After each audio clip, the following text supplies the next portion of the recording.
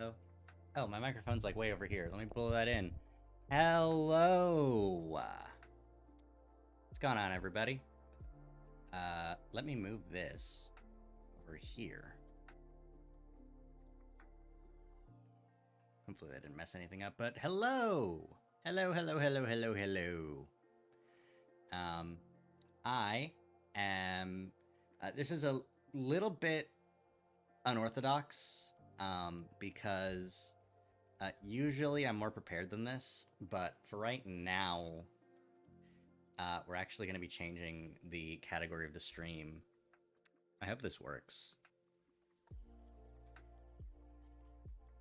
To just chatting. Make sure that worked on Twitch, too.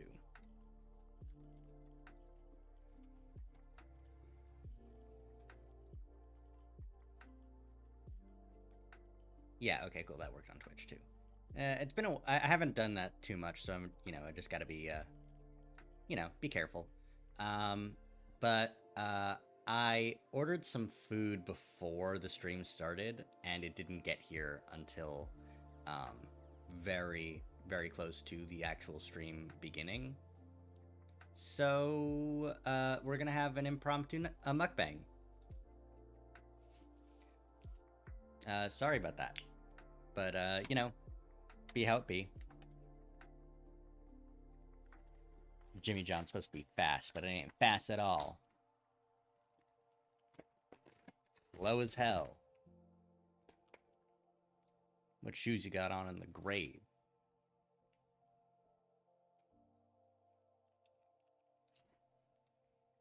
Yep, it's gonna be food eating ASMR for a little bit.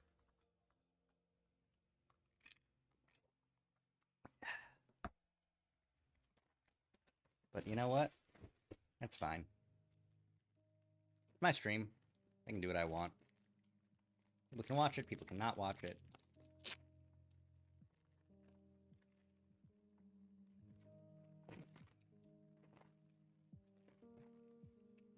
Got a place to get this set up. Okay, here we go. It's sort of a sandwich. It's just a sandwich.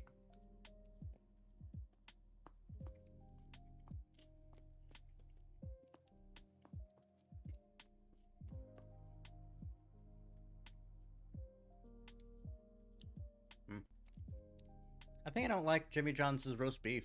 I think it's too cooked. I like it a little bit redder than this.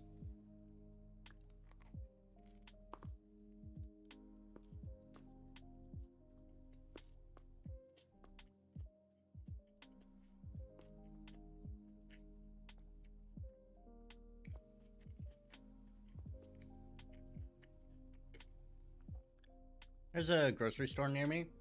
They have the best roast beef subs because they,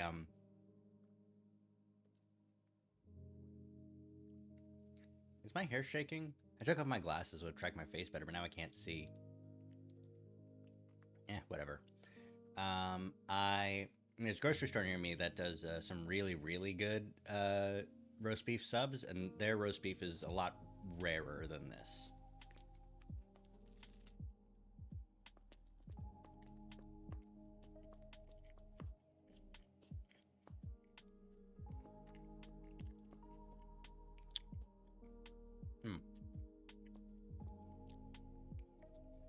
Yeah, but once this is all said and done, we'll be hopping into the Great Ace Attorney Chronicles, and we will be continuing on.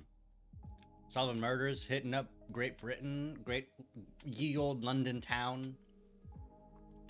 What else will we do? I don't know. I haven't gotten that far yet. Probably be based on Sherlock Holmes a little bit. What is with the tracking?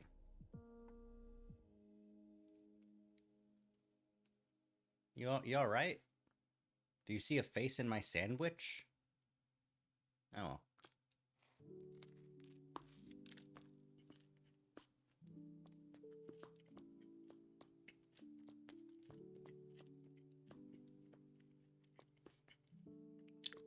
The issue is it's not happening consistently, so I can't figure out what the issue is myself.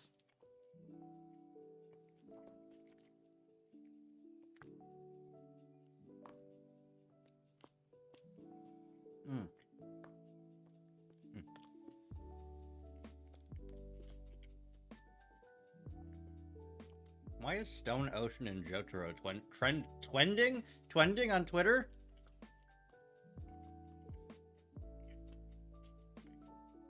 That should be their April Fool's Day prank. More websites should prank their user base. Tumblrs are out of touch and tasteless, but they're at least doing something. Like, man, maybe Twitter's not the right audience to accept some funny little pranks. I think they would hate it and kill everyone.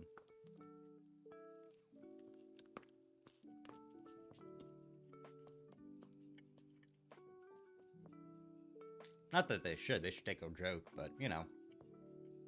People be what people be.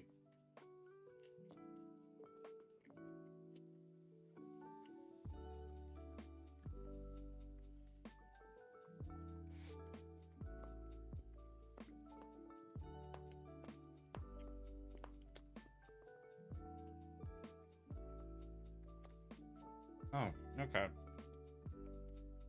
They released some of the designs for the Stone Ocean animated parts.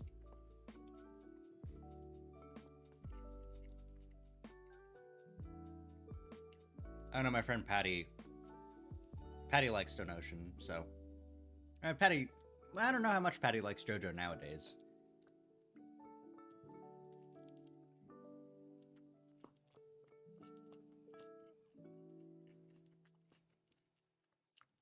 It might actually have been a different friend, but I don't know.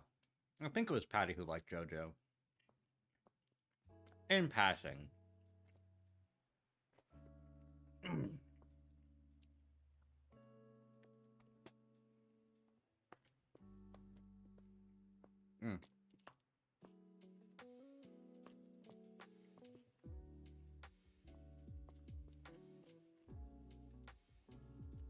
We're getting to the end of the sandwich. I got another half of sub in there. I'll just throw it in the fridge. I'll save it for after the stream. Because they're long. They're like two, like, what, 8-inch sandwiches?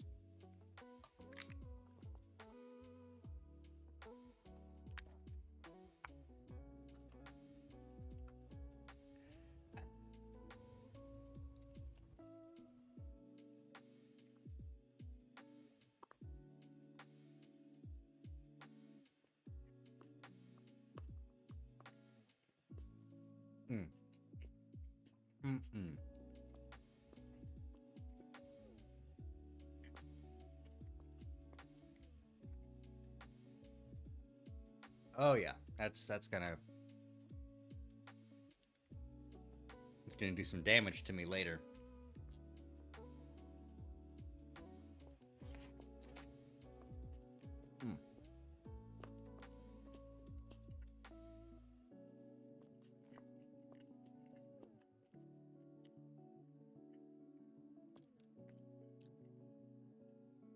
Yeah, it's just a standard roast beef, tomato, onion, lettuce sandwich.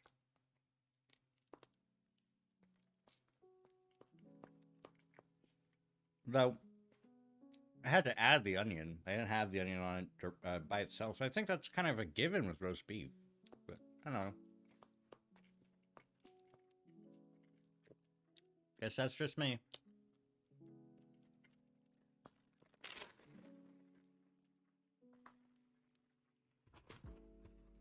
Oh, that's right!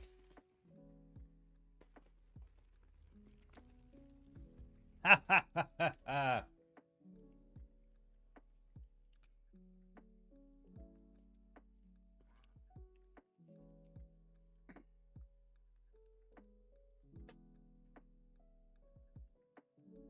Sorry, I'm just cleaning up a little bit.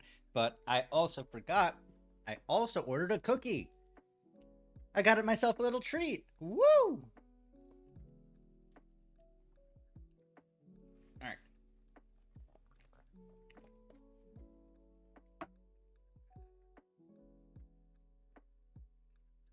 Yeah, those events are pretty good. Hey, Jotaro's there. Suton. Oh. Shi. Ocean. Stone Ocean.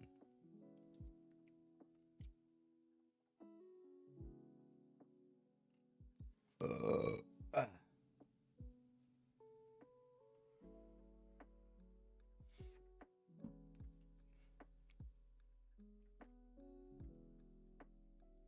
Sorry, I'm also Twitter's recommending me Dr. Greg Stone, who's an oceanographer. That's hilarious. Thank you, Twitter. Love you, Twitter. Never change, Twitter.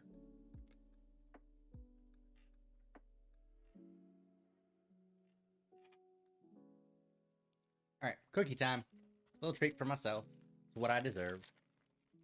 After this, I'll promote the stream in a couple more places. I haven't promoted them yet because I don't want to bother people with a mukbang if they're not super interested in me.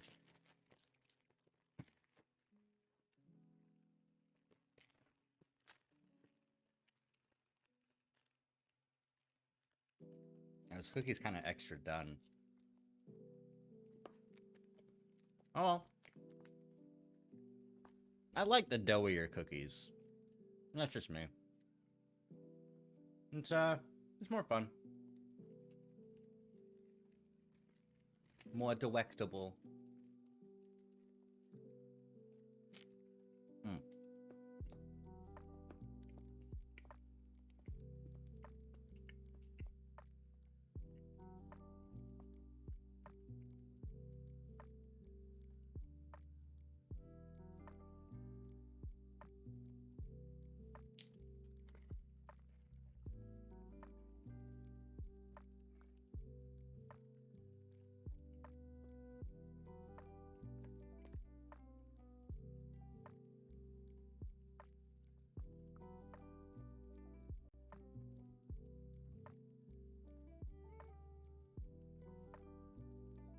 You know what I should do? I was thinking about doing earlier.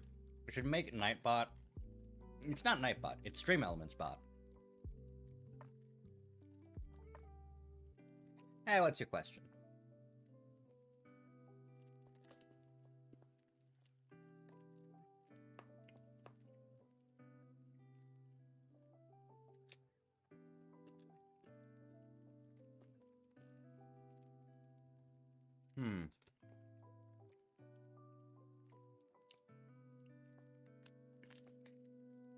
See, double is a tough one. Because it's a very specific size change. And it's also kind of unwieldy. Like, if I said I wanted to double the size of my arms, then my arms would be twice the length, and that would be insane. Or would it be doubling the dimensions and quadrupling the volume? Or I'm gonna say head, because I think that'd be funny.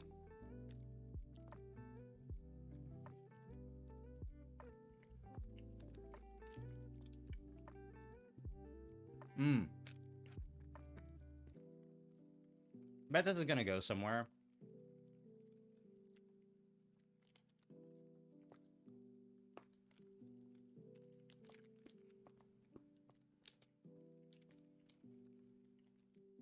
Yeah, but the issue is, the average dick length is about, like, what, 6 inches? 8 inches? Somewhere in that range, I think. So doubling that would be insane. It would be too much.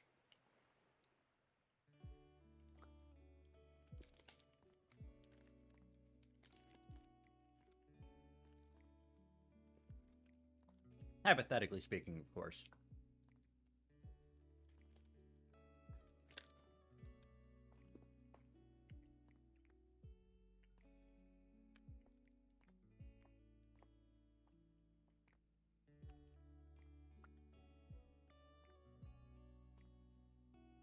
Like, if the question were, like, you know, grow to an arbitrarily large size, or 1.5 times, or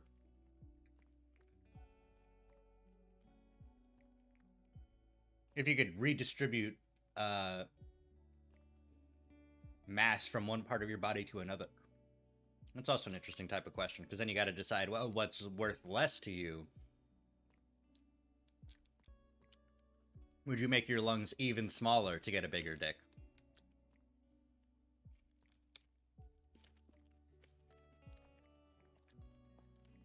Who needs feet? It's not on the model. We don't need to see them.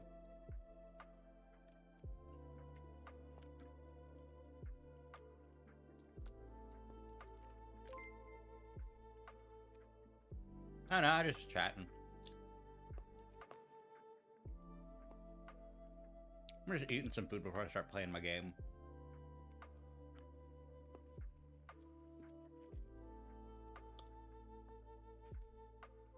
Alright. Food's done.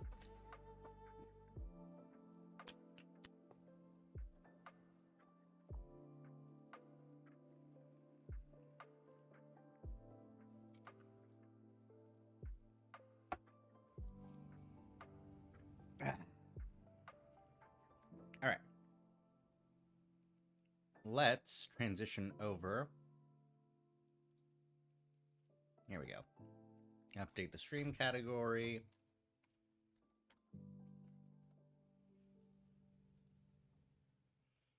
And get this sucker going. Man, I'm excited. I haven't been able to stop thinking about this game.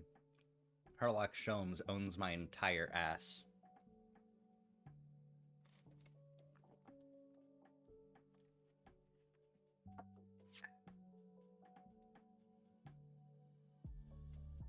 There we go.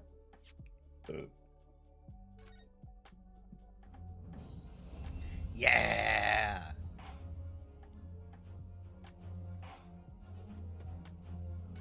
The Adventure of the Runaway Room.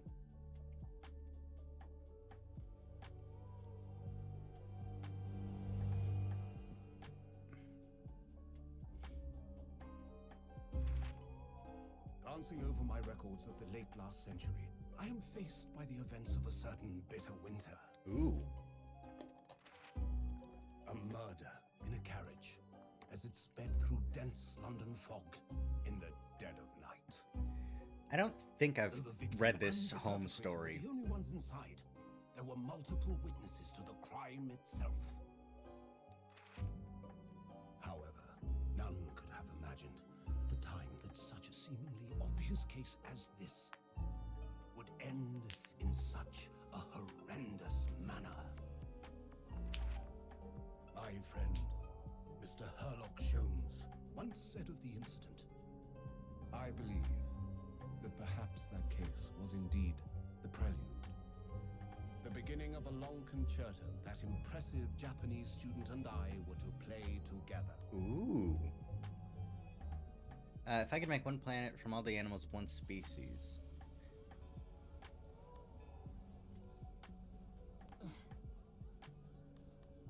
Amazing.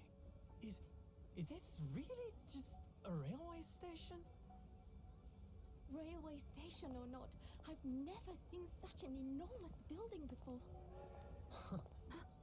And look at all the steam locomotives. I'm gonna finish this cutscene, then I'm This gonna country is look at that incredible. chat again. I'm having trouble just parsing it. Brian's Cocoa! Get some cocoa from Brian's Cocoa and fragrance soaps.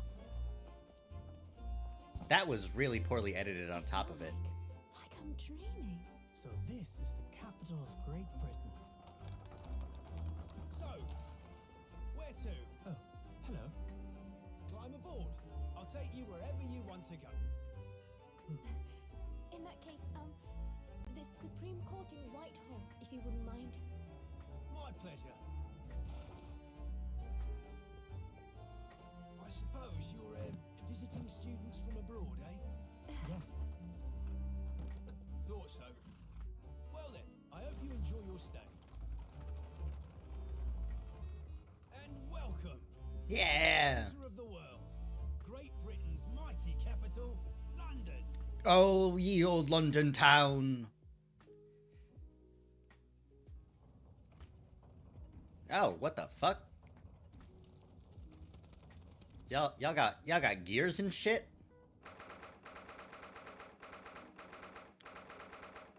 It's fucked up.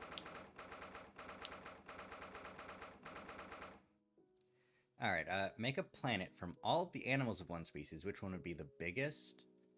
I like birds, so I want to make giant birds. I think that'd be fun. You know, hop on a back of a bird and just fly around or something. Become good friends with birds. There's a book series I read once where there was a society of underground bats that became friends with people, and they would fly around on the bats.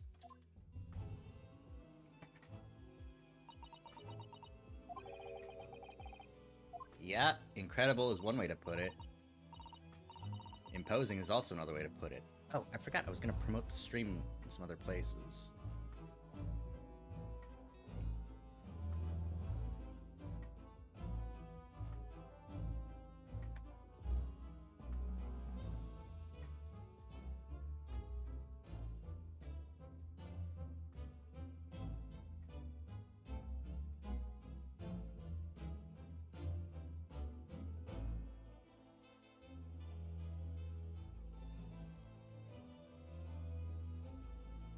There we go. Alright. PS back up. There we go.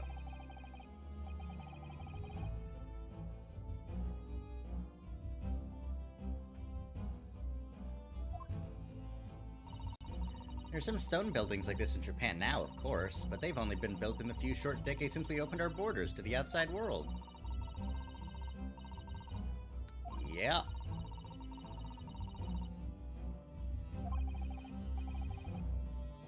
Unfamiliar is one good way to put it. I think there's more to the differences than just construction materials. Like, what's up with the gears and shit? This is the Lord Chief Justice's office in the Supreme Court of Great Britain. We had instructions to report here at this time, if circumstances were different. We were supposed to let the Lord Chief Justice know that we had arrived from Japan. But Kazuma can't, because he's dead as hell.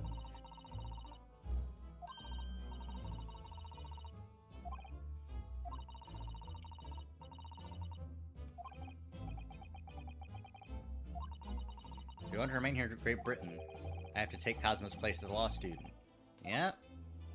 Good reminder. Good recap.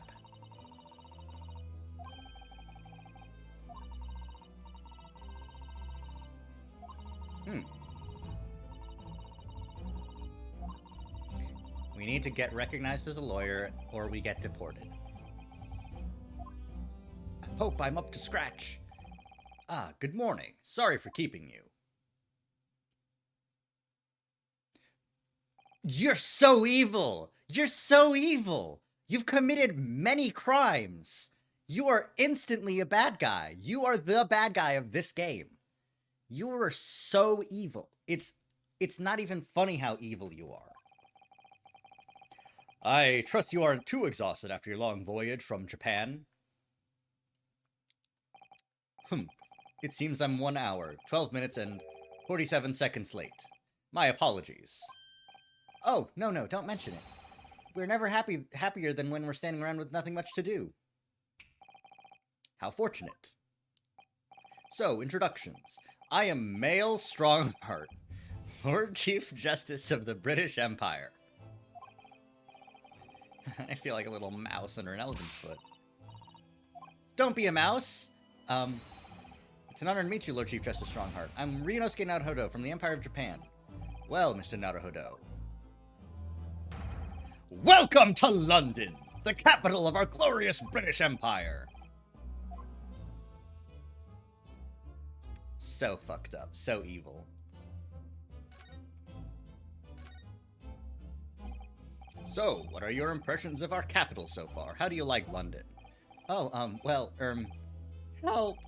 I've been so nervous ever since I got here that I can't remember a single thing about the city. It's simply splendid, isn't it? Oh? We had a wonderful view of some London streets from the carriage on the way here. Everything is so impressive and grand. I must say, I'm almost lost for words. Glad to hear you like it. The city boasts tramways, piped water and gas, even cables supplying electricity. Every revolutionary new technology is spearheaded here. Every visitor to London is astounded. Oh, yes, astounded is the word. Thanks for saving me there, Susato-san. Everyone seems so jolly and full of vigor. Yes. There's much excitement about the upcoming grand exhibition we'll be hosting. Great exposition? Yes, I will exposit. Cultural and technological achievements from around the globe are exhibited here in the city. It will be the greatest spectacle of its kind in history. And will make Paris's World's Fair look like a toy shop. Get fucked, Paris. Fuck the French. Nothing but magnificent. Center of the modern world. Even if you do say so yourself, the sun will never set on our great empire.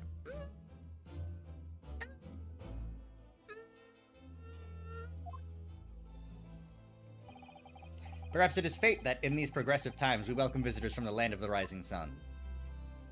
Ah, because they were like, oh, it'll never set. Okay. Lord Chief Justice, I think you were expecting a student of law for this study tour, weren't you? Absolutely. A Mr. Kazuma Asogi, if my memory serves. That's right. The British government has already been telegraphed a full report on the situation. I understand the young man lost his life aboard the steamship bound for our shores. That's amazing. The news reached him before we even arrived. My country naturally extends its deepest condolences to yours. Oh, thank you. And you honored this appointment specifically to inform me of the news? Yes. We are here in the capacity of envoys from Japan to report the sad news in person. They tell me you Japanese are a people of protocol and courtesy, and I see that it's true. And it is with some regret that I must inform you that the death of the young lawyer means the study tour arrangement can no longer proceed. If you would just hear us out, Lord Strongheart. What do you have to say, madame? It's about the study tour. Mr. Naruhodo here would like to make a proposal. Would he now? Well, Mr. Naruhodo. This is it then, the moment of truth.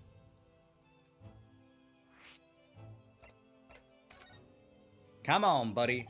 The thing is, Lord Justice, Lord Strongheart, I was wondering if perhaps you would consider allowing the study tour to go ahead? Don't misunderstand me. Britain would ideally like to see the tour go ahead, but without a lawyer from your country, there's nothing to be done. Well, in that case, what if there was someone else? Another lawyer from Japan, I mean. Is there something I don't know?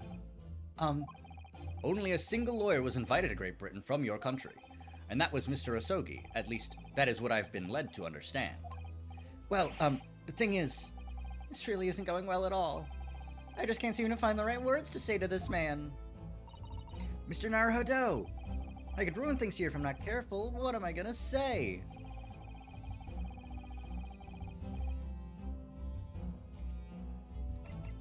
It's me! I can do it! Is that so? I mean, I don't actually have any qualifications as such, but... No qualifications, you say? And yet you still claim to be a lawyer. I have acted as a lawyer in court before. Only once, as it happens. And I had Kazuma to help me. And I was the accused, but glossing over the details. I've been spending every spare moment on the journey here to Great Britain studying. I've learned all about British law and court proceedings while I was on board the SS Buria. The voyage from Japan is some 50 days, I believe. Not what you might call a full education. To become a qualified lawyer here in Britain, not only do you need a university degree in law, you must also complete several years of training. I realize it's far too short a period of time, but I can't just go back to Japan. Kazuma, Mr. Asogi's journey had only just begun. Coming here on this study tour is all he thought about. I have to carry on and do everything he planned to do. I know it must sound like I have an overly inflated opinion of myself, but I would do anything to prove that I have what it takes. Any test you care to set me. Just one chance, that's all I'm asking for. Please! Onegaishimasu! 31 seconds. Sorry? Your opening statement there, Mr. Naruhodo. It was 31 seconds long. Not too brief, not too protracted. A perfectly judged appeal, I would say. which is a skill that would stand you in good stead as a lawyer. Oh, thanks. So, you're willing to put those words to trial, are you? Well, I'm all for entertainment. Huh? But let me ask you one thing first, sir. Yes? You say you intend to do everything Mr. Asogi planned to do. Are you firmly set on that path? Well, yes, that's my intention. I see. Am I imagining things? Or did his expression just alter a fraction there all of a sudden? Very well. You have your wish. I'll give you a chance. A test to become a specially certified lawyer. Whether you pass or fail is entirely down to you. Really? So, what form will the test take exactly? Tell me, Mr. Naruhodo, what do you consider the role of a lawyer to be? Well, defending people, of course. Well said. So, let's have you defend someone. Huh? Your timing is perfect, in fact. There's an apt trial about to begin later today. No advocate has been appointed for the defense as yet, so this will be welcome news. Today? Straight away? If you manage to secure a verdict of not guilty, you'll have passed my test. What could be simpler? How do I get myself into these situations? Well, could I ask, what sort of trial is it, Lord Strongheart? Yes, good question. I remember. Murder. It's a murder I knew it! An extremely simple case, I understand. You really can't lose. It's easy to say, but I should mention, just in case, if the defendant is found guilty, he will, of course, be sentenced to capital punishment. Capital punishment? He'll be put to death? Here in Great Britain, murderers are sent to the gallows without exception. Presumably, you read that much in your short sea-based introduction to British law? We can't possibly agree to such a test. We would be toying with a man's life. I am the Lord Chief Justice, and I've decided it's acceptable. But you can't do that, can you? Well, I mean, I guess if you said so. Well, all you have to do is ensure that you don't lose. Easy. Actually,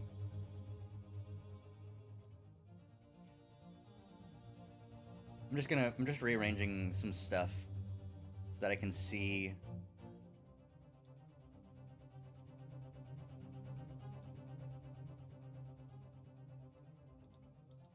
There we go. Okay.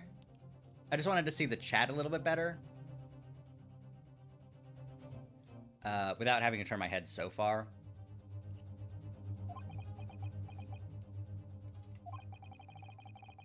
So the defendant may live or die depending on how well I perform in court.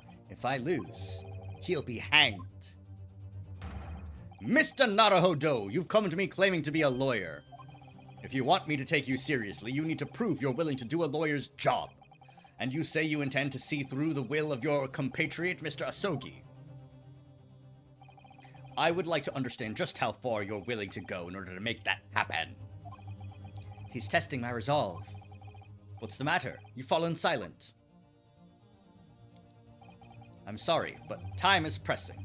The trial begins shortly. I need an answer from you now. What's it to be?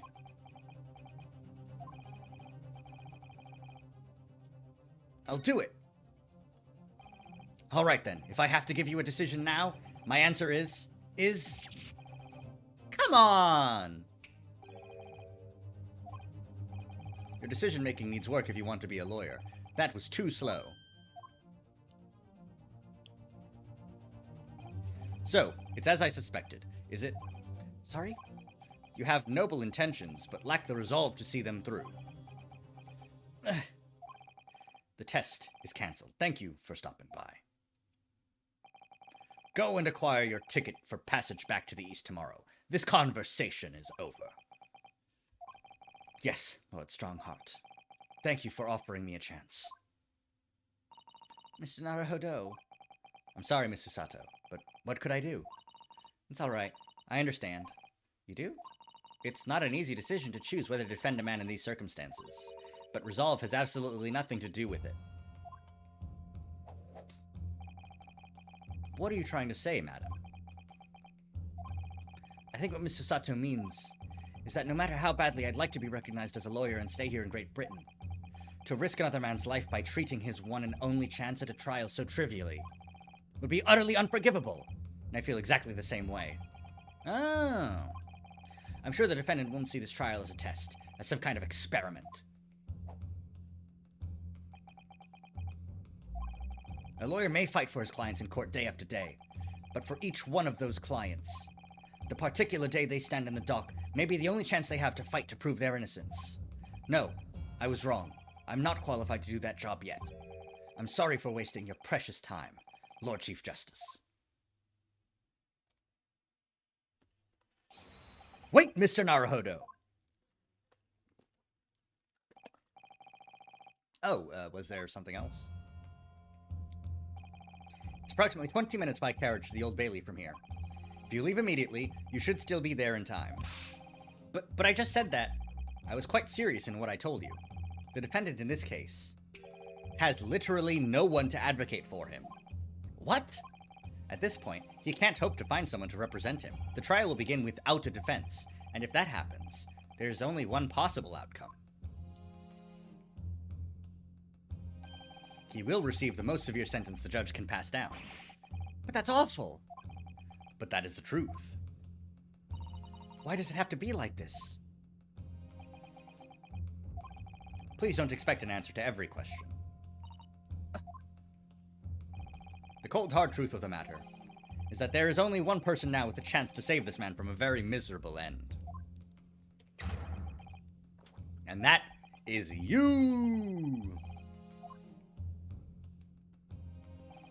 So, what do you say now, madam? Me? What do you mean, Lord Strongheart? You said it wasn't an easy decision to choose whether to defend a man in these circumstances, and I agree. But in my estimation, it is purely and simply a matter of resolve. Oh. Our time is up here. I have a meeting to attend. I must leave in 2 minutes and 16 seconds. So, venture into our great city and enjoy yourselves.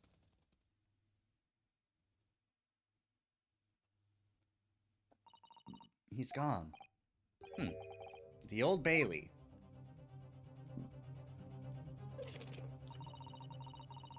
If we're gonna do this, Mr. Naruhodo, we must leave at once. Yeah, finally. The what to do option. Can I just ask you something? Careful. From this position, I can perform a Susato takedown in an instant. I know. Mr. Naruhodo, you heard Lord Strongheart. The trial starts imminently. If I need to throw you, I will. You know, you could just say, I think we should hurry to the courtroom. Alright.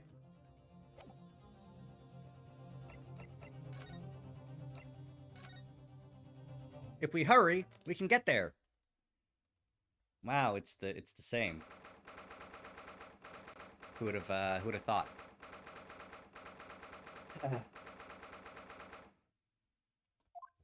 Defendant's antechamber. Oh, thank goodness, we're in time. There's still 15 minutes until the trial begins. I never knew a horse-drawn carriage could go so fast. I thought my teeth were going to rattle loose. Did you hear what I said to the driver when we climbed aboard?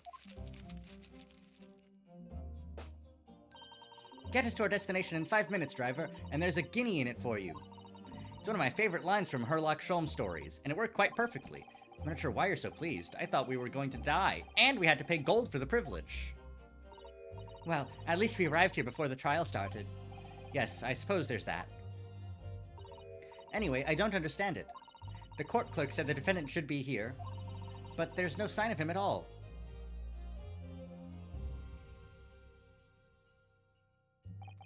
So this is the Old Bailey. Even this room for defendants to wait in is grand. Are you alright, Mr. Naruhodo? I'm feeling tense, that's all. This place gives me the same sense of foreboding that I remember from the Supreme Court in Japan. An oppressive air, almost as if the building itself is going to crush whoever's about to be sentenced. Feels like only yesterday that I was the one about to be crushed. Yes, whoever the man you're to defend is, I imagine he's feeling very alone at this moment. Top of the morning to you, madam, sir.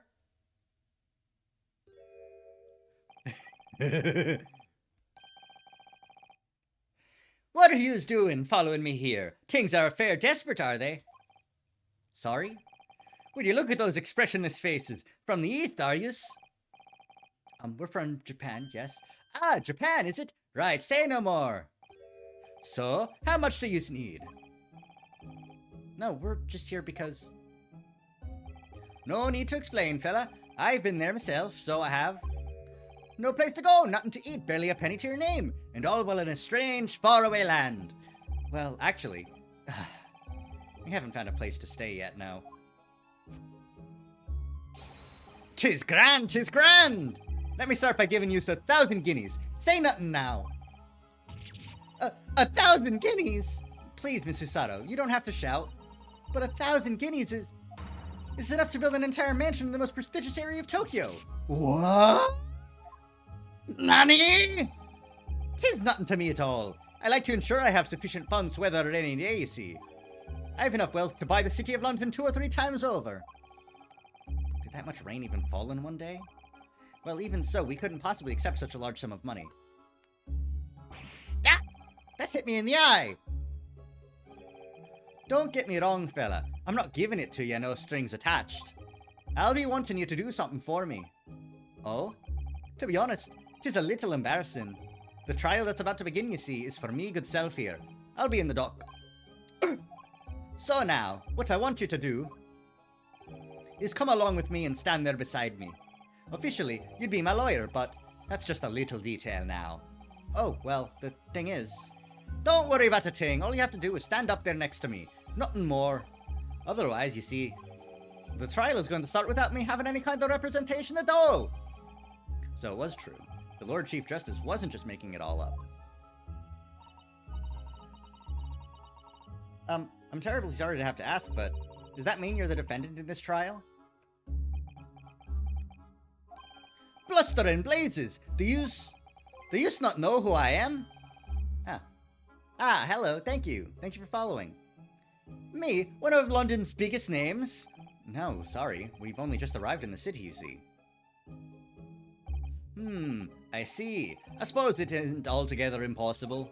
Well, just next to Hyde Park there in the centre of London is another beautiful park. Sorry? A park? What? 'Tis called McGilded Park, full of blossoming flowers in the spring and singing birds and whatnot.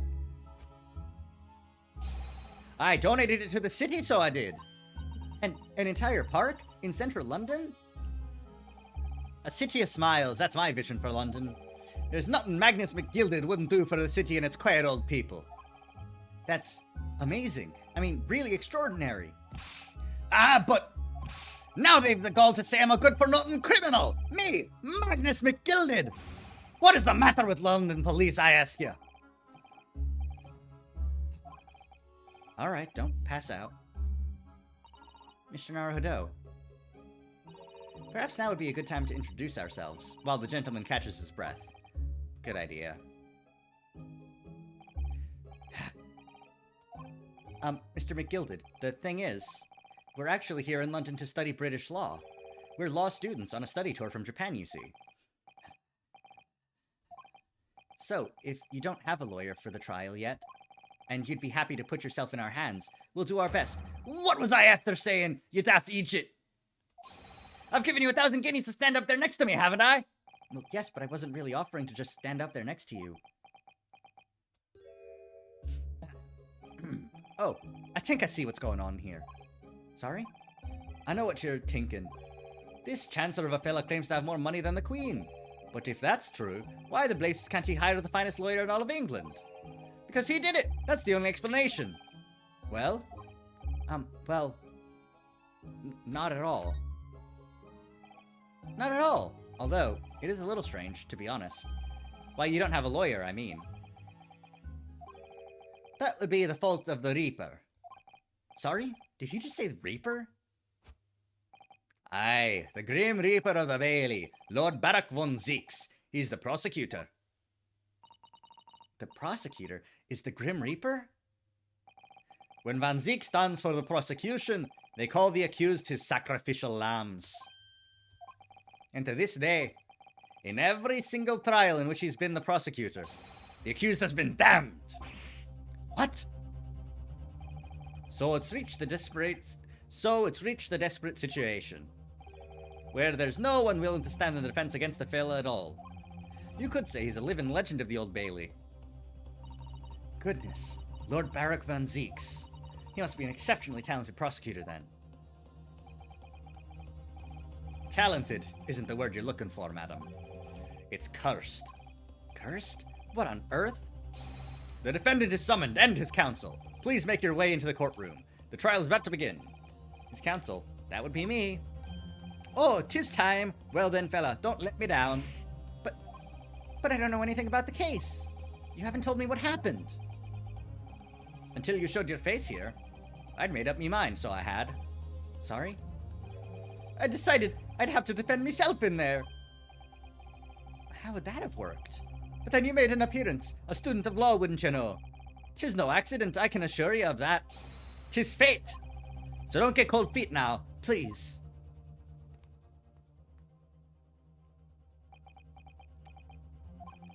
I literally know nothing about the case, or about this man who stands accused.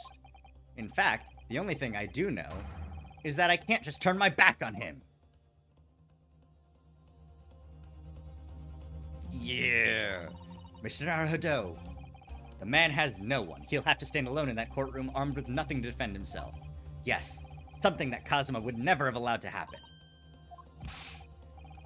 Counsel for the defense, what are you doing? If you're late for the start of the trial, you will lose your right to stand. I'll be right there.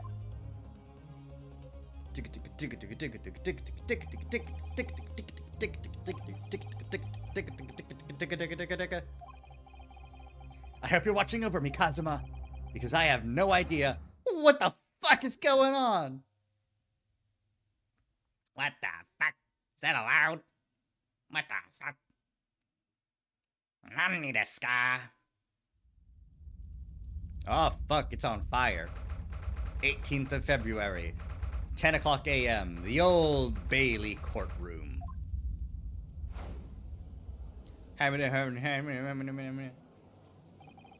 So, this is the highest court in Great Britain, the Old Bailey. The centuries of history in this place is palpable, isn't it? It's so different to the Supreme Court in Japan. It feels both imposing and serene at the same time. The atmosphere almost makes words redundant. Whatever the country, determining a person's guilt or innocence is always a solemn affair.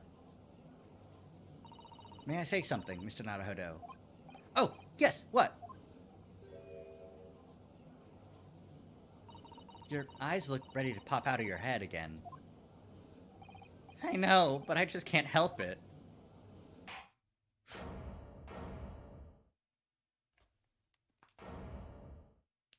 Santa?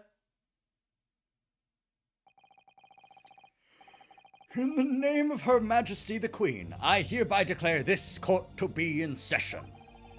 We're here today to determine the guilt or innocence of Mr. Magnus McGilded. I now call upon the counsels for the prosecution and defense to declare their willingness to proceed. The prosecution is fully prepared. That must be the Reaper of the Bailey. He really does look fully prepared to dispatch his next poor victim to the underworld. Counsel for the defense, you appear to be Eastern. Do you speak English? Huh? Oh, yes, of course. Sorry. But he asked if the defense was ready, and I couldn't be further from ready if I tried. Those eyes please me, Nipponese. They shroud your fear, your doubt, your trepidation. They run wild, clinging to some phantom notion of courage. The quintessential look of a sacrificial lamb. Ugh, a cold shiver just ran down my spine all the way to the tips of my toes. Now, Mr. McGilded. Yes, my lord. You stand accused of murder, a capital offense. You could be sent to the gallows if found guilty. Are you quite sure you wish to entrust your defense to this foreigner? As I've always said, my lord, 'tis a grand thing to give opportunities to the young. Even if the fellow is a student from some little island off in the Far East. Is it not the British way to ignore the dangers to yourself and give those less fortunate a fair chance? Nope, it's the British way to steal from the less fortunate and enrich yourselves to the highest degree. I'd like to think that acts of chivalry do the Great British Empire proud. Listen to Mr. McGilded. What a fine gentleman London has in him. Did you hear that he donated £5,000 to the government the other day? Mother, please may we go and play in McGilded Park? It seems as though everyone in the public gallery is firmly behind Mr. McGilded. That's definitely welcome news, and he certainly has a way with words. I'm surprised he couldn't convince anyone to defend him. Eloquently put, Mr. McGilded, and most laudable sentiments. Now, ladies and gentlemen of the jury, I'm sure I need hardly remind you that you 6 members of the public have been selected for your impartiality. Are you ready to proceed? Yes, my lord. If the task is to send rotters to the gallows where they belong, I'm more than ready. At the manor, his lordship always says we should dispose of rubbish promptly. Naturally, I agree. Ha! Any criminals here will soon be wishing they never set eyes on me.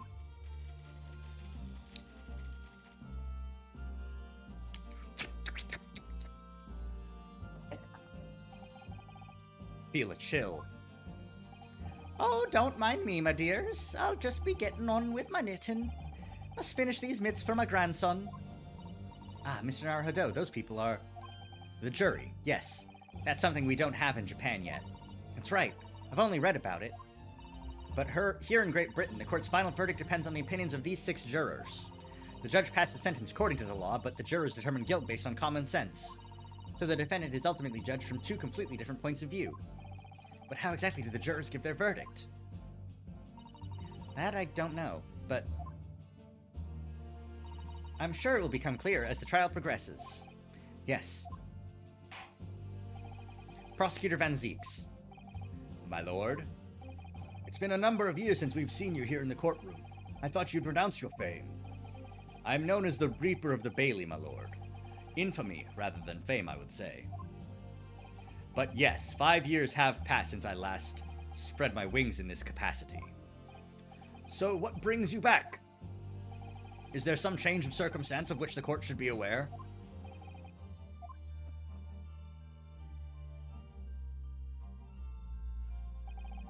I leave that to your imagination, my lord. So the Reaper's been out of action for 5 years. Why, did he have to choose today of all days to make a comeback? Don't lose heart, Mr. Naruhodo. As you wish, sir. The court nevertheless welcomes your return. Now then, opening statements, I think. A summary of the case, if you please. Certainly, my lord. As your lordship is aware, this is the case of overwhelming simplicity. You must be the only ones in here who aren't aware. Can I check the court record? Nope. The incident took place in the late evening. 3 days passed. The hour was some minutes after 10. The victim was a maker of building bricks known in the community as Thrice-Fired Mason. Sorry? Thrice? He was a very accomplished craftsman. The bricks he fired were said to be almost indestructible. The victim's corpse was discovered in an omnibus in service on the streets of London at the time. A dagger that had been thrust into the victim's abdomen is believed to be the ultimate cause of death. Here is the autopsy report from the investigating medical officer at Scotland Yard. Thank you, counsel. I shall accept that and the photograph as evidence.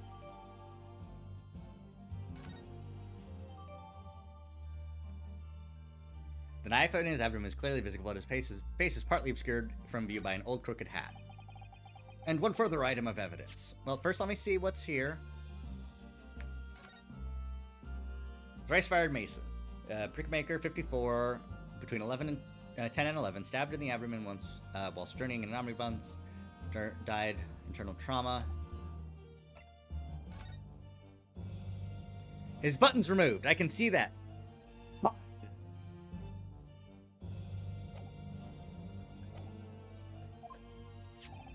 The prosecution wishes to submit these as well. And these are... Good lord! Is that blood, counsel? Yes, my lord. Seized by a policeman who arrived at the scene. These gore-soaked gloves were taken from the hands of the accused when he was arrested. What? Mr. McGilded's gloves had blood on them?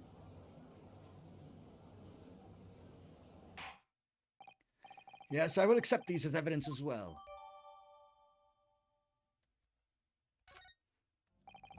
How did I get into this?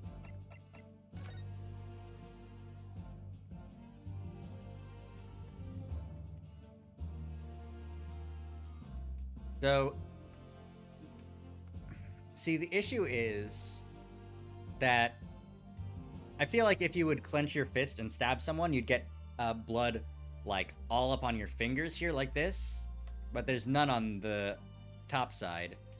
And if you stab somebody underhanded, the blood would be here. So this just seems like patting down or trying to avoid the blood. This is definitely blood, isn't it? Not the most pleasant sight to be confronted with on our first day in London. Well, nothing will come of grumbling now. No. By the way, is Mr. McGilded right-handed? Yes, I believe so. He was toying with the coin in his right hand a little earlier. Ah, pity. If only he'd been left-handed.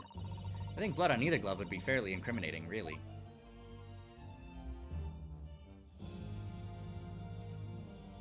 Alright.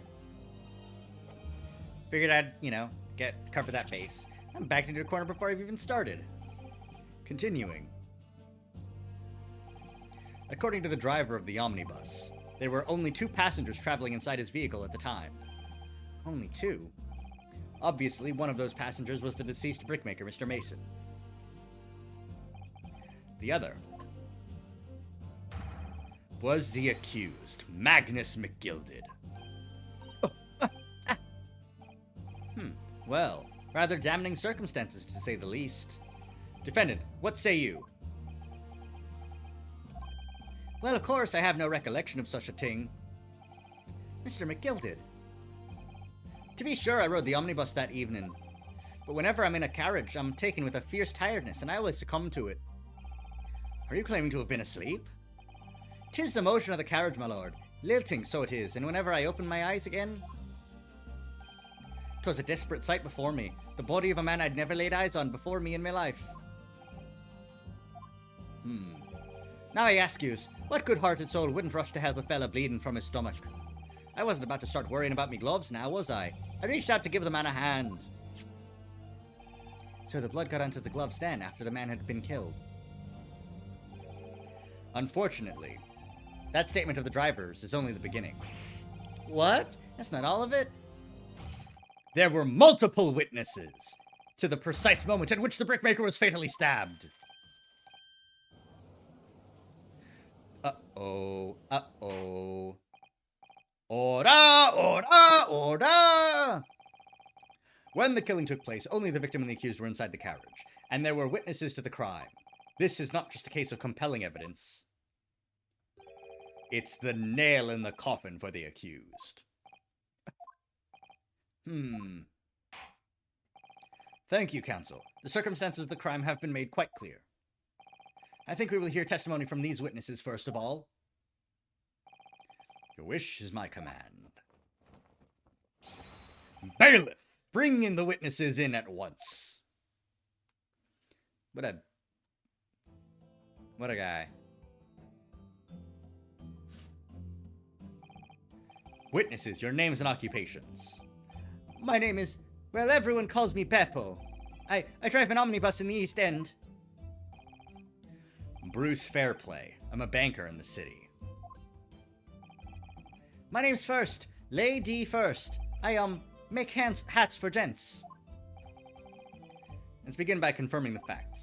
3 days ago, at a short time after 10 o'clock in the evening, all of you present in the stand were in an omnibus and witness to the aforementioned incident. Is that correct? Yes, sir. Quite right. Yes, sir. That's right, sir. Very well, then. Let's proceed to your formal testimonies, please. Each of you will tell the court precisely what you saw. Ooh, British. It was the last bus of the evening, so I had few customers. I remember it well. Let me take a look at these guys' names. Male Strongheart. Magnus McGild.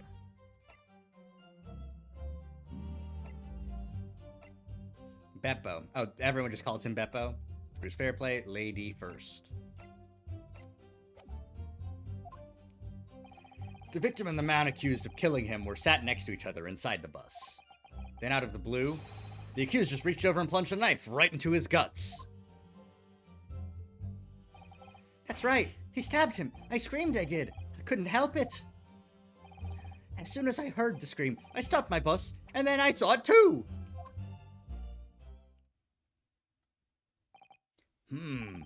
Unambiguous testimony, I must say. Exactly, my lord. These men witnessed the incident in the omnibus with their own eyes.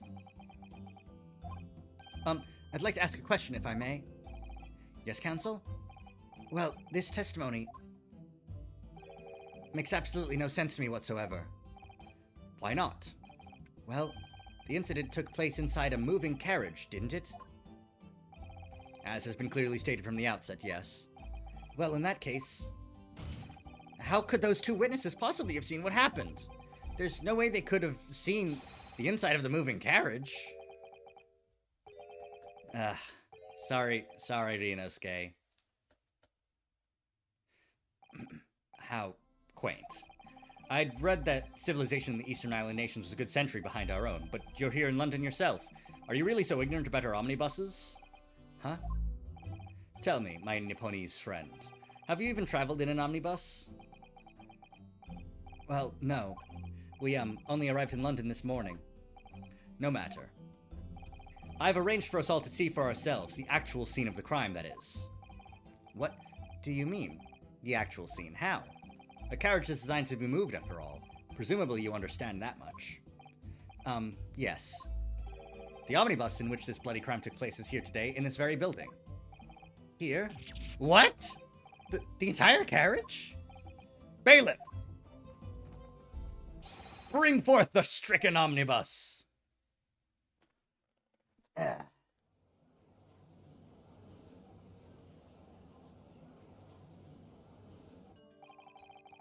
So that's an omnibus.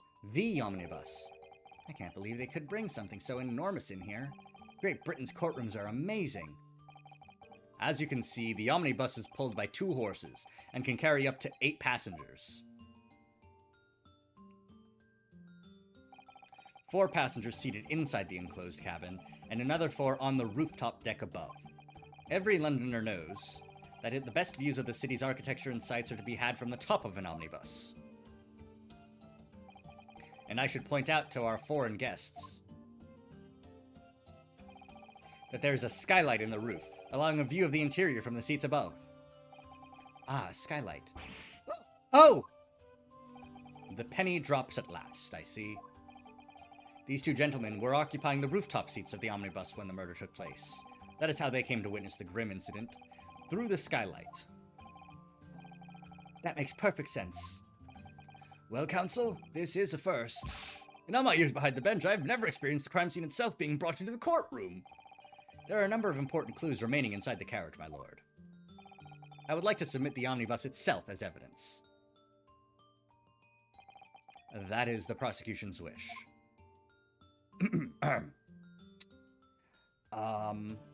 Sure. Very well. I see no reason why not. The omnibus is hereby formally accepted as evidence.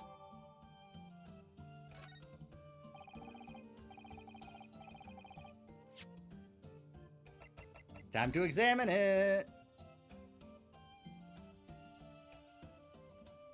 The Phoenix Wright omnibus? The what?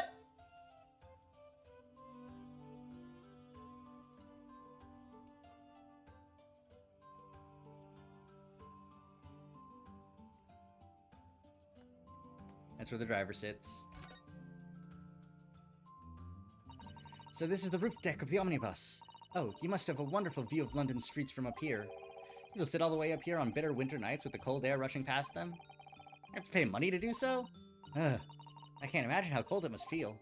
That just made me think of something horrible. Can you imagine being dragged around the city in the freezing cold as a punishment? Perhaps that is the real price you pay to stay out late.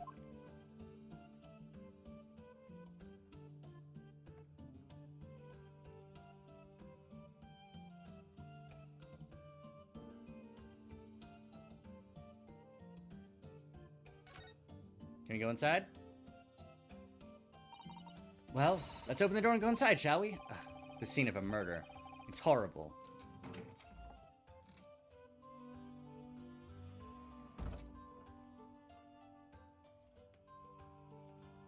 Nope, nothing that would prevent the skylight from being open. And there doesn't appear to be a handle or catch of any description. So I suppose it can't be opened from the inside cabin, at least.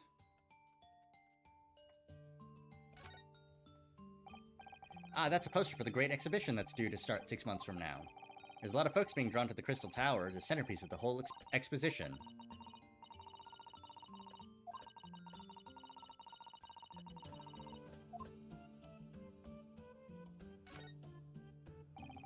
This seat has a handle, it seems.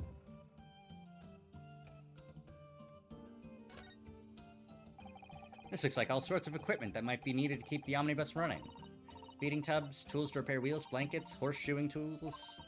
It's a storage compartment for the coachman to keep his things, it seems. No space for passengers to stow their luggage, that's for sure. Well, I don't imagine it would be very convenient for that purpose anyway. This one doesn't have a seat, though. Is that nothing, or is that something? I guess that's nothing.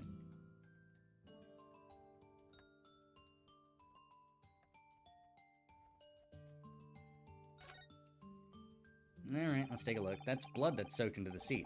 The victims, obviously. Yes, and that seat would be clearly visible from the roof deck. Did you really stab somebody in full view of the other passengers like that, I wonder? Well, it was after dark. There's a lamp on in here, so perhaps the culprit couldn't see anything outside through the skylight. It doesn't look great.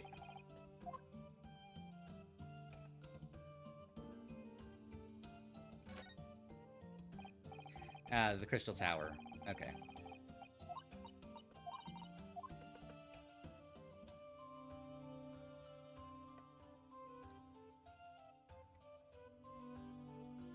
And nothing that's popping out to me right now.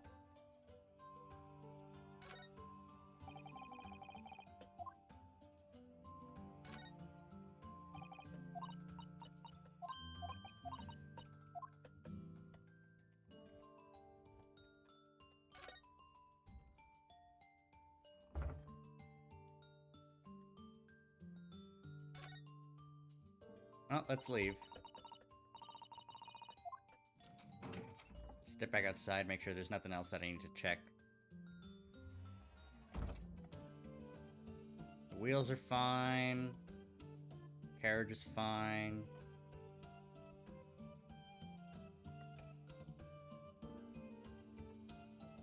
Ladder's fine. Nothing seems out of place to me so far.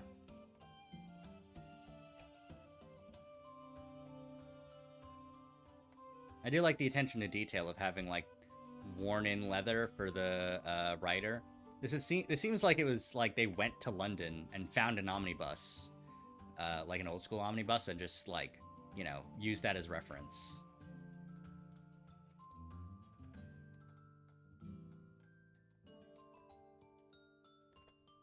Yeah. Nothing of note.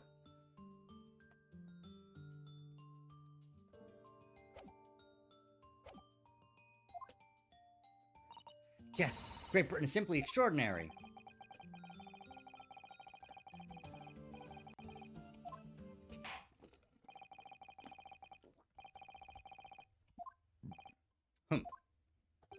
Pray, don't expect this nippity straight to understand the intricacies of British courts' cross-examination rights.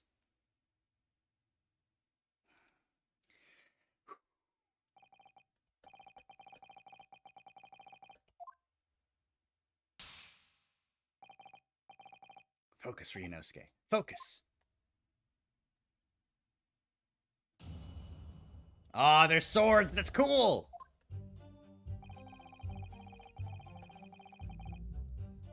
Hold it! Hold it! Yes, I think it was sometime after 10, wasn't it? Oh, yes, sir. That's right, sir, yes. Ever so cold it was, sir. Freezing, in fact.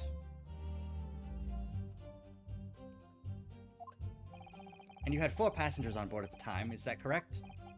Yes, that's right, sir. Not all traveling in the same parts of the bus, of course, though, no. There are no other passengers when the incident took place?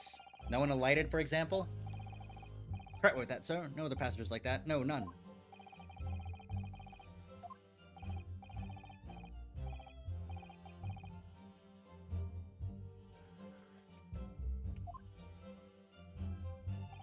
But I do wonder sometimes if it's altogether worthwhile. Yes, sorry to say. What do you mean by that? Well, what with it being so cold and everything, and only making 20 pence on the run, you see. Yes, I spend that much at the pub on the way home, just trying to warm up again. The victim and the man accused of killing him were sat next to each other inside the bus. Hold it! And you saw them through the skylight in the roof of the carriage. That's right. When you sit up on the top deck, the window's right there at your feet.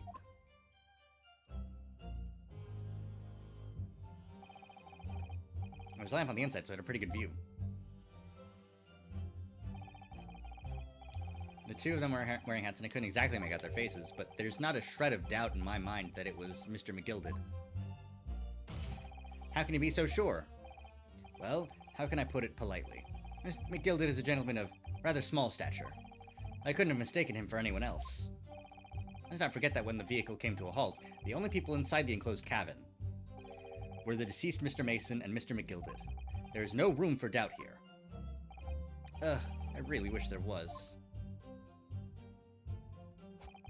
Then out of the blue, the accused just reached over and plunged a knife right into his cuts. Hold it! You actually saw the exact moment it happened? Didn't I already testify to that? Or are fair, dinkum, hardworking city bankers not considered trustworthy these days? Oh, no. I didn't mean that. This is no good. I've really got his back up. Perhaps you could just tell us what you saw in a little more detail, if that's... My lord! Juror number 3? What's the meaning of this? My mind is made up, my lord. Completely and utterly made up. Made up about what?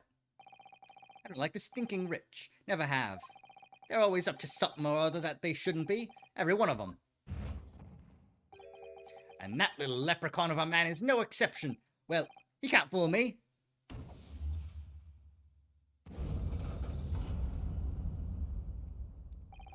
There's no point wasting time listening to any more of this.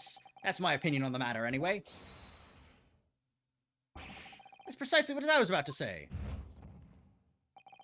As a foreman of the jury, it's my duty to set a good example to my fellow jurors. What's happening? What is happening here? Let me see. Ah, yes, it seems that's how the members of the jury give their verdicts. With fire? Apparently, yes. White for innocent and black for guilty.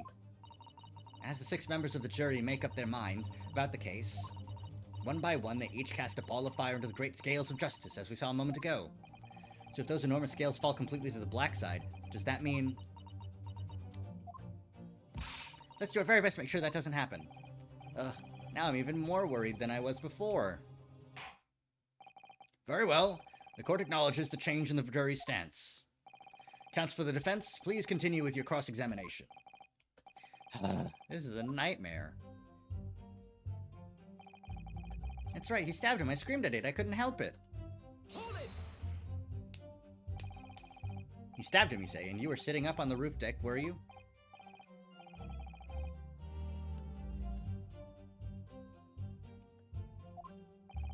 I remember seeing the little gent sitting next to the fellow that was stabbed. I've been thinking about a new hat design, you see, so I was just gazing absent-mindedly around. But then I happened to look down through the skylight.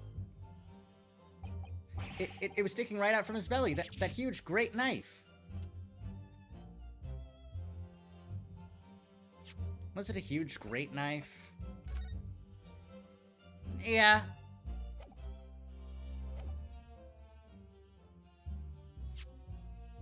I wonder. Okay, I can't point that out yet. I can't, like, look at it and have that on my person. A grim sight indeed.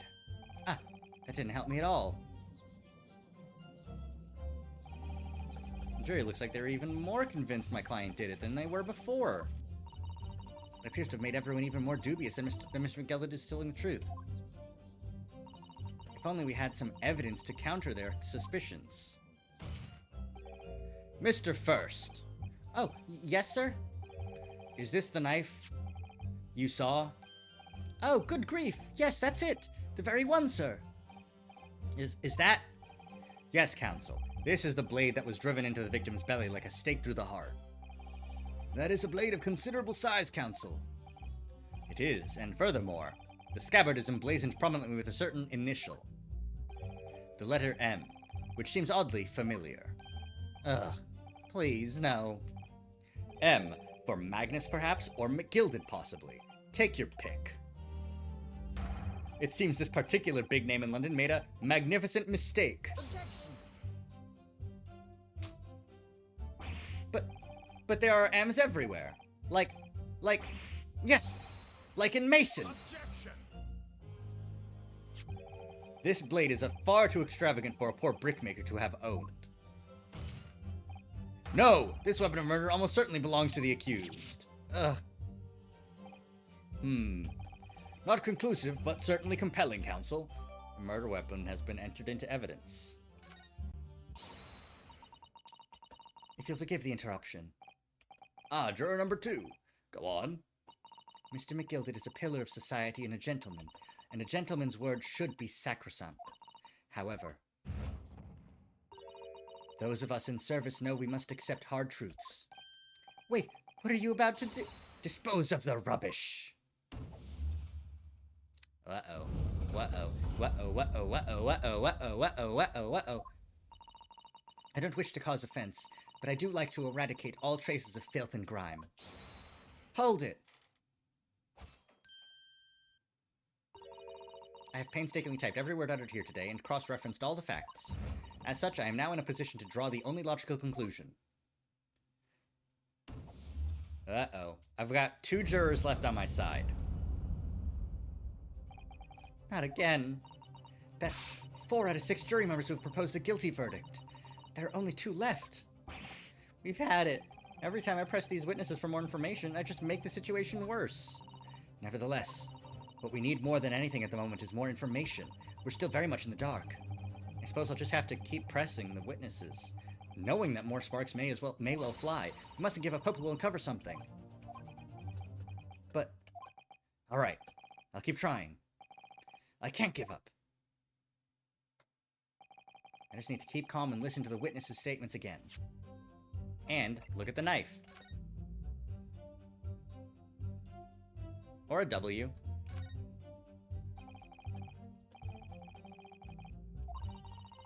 Beautifully gilded, too. It must be very valuable, I should think. If you turn it upside down, it becomes a W. This could change everything. A W? Yes, this is one of those, turnabout cases. I'm sure of it. I'm afraid I don't know at all. But what I am sure of is this is an M. Oh, well, that idea was quickly quashed.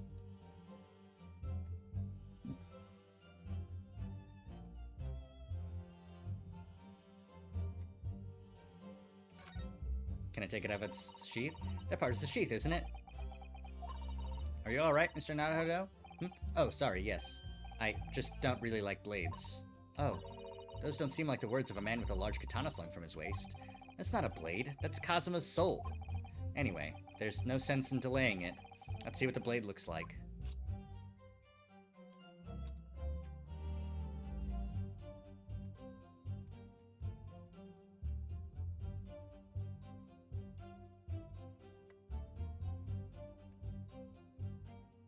It is quite ornate. Ugh, that looks like a lot of blood. It surely is blood, the victim's. Ugh, an Englishman's blood looks a lot like a Japanese man's blood. Did you think it wouldn't? Sorry, it's just that we've only just arrived here in Great Britain. I'm finding it a little hard to adjust. Yes, I do understand. Anything else to investigate here about the blade?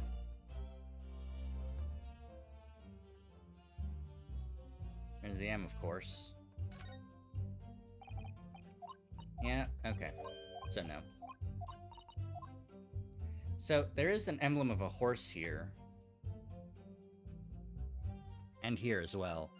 And I don't think Mr. McGilded is associated with horses. He's just associated with money. Oh, I don't know. Alright. Listen to the witnesses' statements again. Hold it! What exactly did you see? Oh, well, sir, that would be the passenger, sir. Yes, collapsed on the floor he was.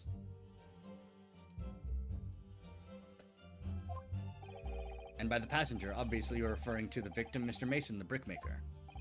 And then the other passenger had that knife in his hand, like this. No, by the other passenger, obviously you are referring to the accused, Mr. Magnus McGilded. And then he plunged it down like this, stabbing the other passenger in the belly. Now, what? That's not true.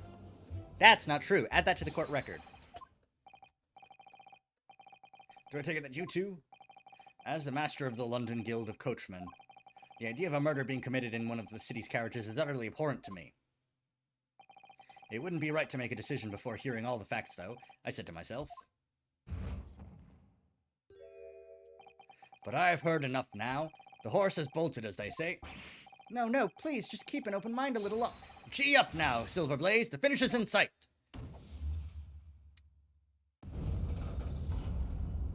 Alright, last one. Beppo's a long-standing member of the guild, and I trust what the man says. Oh, thank you, sir. You're too kind, sir. Ugh, this is too unkind, sir. Which now means that 5 jurors agree to condemn this man.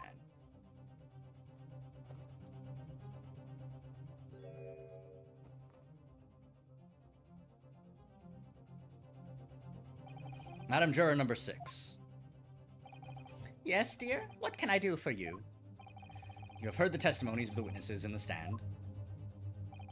Oh yes, I certainly have. Still got my hearing, you know.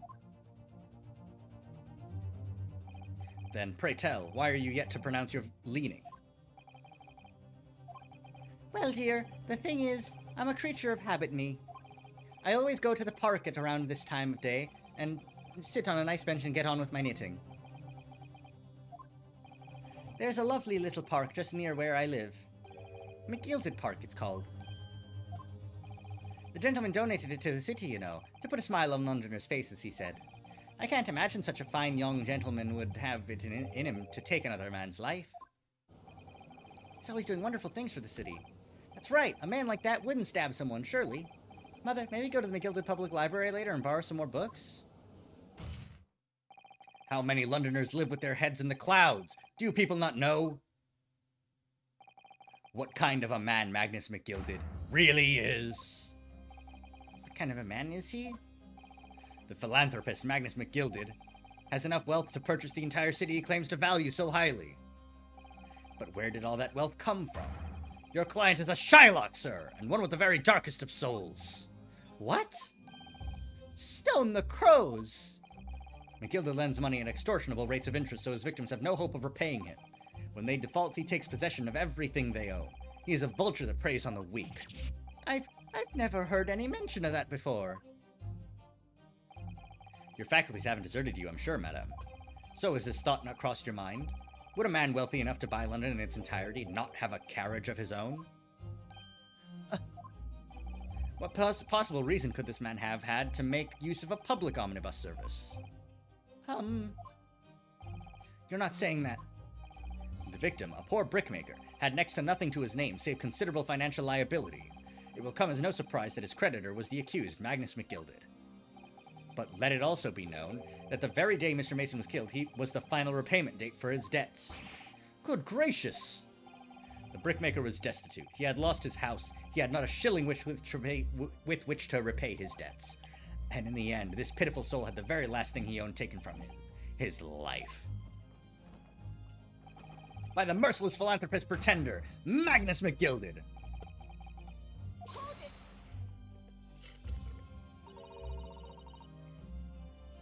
If I might add something briefly, Miss Susato. Your claim that the victim had been lent money by Mr. McGilded, but where is the evidence to support your claim?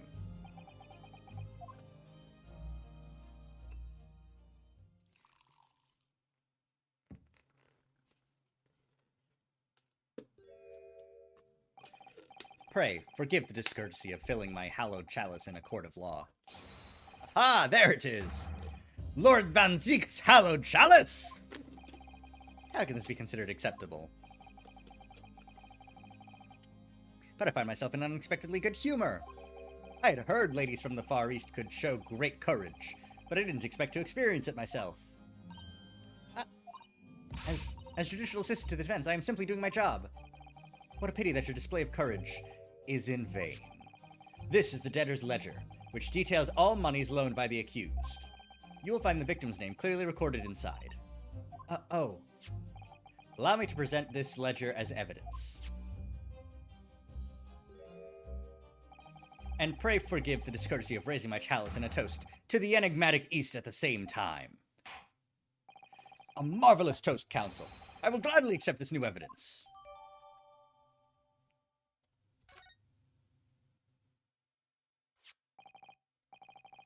$20. The victim owed a considerable sum.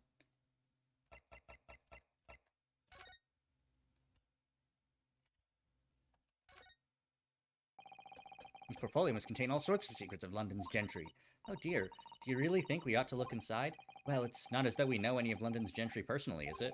Apart from our great detective friend, perhaps. Actually, I wonder. I assure you we will not find Mr. Sholmes' name inside. Well, let's see what we find.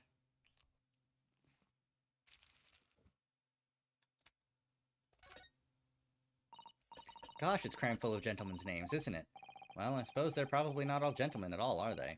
After all, not everyone in this country is well off. Ah, goodness! What is it? Look at this. Do you see the name here? Bruce Fairplay. Should that mean something to me? It does sound strangely familiar, actually. Bruce Fairplay, the witness testifying at this very moment. Oh yes, of course, the banker. Why is his name in here? Ah, he borrowed 20 guineas, did he? And look, the repayment date is fast approaching. It's possible that this is just a coincidence, of course, but this could be very useful information. Yeah.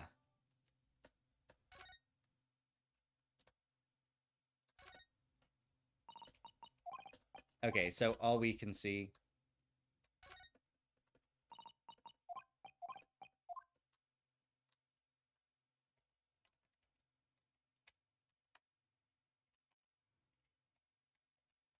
Nothing else?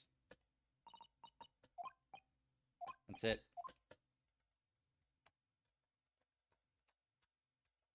Alright. And the accused made quite certain he had ample recompense. Well, it would seem I've had the wool pulled over my eyes. Regrettably, madam, that is the modus operandi of the accused. And it's such a pretty little park, too. What a scoundrel. Still. Maybe it's all for the best. Wait a minute. Let's think about this a little more before... I don't stand for nonsense! Oh, shit. That's it. I lost.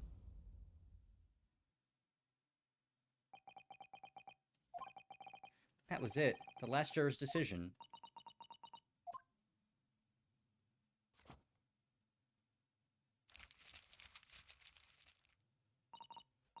According to this Encyclopedia of British Law, when all members of the jury have concluded that the defendant is guilty, court proceedings are suspended, and the presiding judge will deliver the final verdict and sentence. That's what it says here. The final verdict. It's over then. Oh! There's a footnote, though. A footnote? However, the defense... All 6 members of the jury are now in agreement in this case. No, there's a footnote. No. Objection.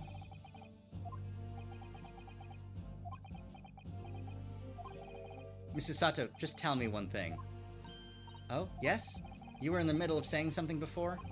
The footnote in your Encyclopedia of British Law? However, the defense... What did it say next? Oh, yes, of course. One moment. When all members of the jury have concluded that the defendant is guilty, court proceedings are suspended, and the presiding judge will deliver the final verdict and sentence. Then the footnote says, however, the defense has the right to demand a summation examination of the jurors at this point.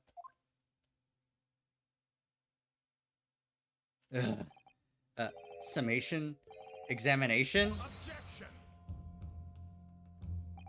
A summation examination? From which century has that tome you have there been resurrected? Judging from the binding, I would say that book is at least 50 years old. Any modern text on British law wouldn't even give such an antiquated procedure a mention. It's a relic, long forgotten and certainly no longer practiced. So you're out of luck. Oh. What even is it, Mr. Sato? This so-called summation examination. Oh, one moment and I'll read about it.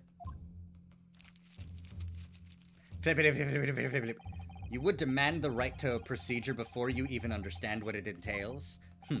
Typical Nipponese. I'm racist. It seems that under this procedure, we would be able to appeal to the members of the jury. To do what? Exactly? Appeal to them to change their leaning and reverse their decisions. And it says here that, if successful, the proceedings of the trial must be resumed. Make them reverse their decisions. Yes, in times gone by, barristers would use a summation examination to attempt to influence the jury's decision. But that procedure became something of a formality with no practical benefit, really, so it rather fell out of use. I wonder why. Because it was devoid of purpose. Changing just one member of the jury's mind would be hard enough, let alone several. No self-respecting defense barrister would even assert his right to try in this day and age. Still, I don't see any mention of the procedure actually being formally revoked. What are you suggesting? I'm suggesting that, although it may be antiquated and largely forgotten, it isn't yet extinct. Ugh! What do you think, Mr. Naruhodo? A summation examination, our last possible option. Do we assert our right to carry it out or admit defeat? We gotta fight for our right to summation examination! Objection! London is the capital city of the most powerful nation on earth. We have a duty to the world to exemplify the very highest standards of judicial procedure. Summation examinations are an embarrassment that should remain buried. Objection! But if it's our right, it's our right. I believe it could prove vital in this trial. The defense's petition is perfectly valid. The court will proceed with the summation examination. This is madness. Foreman, are you and the remainder of the jury ready? Eh? Well, I'm not, there was no mention of this in the letter I received, you see, so... All members of the jury will be asked to explain on what grounds they have reached their decision. On what grounds? You must all justify your decisions and explain why you believe the defendant to be guilty. Well, my lord, you're rather putting us on the spot. This is most irregular. No mention was made of this before. I don't really hold with all this justifying, Locke. It seems to have thrown the jurors off. It seems none of them have experienced this before. All right, then. The summation examination. A defense procedure no practicing lawyer has attempted for years, is it? Well, just maybe. It might be the opportunity we've been looking for to turn this trial around. Yeah! So be it. Ladies and gentlemen of the jury, the court hereby calls upon you to state the grounds on which you find the defendant, Magnus McGilded, guilty of this most serious crime.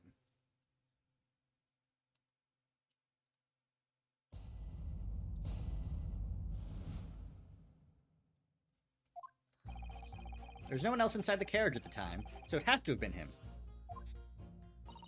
I trust the driver. He has an excellent memory, it seems. 4 passengers with fares totaling 20 pence. He stuck the chap next to him just like this. Brazen, I must say. Absolutely brazen. I have simply typed and collated all the statements made thus far and drawn the logical conclusion. You can trust the guild. Fair fares is our motto. We haven't raised prices above 4 pence for years. The scoundrel stabbing that poor man on the floor. It beggars belief. Okay, so, first of all, if the price is 4 pence, then how come there were, the fare total is off. I'm starting to wish I hadn't pushed for this now. Some of the jurors don't seem to have wonderfully formed arguments, though, do they? Well, let's see what we can do. We need to get these 6 people to change their minds. Just a moment, Mr. Naruhodo. According to my book, that's not quite how it works.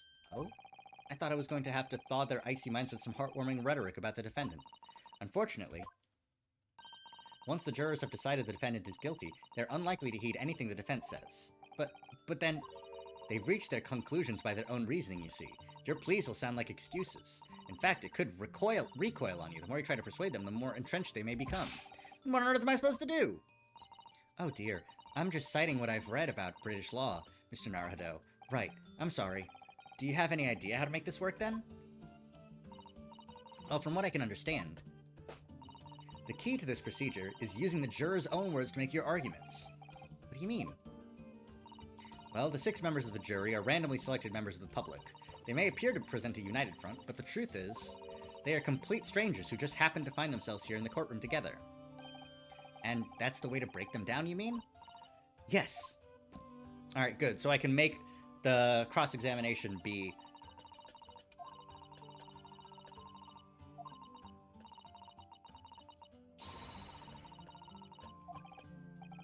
So it's contradictions in what 2 or more jurors say that we're looking for. In a way, then, this is similar to a regular cross-examination. Oh, yes, I suppose you're right.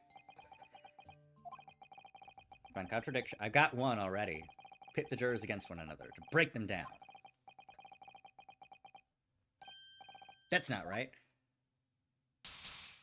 Bang, bang! I have to pull this off. Can we start proceedings, counsel? I would ask you to take the stand for this. I'm expecting a clear and concise rebuttal. Yes, my lord. Jury examination.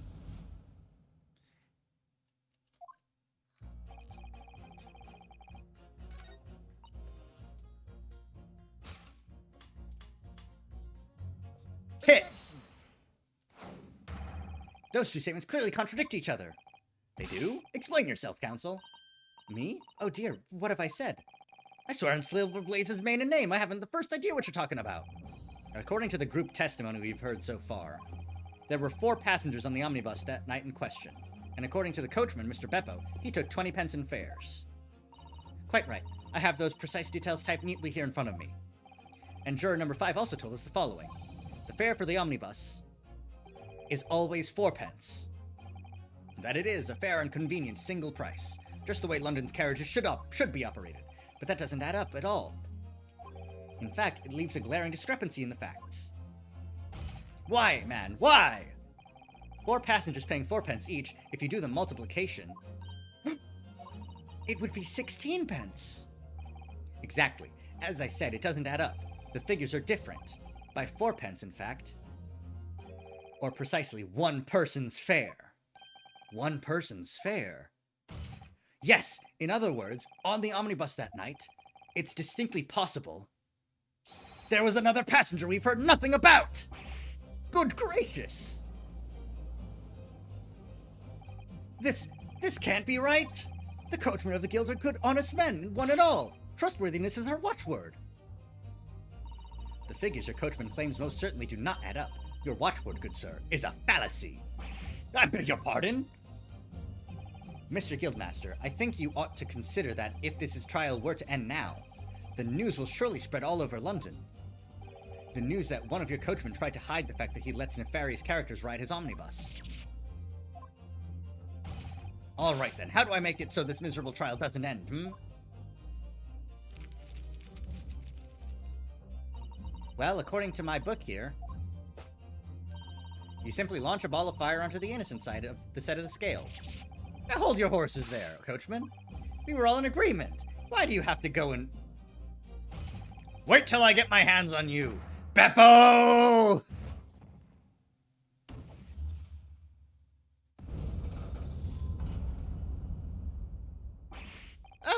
This is all very irritating. Begging your pardon, sir. I'm going to do the same.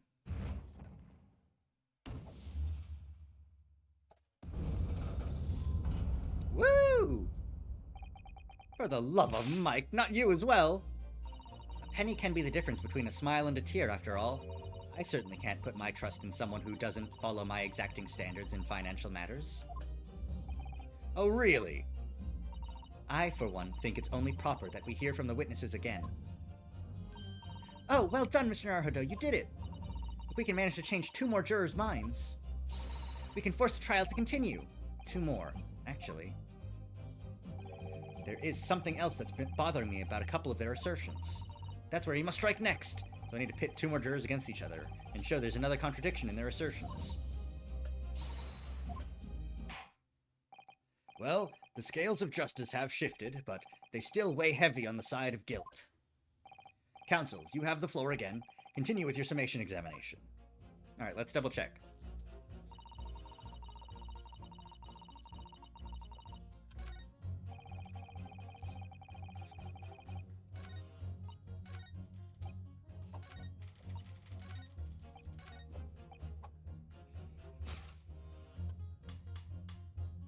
Objection! Right, because they said he stabbed him like this, and she said she stabbed him like this. What? Explain, counsel. Post haste! Oh, dearie me, I was only knitting a jumper for my other half. What is all this claptrap? What does contradictory even mean, I ask you?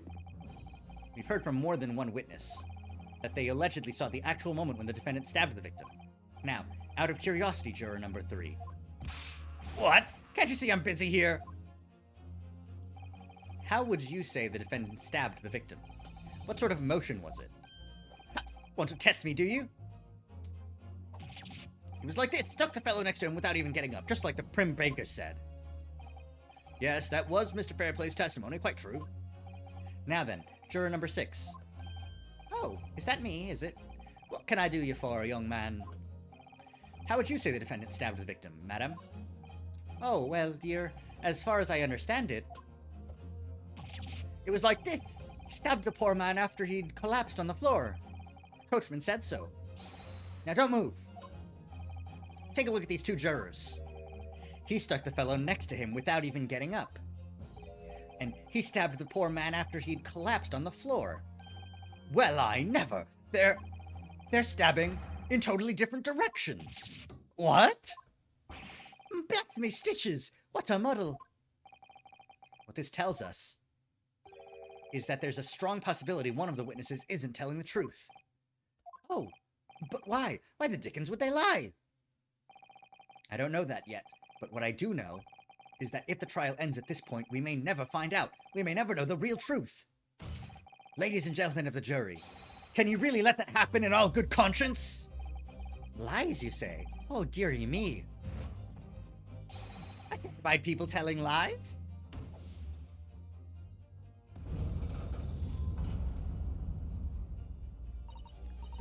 The scales. I don't believe it. Da, da, da, da, da, da. Wait! Now hear this, my fellow jurors. I warn you, you cannot listen to this man. Look at him in his black suit. He's clearly some devious Eastern sorcerer using magic on us all. I could use magic. Do you really think I'd be putting myself through all this? Answer me this, dark jinx. Huh? Me? What exactly is the problem? What of it if 2 witnesses have slightly different recollections of events? What of it? Let's say the Shylock did stab the victim as he was sat next to him on the omnibus, and this young dandy saw him do it. And now let's say the victim collapsed on the floor, and then the Shylock stabbed him again. This old lady saw him do it. Well, what's to say it didn't happen like that, Who are you calling a dandy, sir? Why, I should take this knife to you. Who are you calling old? Why, I should take this needle to you. Ugh, they're ready to kill each other now. But could the foreman of the jury be right? Did the 2 witnesses see 2 different moments of the same crime? It's out of the question.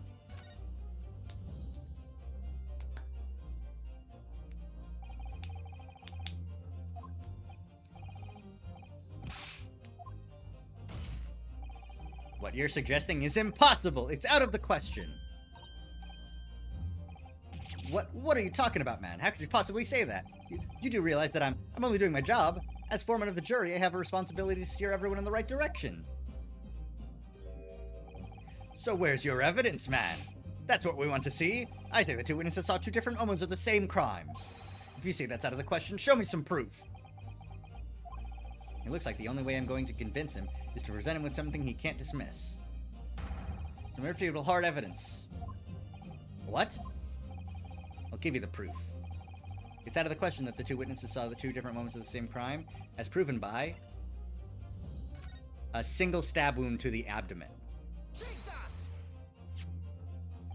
This is the victim's autopsy report. According to what's written here, Mr. Mason was stabbed in the abdomen only once. Eh? Only once? It's quite simple. The victim was stabbed precisely 1 time. Which means these witnesses can't possibly have seen it happen 2 different times. Alright. I concede defeat. The scales have been balanced! Wait, that means... forgers are now leaning not guilty. We've done it, Mr. Naruhodo. We've won!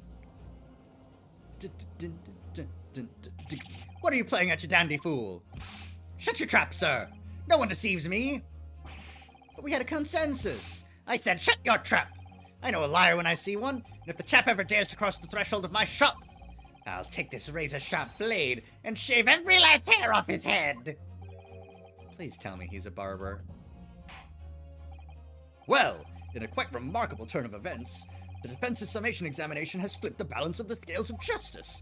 The jurors now stand at 2 for guilty and 4 for not guilty. Accordingly, there is no longer a large enough majority among the jury for me to adjudicate, and the trial must continue. Whoa! Whoa, that's so weird! I hereby ask the defense, prosecution, and witnesses to return to their places, and I call upon all of you to continue to pursue the truth.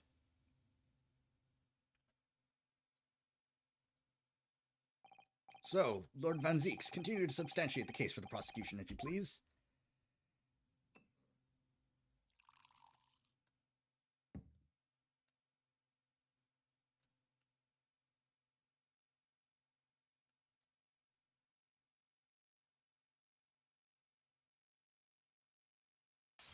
Whoa! Okay. Having savored the rich aroma of the carmine contents of this hollowed chalice, it may seem crass to crush it to dust. Pray forgive the discourtesy. Lord Van Zeeks! Is it cold in here, or is it just me? As your antiquated tome no doubt says, the prosecution may not speak during a summation examination. So I honored a deathly silence and listened to the charade. It seems I overestimated the intelligence of the jury. Bitch. Bitch? Well, no matter. There is nothing so hard to prove as a self-evident truth, it would seem. No. And why else would we grace the courtroom with our presence, after all? So, let us proceed to the next round of battle. Ooh! The cape is off! Let's go! Let's go! Witnesses, I trust you heard the summation examination we have just had to endure. Oh, yes, sir. That I did, sir. Of course I heard it. Oh, yes, sir. I heard it. You, sir, on the end. The coachman. I believe it's Beppo? Yes, sir. My lord, sir. If it transpires that in your previous testimony, you were attempting to veil the presence of a 5th passenger on your omnibus, you will be found guilty of perjury. You are advised to bear that in mind, sir. Oh mio Dio, Okay, he's Italian. I hereby call on you to testify before the court again. You explain the various misgivings brought to our attention by the defense's summation examination.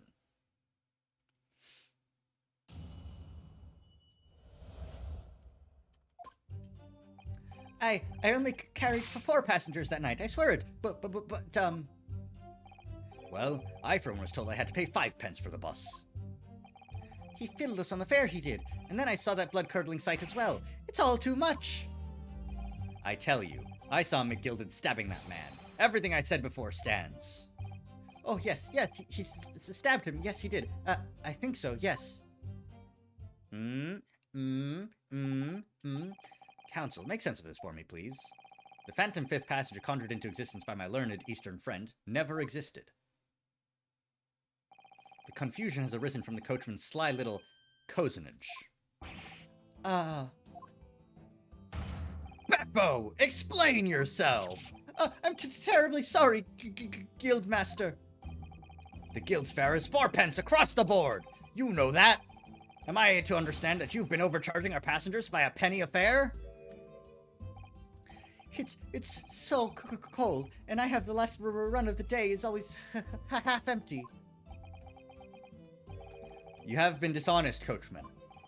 I'm so sorry. You're a disgrace, Beppo! A disgrace, and your selfless actions have brought dishonor on the entire guild! If I may, sir, I had to pay 10 pence on the bus just last week. What? 4 passengers at 5 pence each is, yes, 20 pence. I've done the arithmetic 10 times already, but I just can't make the result come out differently. No, that figures. Well, it would appear that one of the aforementioned misgivings has already been explained. So, counsel for the defense, your cross-examination, if you please. We've already had the pleasure of a protracted summation examination today. I see you intend to continue the parlor games. Absolutely! I need to press Beppo on him, seeing I think I saw the stabbing.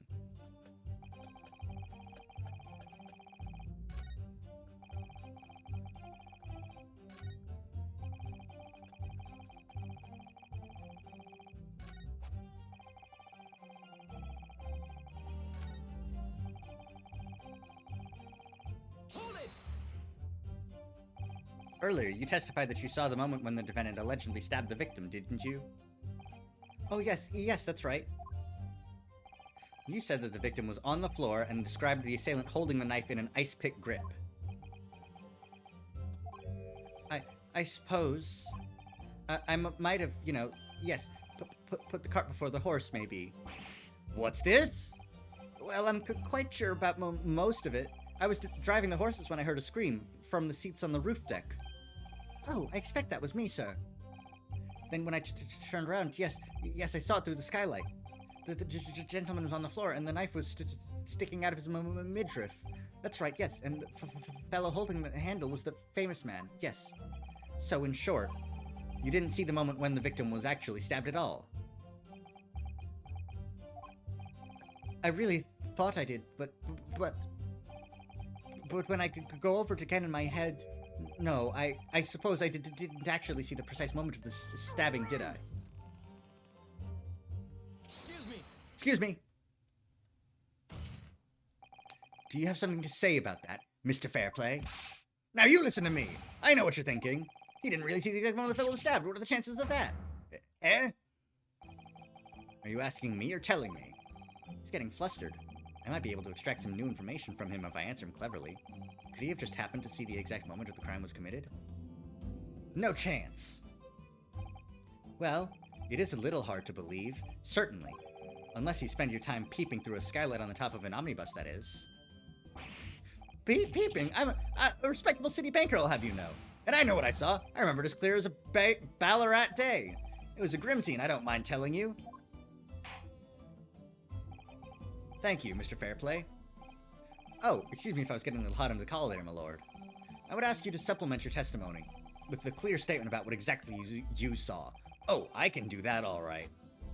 I'll tell you just how grim it was. Do you think I'd forget the sight of those blood-soaked hands after the butcher stabbed the man?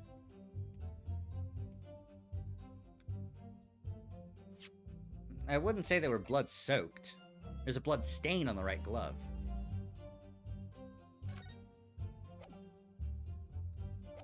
Let's save and then just present that, because I think that's a decently good shot.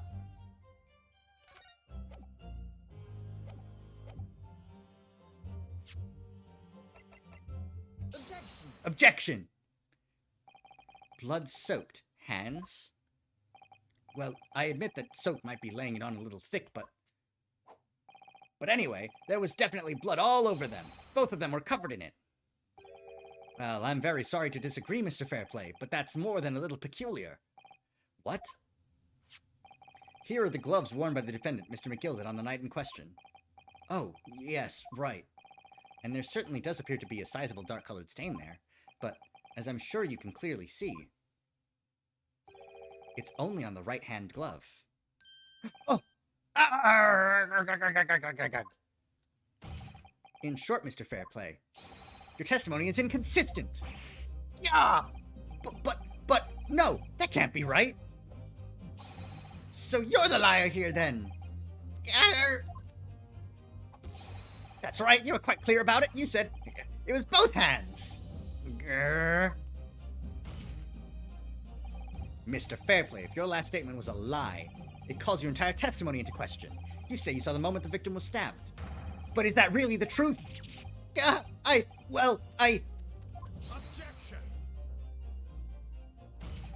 It was a simple mistake. You can't justify accusing this man of lying. Yes, it wasn't both hands, it was only one. But the fact remains.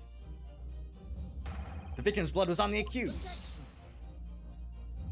No, Mr. Fairplay categorically stated that he saw blood all over both hands, which means there's a strong possibility that this witness was deliberately trying to mislead the court. Yeah! Why? I'm a city banker, for pity's sake. My word should be the gold standard. I'm a gentleman, not some gutter snipe. Upstanding members of society don't prevaricate. He's claiming to have no reason to lie. But is that really the case? Mr. Naruhodo, if we had some evidence to explain why Mr. Fairplay might be lying, it could turn the tide in this trial completely. I've got one.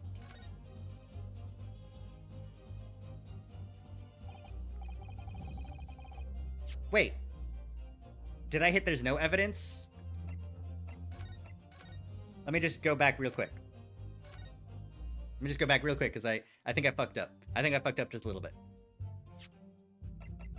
Objection!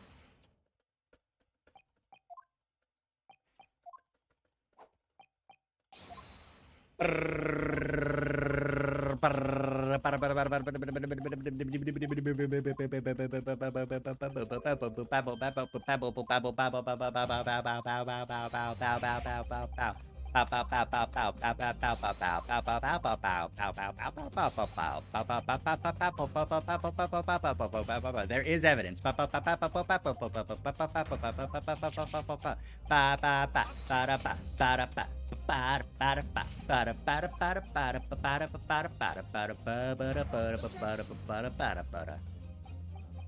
Alright, we have to wait until Susato shows up again. Here we go.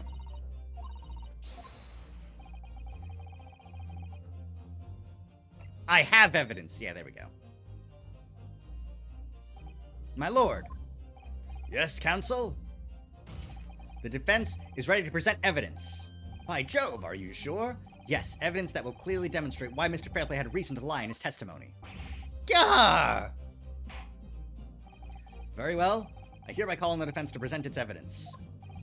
The evidence that demonstrates a motive for the witness's alleged deception of the court. Take that! This is a list of the debtors who owe money to Mr. McGilded. Yes, a list of innocent victims, crippled by the accused extortion. The point is, among the names of these debtors is your name, Mr. Bruce Fairplay. What? Mr. Fairplay, are you currently indebted financially to the accused? No, well, it's barely worthy of being called a debt. According to this ledger, you owe 20 guineas, not an inconsiderable sum of money, wouldn't you say? Well, what of it? Let's suppose Mr. McGilded were to be found guilty of murder. What would become of your debt in that case? These documents state that the loan agreement is forged between two individual parties. Therefore, were the creditor, the defendant here, be sentenced to a capital punishment, all outstanding debts which were owed to him would be annulled. They would cease to exist. Cease to exist? Mr. Fairplay, is it not the case that you claimed in your testimony to have seen something you never in fact saw in a devious attempt to annul your debt of 20 guineas to the defendant?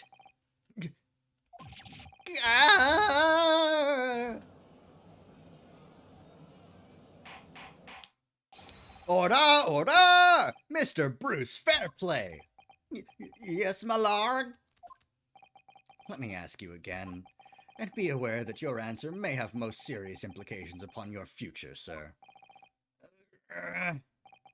Did you or did you not see the precise moment in time at which the defendant is alleged to have thrust a knife into the victim?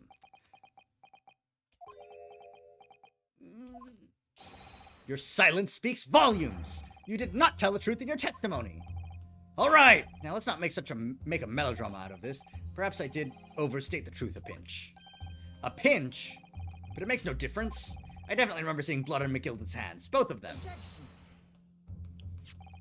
And yet, only one of the defendant's gloves, which we have here as evidence, is stained. So you keep saying. I wonder if I might be allowed to speak, sir. Go ahead, Mr. First. Well, the thing is, I think I remember seeing it myself, as it happens. Seeing what? The blood, sir, on the assailant's hands. I think... yes. I'm almost sure that it was on both of his hands, not just one. What? What?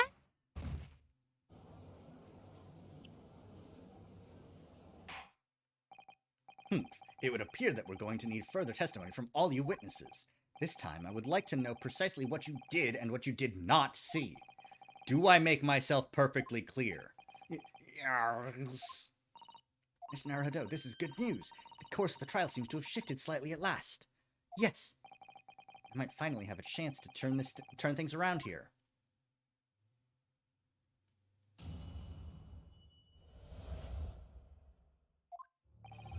There's blood on both hands of the assailant. I distinctly and sincerely remember that. However, I suppose you might say that I didn't see the exact moment the stabbing transpired, if that matters. I remember seeing the knife, and I remember seeing both of the attacker's hands with blood on them. I didn't actually see anything myself, no, not until I heard that scream. Anyway, the fact remains, there can't have been anyone else inside the carriage or we all would have seen. Objection!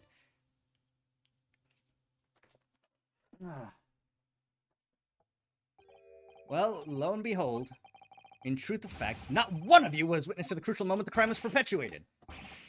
But honestly, there was no one else inside that carriage, and the man's hands were covered in blood.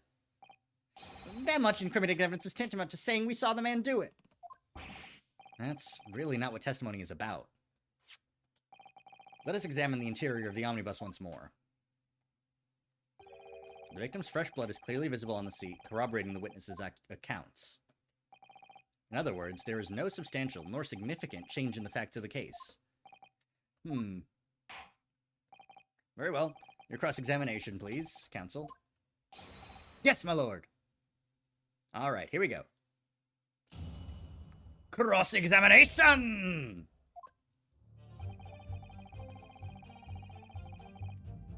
I believe you. I believe you.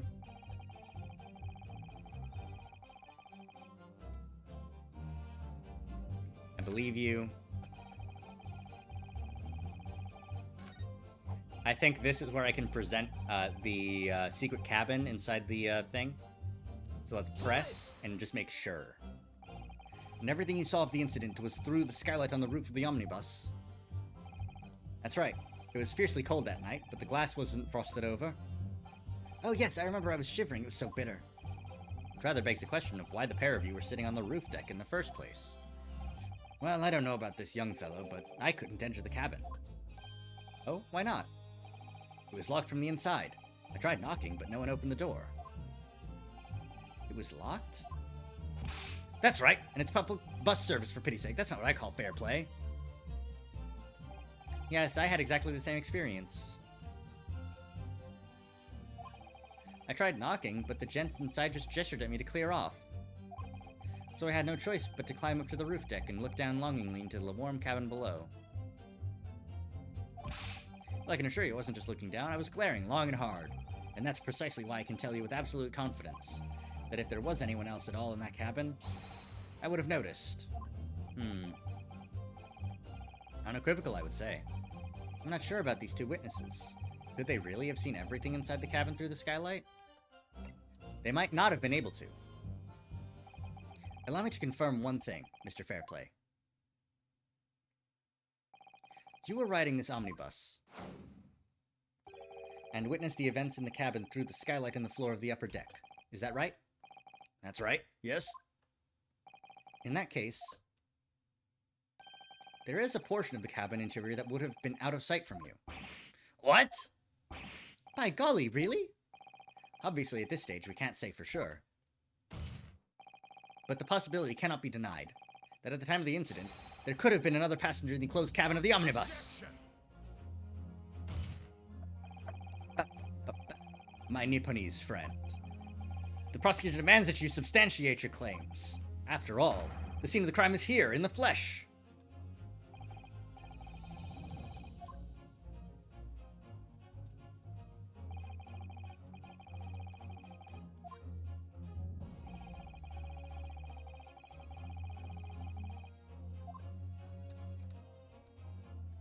Well, really inside the chair, but like, you know, in this area. Take that! Both rows of seats on the roof face in the direction of travel, whereas the seats in the enclosed cabin face each other, which means the visible part of the cabin, which passengers on the roof deck can see through the skylight, is as I've drawn here. Ah! That's right, my lord. As you can see, the seat opposite the one on which the victim and his attacker were sitting is obscured from view. In other words, if someone had been sitting on that seat, it's quite possible that these witnesses would have been completely unaware of it. Yarr! I sure hope Beppo gets to warm up. It's quite possible. Some phantom was sitting there. You Nipponese have a forbidding habit of obscuring the truth with ambiguity. I concur with the prosecution's rejoinder. In a British court of law, evidence is paramount. I cannot entertain this conjecture, counsel. That is, unless you are able to put a name to this mysterious passenger to whom you allude. Can you, Mr. Naruhodo?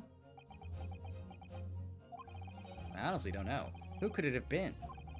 Who could have been in the other seat, which was out of sight from the witnesses on the roof deck?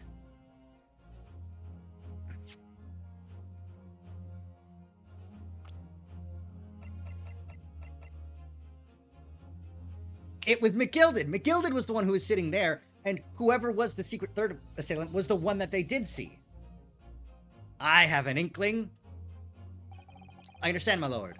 The defense would like to put forward a name. God, this animation takes so long. You are a fool. That response was a desperate attempt by a man who has no notion of his own limitations. A toast to hard lessons not yet learnt. Let us not delay, counsel. The defense is still to name the passenger in the other seat. This could be it. This could be the chance I've been waiting for to turn the trial in my favor.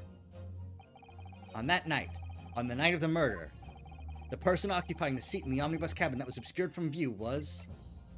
Take that! The passenger in the enclosed cabin that the witnesses on the roof deck failed to see has to have been Mr. Magnus McGilded. Mr. McGilded? What are you talking about, counsel? That's the name of the defendant. Objection! Ooh, if I desecrate this chamber by smashing my hallowed chalice, do forgive the discourtesy. Lord Van Zeeks, people talk of those tiny island nations in the Far East as having a learning and culture of their own, but I see they use the terms ill-advisedly. What are you trying to say? Let me explain in terms that even a student of an artless backwater such as yourself might understand. When the bloody scene unfolded, the victim and his assailant were sitting side by side. Multiple witnesses have attested to the fact. It's the very premise on which this case is built. But that premise may be wrong. What? If the victim really was sitting beside Mr. McGilded, it creates an inconsistency that can't be reconciled in any way. What inconsistency, counsel? The defendant's gloves, my lord. Both witnesses made the same testimony. They claimed that there was blood on both hands of the person sitting next to the victim. Objection! Yet we know the truth to be otherwise. Only one glove bears the gory remains. The point is, even in the face of this irrefutable evidence, both witnesses have maintained their stance. Yes, their testimony remains unchanged. Exactly. They both adamantly swear that they clearly remember seeing blood on both hands of the assailant. In short, their memory of events is correct, and their testimony reveals the truth. It was somebody else sitting beside the victim that night, a third party we have yet to identify. And the victim's blood was on that passenger's hands, both of them. Objection! And who was this third party? Obviously, the true culprit. Extraordinary. Order, order, order! Objection! The defense's postulation is just that, nothing more than conjecture. The witnesses have clearly stated that they saw the accused. But when elaborating on his testimony, Mr. Fairplay said the two of them were wearing hats and I couldn't exactly make out their faces. Yes. The tops of their heads were obscured by the roof. I could see the rest of them, though. Yes, that's right. Both gents were most certainly hatted. Hatters do tend to notice such things, sir. And what particular styles of hat did the two gentlemen sport, Mr. First? I'm afraid I don't remember. And you call yourself a hatter? The style of hat makes no difference. There was no third passenger in that cabin. How can you be sure? Because if there had been, the accused, Mr. McGilded, would undoubtedly have offered to depose the fact. Unless, that is, you are proposing an even more preposterous explanation. That the accused failed even to notice the presence of the true culprit in the very cabin in which he traveled? Oh.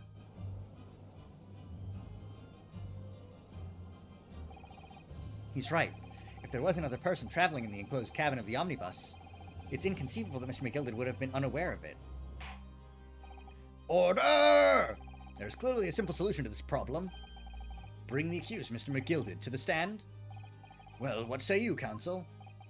The prosecution objects, my lord. On what grounds? As a suspect, he will have already made a full statement to the police. But what if there's some reason why he's unable to speak freely? Agnes McGilded is no uneducated ruffian. If it indeed turns out the man has been withholding information, you can be sure it will have been a most deliberate act. Counsel for the defense, what is your opinion? My lord, should we ask Mr. McGilded to testify or not? Demand his testimony! Get the fuck out here!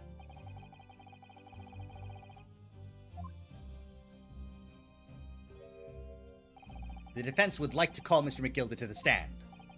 In that case, I would like to hear the opinion of the jury. Yes, I need a little time to consider this.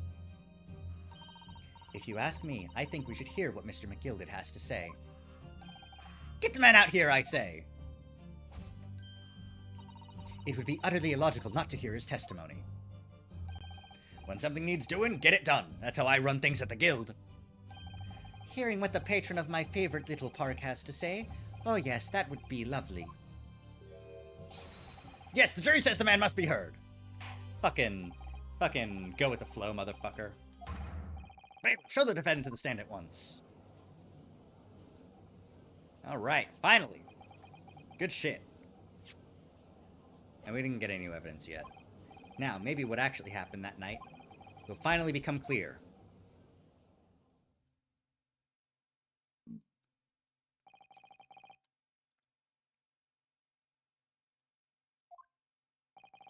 Mr. McGilded, have you been listening to the discourse of the day?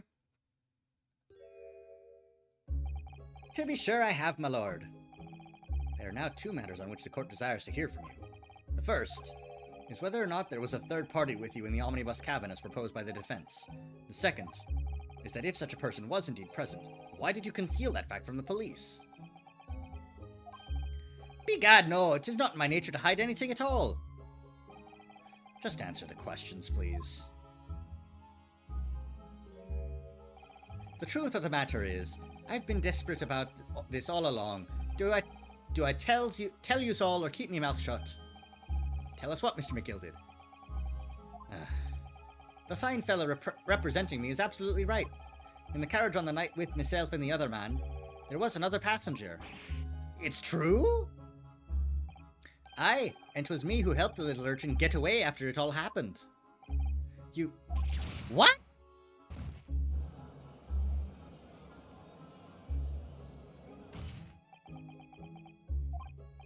No, Magnus McGilded, that convenient excuse can't save you now.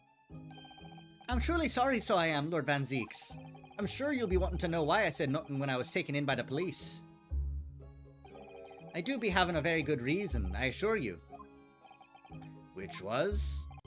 Well, the little child was just in the wrong place at the wrong time and not in any way involved, you see. What? If the police had known the wee one was there, they'd have assumed she'd done it. They'd have hauled her into this here courtroom, just like myself. I was only trying to spare her that. Young hearts and young minds are easily damaged, my lord. And who was this young child of whom you speak? That, I don't know. You don't know? Aye, well, the wee ting just happened to be in the carriage that night. I never saw her before or since. Objection! We have absolutely no reason to believe this man. The prosecution calls for the witness's statements to be disregarded by the court. You know, I wouldn't be surprised if the urchin isn't here in this courtroom as we speak, listening to the proceedings. What? Oh, god damn it.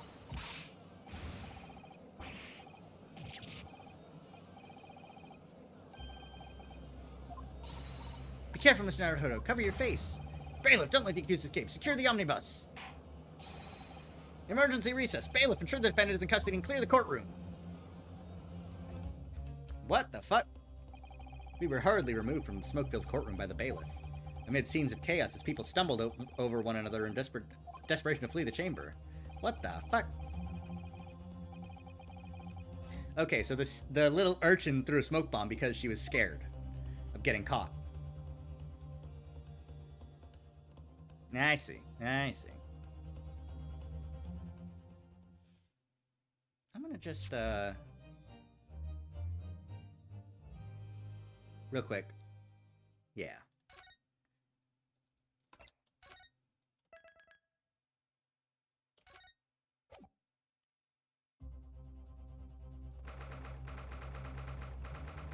Alright, it's been 2 hours and 52 minutes. What on earth just happened in there? Mr. Naruhodo, I've managed to find out what happened. Mr. Sato, I was told it was an advanced form of smoke grenade, a type of exploding device that releases smoke. A smoke grenade? It sounds like some sort of thing ninjas use. They're just making sure everything is safe now. I think the trial will start again before long. But who would have done something like that?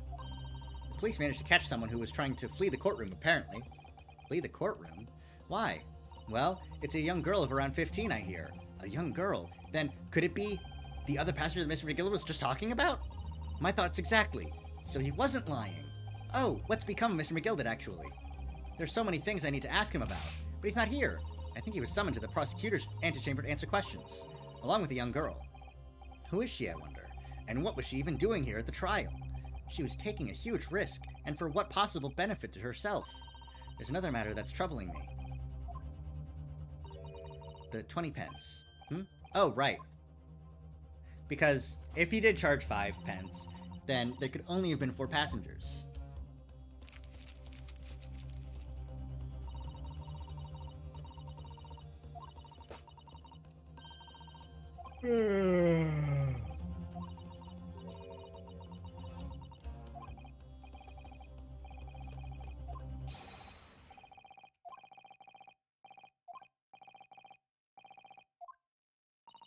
Well, whoever she is, I imagine this young girl will be asked to take the stand and testify now. I really can't imagine what she's going to say, but it could alter the whole direction of the trial.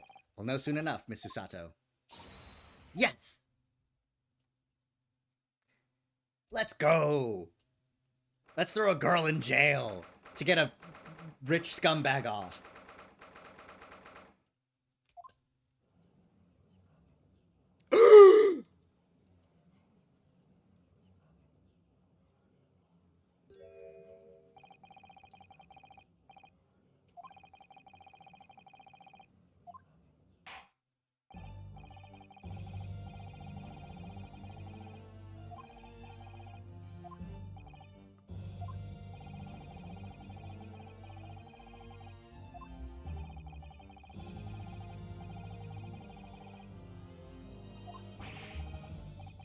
The army? What in the devil's name?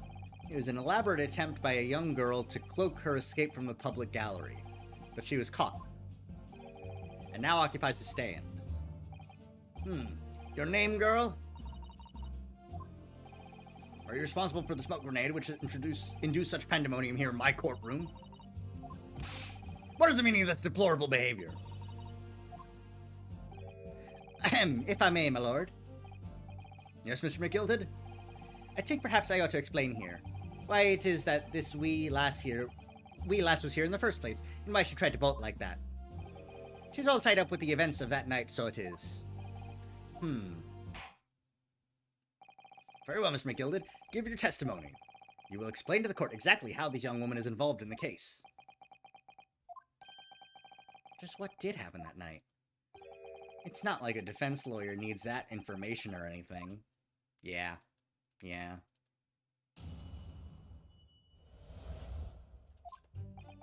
On the night in question, I took the back seat in the omnibus and promptly nodded off.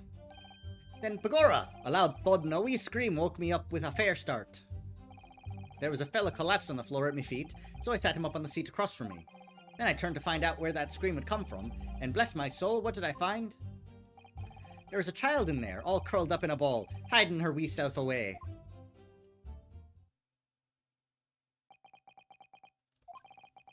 I remain somewhat baffled, I confess, but from what I gather, on the night in question, this young girl was indeed riding in the omnibus, is that correct? 'Tis exactly as the defense counsel said. This lass was the 5th passenger, my lord.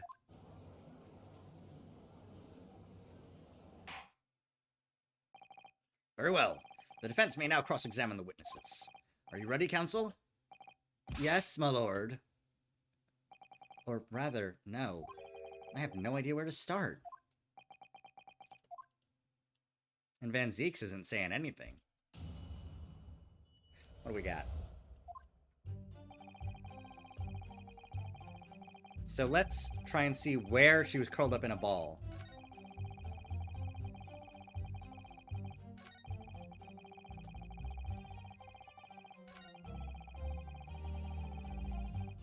Hold it!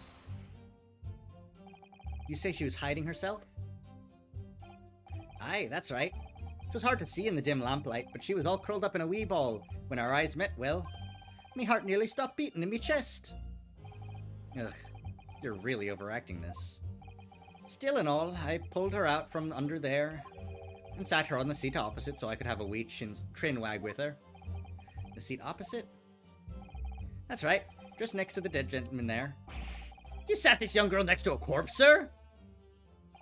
Well, as I'm sure I mentioned, a gentleman in my position can all too often find himself in mortal danger.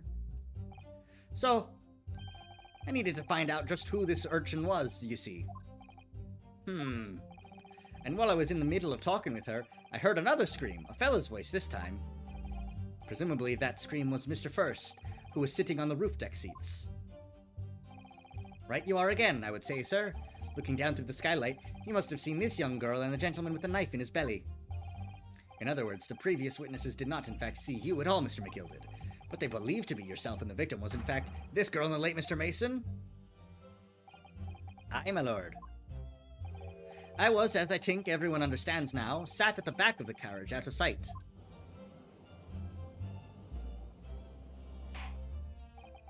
It is certainly plausible. The defendant is somewhat diminutive in stature, and readily confused perhaps with this young girl. After that, of course, with the scream from the gentleman over us, the driver realized something was wrong and pulled up the horses. I do wonder how you must be feeling, Mr. Naruhodo, being the defendant's lawyer and yet finding myself as stunned as everyone else at his testimony. Let's just say it's trying. We certainly had precious little time to talk, Mr. McGilded, before the trial. But we mustn't be dispirited. We must try to learn all the facts we can. When we arrived in London this morning, I didn't see my day panning out like this. Mr. Naruhodo, no grumbling, even in your head. How did you know that? Are you psychic? Hold it! A loud thud, you say? And a scream? Aye, that's right. How can I explain it? 'Twas like the sound of someone falling to the ground. That sort of noise. So you think it was the sound of Mr. Mason falling to the floor having been stabbed? Well now, you'll remember I was asleep at the time, so I wouldn't like to say. And when the sound woke me and I opened my eyes, there wasn't a soul to be seen in the carriage but the fellow on the floor. You didn't see anyone. But at the same moment, you did hear a scream? Ah, from the seats above you on the roof deck, I presume? Not above me, no, my lord. 'Twas from inside the cabin. But I wasn't altogether thinking about the scream. No, I was too stunned by the desperate sight before me eyes.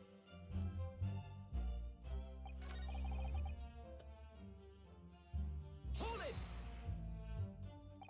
I'm afraid I don't understand. I'm sure you told the court that there was no one else in the carriage except yourself and the victim. So I did, sir, so I did. As far as I could see, that is. What do you mean by that? Well now, 'tis a queer ting. The wee scream I heard was as I woke up. It came from, if you'll excuse the vulgar expression, under me backside. Good gracious! Under your backside? And when I lifted the seat on which I'd been sitting, I found there was a wee cubbyhole there for storage. Mr. Naruto, we can examine the omnibus ourselves, remember? Yeah, I know. I found it.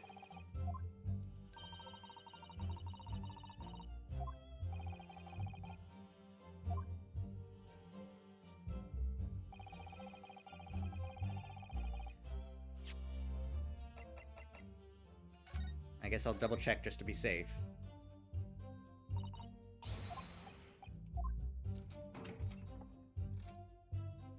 Oh. Did I not see that blood on the floor first? That's blood, isn't it? Something wrong? Oh, it's just... Well, this blood stain is so obvious, that's all. And yet Van Zieks hasn't made no mention of it. I suppose that does seem a little strange. Why do I have such a bad feeling about this?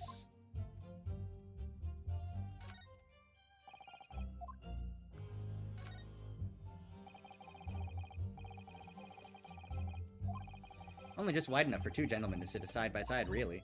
Of course, an English gentlewoman would be dressed in such finery. It would be quite impossible for her to climb up to the roof deck, so she would have to be seated in here. A woman in a kimono would have the same problem. Women's clothes are very impractical, aren't they?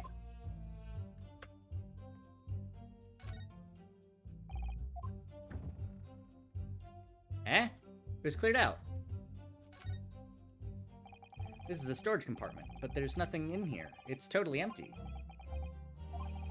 Something doesn't seem right here, but I can't put my finger on what it is. This is a different omnibus.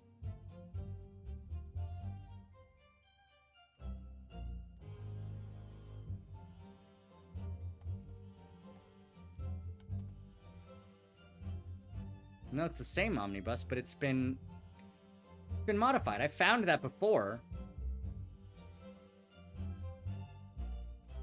What the hell is going on here? This is the same omnibus, as far as I can tell.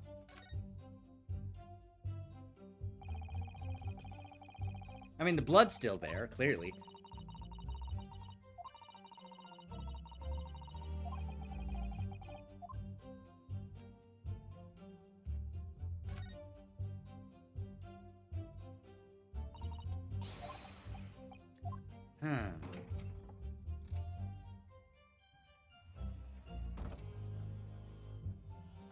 Is there anything else out of place?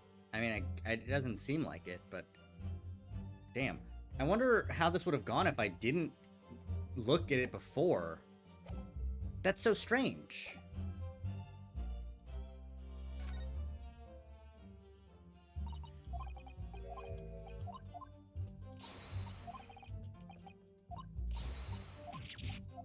Alright, so I have to continue pressing statements.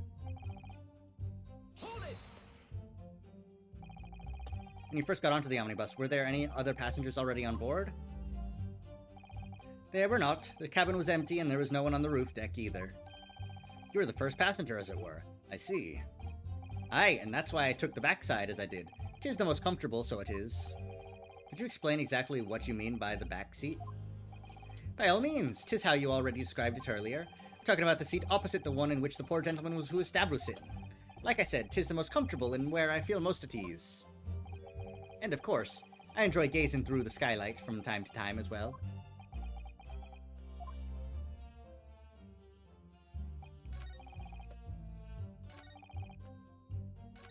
Right, that we pressed that already, and we gotta find out. You sat him up. The victim, you mean? That I did, on the seat across from me, as I said. I could plainly see the poor devil was already gone. And you wouldn't leave a dead man just lying on the floor now, would you? 'Tis common courtesy, so it is. I find that a little hard to believe. Lord Van Zieks, now why would that be? You wake to find a man lying dead at your feet in a carriage. Any normal person would hail the cabman. Any upstanding member of London society, that is. Well now, as you know, I'm in something of a special line of business. The business of lending money at exorbitant rates of interest. Unfortunately, my lord, not everyone is thankful for the help I offered him, and some would even see me dead. So I do try, where at all possible, to avoid getting myself in a tangle with trouble. Are you suggesting you were just going to leave the man there? Heavens alive, no, I was always intending to report, so I was. Only, I had a mind to find out the whys and wherefores first. The whys and wherefores? Right you are. There were some details I wanted to understand before anyone else got to meddling. That wee scream I heard, for example. Wouldn't your good self do just the same? Yes. The scream he says he heard at the same time as the thud of the victim collapsing. Thank you, I've heard enough. The events as explained are clear in my mind. However, at least one conundrum remains. Who is the girl? Her name is Gina Lestrade, my lord. She's a chancer, earns her crust among large crowds, relieving people of their purses. What's commonly called a pickpocket. What? This girl here? A petty thief? Not really petty, she has a smoke bomb. Is this true, Miss Lestrade? Fuck you, Judge. Fucking coppers. Fuck you! A cab! The girl! She's gone! Open your eyes! I'm over here. Good gracious, how? What was the point in that little sidestep? I know what you lot are thinking. Grown-ups are all the same. This dirty little dipper, you'll say, slipped up and got caught in the job. She got herself backed into a corner, so she knifed the gent. Go on, that's what's in your... isn't it? Ain't it? No, not at all. This is a court of law. We're here to determine the truth, not cast... Ah!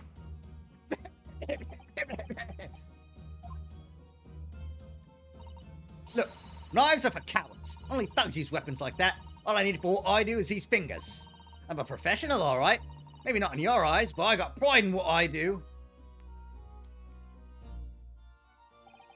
Let me guess, you don't count smoke guns among weapons for thugs? Oh, this?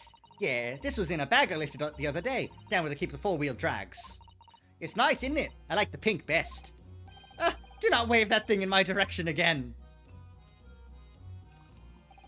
So...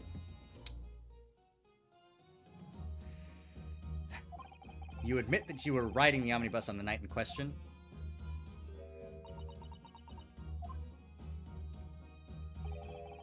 "'Tis all right, lass. You can tell them the truth now." All right, yeah. It's just like the Irishman said. The court accepts this girl, Miss Gina Lestrade, as a valid and significant witness in this case. Accordingly, young lady, we will now hear your testimony, if you please. You will tell the court exactly what happened in the omnibus on the night in question. All right, if I have to. I can't help but being, like, super, like... all right! What's all this, then? Even though she's a 15-year-old girl. So it'd be like more like, all right, what's all this, then? So I stuck inside the carriage before they hooked up the horses, just like always. But it was a right old waste of time. I got nothing to show for me troubles that night. I'll tell you can't see a blind thing in that hiding place. It's pitch in there. Then after a while, I hear this loud bang. Nearly jump out my skin, I did, and the scream just came out. It's because of that this swell found me. He did help me get away, mind.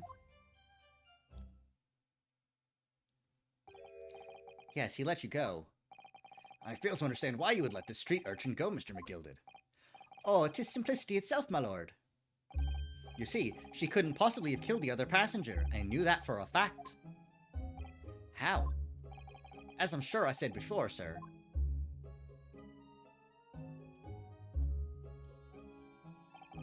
I was sitting right on top of the place where she was hiding herself.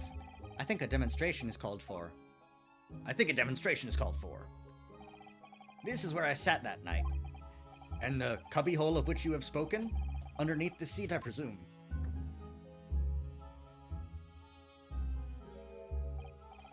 Yes, it does appear just large enough to accommodate someone of the girl's stature. Aye, but of course, the wee lass was stuck in there, because I'd parked myself on the seat for the duration. Ah! So you see, that's why I let the last bolt.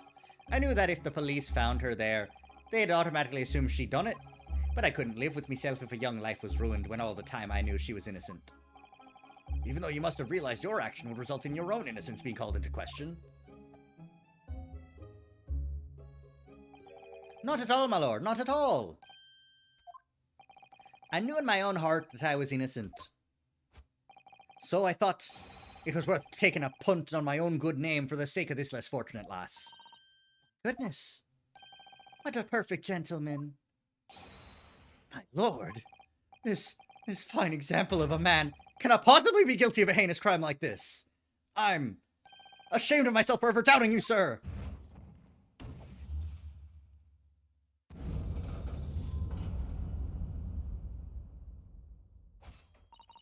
With calm, calculated reasoning, one arrives clearly at the truth every time.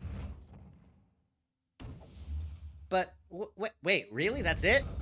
This doesn't solve the murder in any way, shape, or form. Saints alive! All 6 members of the jury consensual in their leaning to a verdict of not guilty? Mr. Naruhado, it must mean, what? That we're victorious. We've won? Are you sure? Objection. No, yeah, because he gets a summation. Feet! If the sight of my iron-haired Wellington offends, pray do forgive the discourtesy.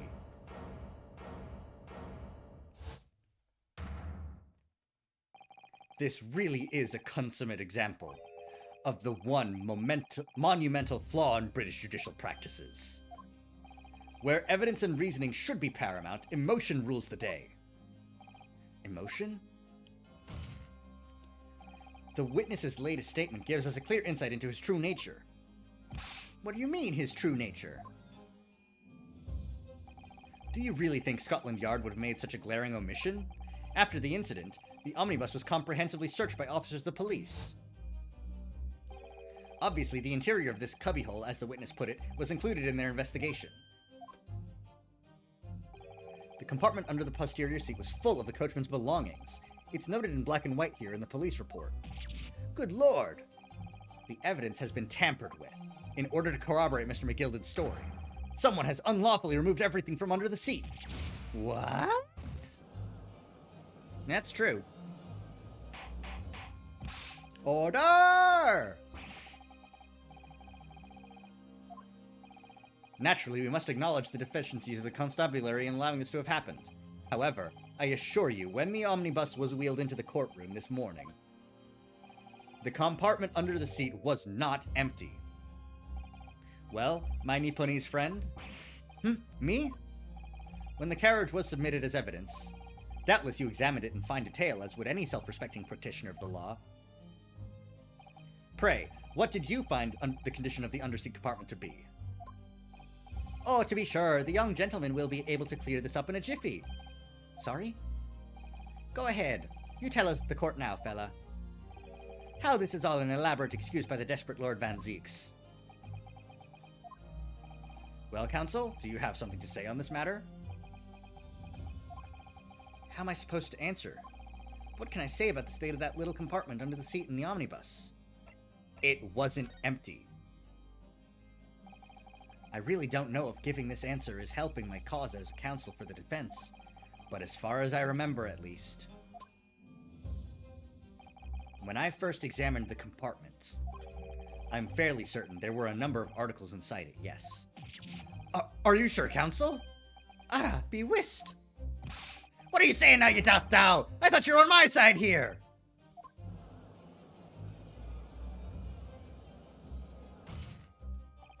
What game are you playing? Your task is to defend the man in the stand. Why would you say something to compromise his position?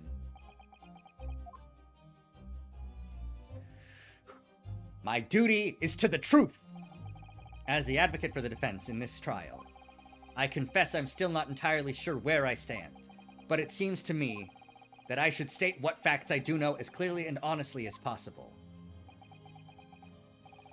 Interesting, Omaroshi. 'Tis not altogether pleasing, fella. I'm simply telling the truth, Mr. McGilded. Well, don't forget that you're supposed to be representing my best interest here, lad. Now then. A fella's memory is a curious thing and not altogether reliable. No, the court must consider the facts. That there cubbyhole under the seat is as empty as the devil's heart, so it is. Do you think perhaps it would be in your best interest now to admit that you might have been mistaken? Why? Why do I feel like something's not right here? I should like the jury to weigh in on this matter, I think. That compartment is designed to house equipment used to maintain the smooth running of the carriage.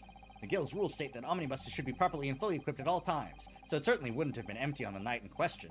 Beppo isn't that irresponsible. That money-lending fleecer and the pick purse are lying!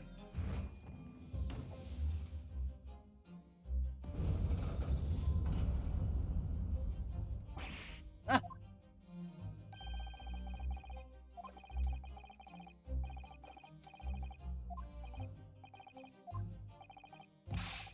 It's not a trick. It's not a trick. It's the truth. I'm telling you the truth. Why'd you have to tamper with the evidence, motherfucker? Quite so. I must concur here. Fucking... Give it a second. Give it a second. Alright, leave it at that, okay? With calm, calculated reasoning, one arrives clearly at the truth every time. Yes, but every time a different truth, it seems. Okay, it stopped there. My lord, I humbly exhibit the scales of justice. Clearly, a verdict of not guilty at this time would be wholly inappropriate.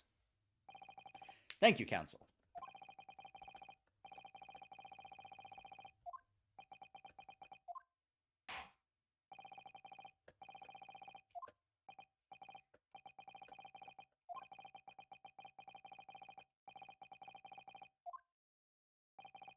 The Reaper of the Bailey is at work, it would seem.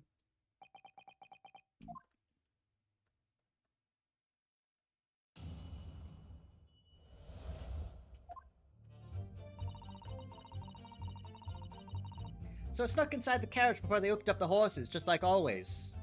Hold it! So, you were already in the omnibus before it even set off on its run? Well, yeah. I mean, what's the point of spending a joey to make a few bob, eh? It's a rum idea, ain't it? He agrees. Especially means there's no point spending money to make money. It actually makes sense. Counsel, may I remind you that this girl is a petty thief? Kindly refrain from entertaining her tenants. Well, that does clear up the little mystery of the fares and all. 4 paying passengers at 5 pence apiece, making the 20 to which the countman testified. And 1 little scapegrace riding for free. The red conch of a driver who always goes for some grub before his last run, see? So that's when I slip into the carriage and get myself hidden under the seat. Nice and easy, right? But your hiding place is a storage compartment, full of equipment for the coach, no?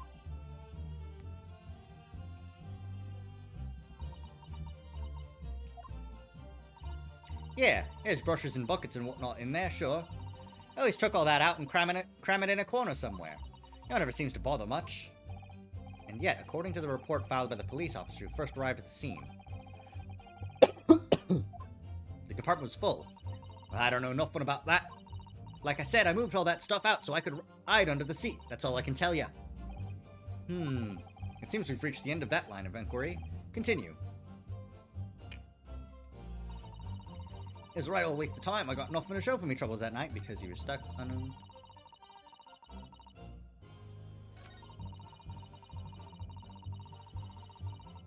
Hold it! When you say a loud bang, do you mean the noise of someone falling to the floor? Could have been, suppose. I don't remember so well. Point is, it made me jump. And you let out a scream involuntarily? That's right. And then I felt the cushion over my head get lighter all of a sudden.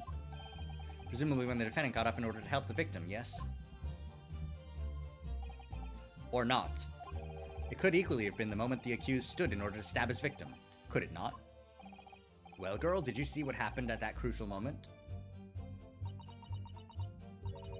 Yeah, I saw it. I pushed up the cushion and had a quick butcher's while I had the chance, didn't I? The Irishman was sitting up the bloke had fallen on the floor with the seat opposite. That matches Mr. McGilda's account, of course.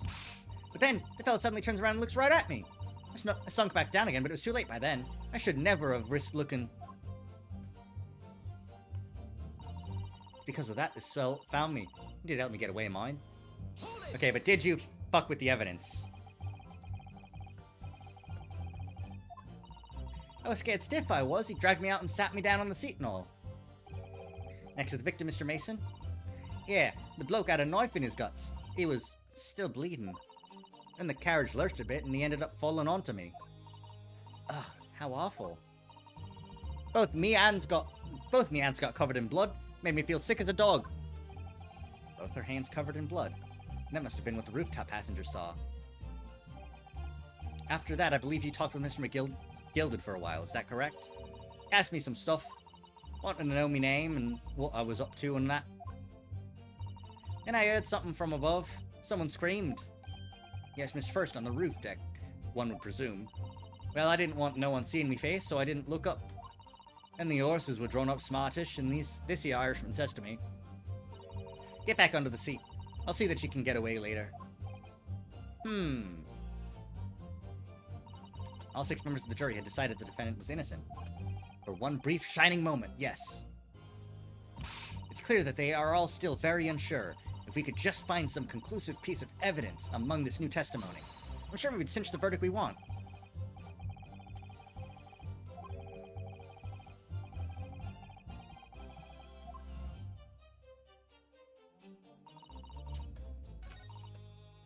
Hold it! A waste of time. Why is that? Well, most nights I'm on me own in the God permit. At least some of the time. I beg your pardon, did you say God permit?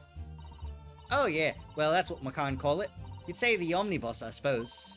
Point is, any normal run, the carriage ain't got no one in it for a while. And that's when you come out of your hiding place and get away. That's it. Only that night. This cove was sat on my seat from the start. And he didn't budge the whole way, did he? Not 1 inch, I was totally stuck. Do you mean to tell us that you were present in the carriage for the duration? You were under the seat the entire time while events unfolded in the enclosed cabin? Yeah. Right, mister? To be sure, to be sure. I was as shocked as anyone. You don't expect to lift the cushion you've been sat on and find a child now, do you? So this Miss Lestrade couldn't possibly be the culprit then. I'll tell you can't see a blind thing in that hiding place. It's pitch in there. Hold it! So you couldn't see out into the cabin at all? Not a drop. Most days I push the cushion up with me head and look out the crack. Then I can have a butcher's at who I'm gonna fiddle. I thought you were a pickpocket, not a butcher. I mean, I can have a look. The seat I get under ain't as plush as the other one, see? So most of the time the passengers plant themselves opposite. But for some reason that night, this here Irishman spent the whole journey right over me head. And for that reason you weren't able to push the cushion up to peek out. I see. Truth is, I ain't too happy in small dark places. Feels too much like being thrown in the clink. Well, no. Well now! Excuse me. Is something wrong, Mr. McGilded? Oh, I do apologize. Was there something the matter, counsel? I'm just wondering if Miss Lestrade's last comment made something occur to you, perhaps. You seem to be thinking something to yourself. Oh, no, no. 'Twas nothing important. I was feeling bad for the poor lass is all. I remember feeling desperate myself as a young lad, shut up in the dark. 'Twas terrifying, so it was. I see, yes, I'm sure we can all sympathize. Still scared of the dark now. Aye, and I don't know about yourself, but I find that the darkness seems to make everything you hear seem that much louder as well. Yeah. I suppose it does. Maybe. Miss Lestrade. Did you hear something that night? Anything? An unusual noise, perhaps?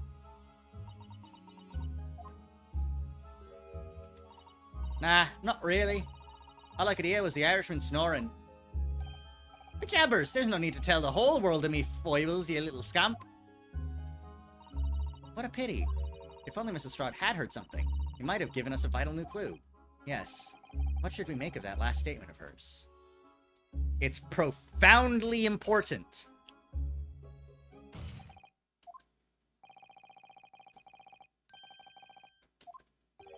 Profoundly important? Which is the profoundly important point. I'm almost sure of it. I'm almost sure I don't understand what you are fucking talking about, but whatever.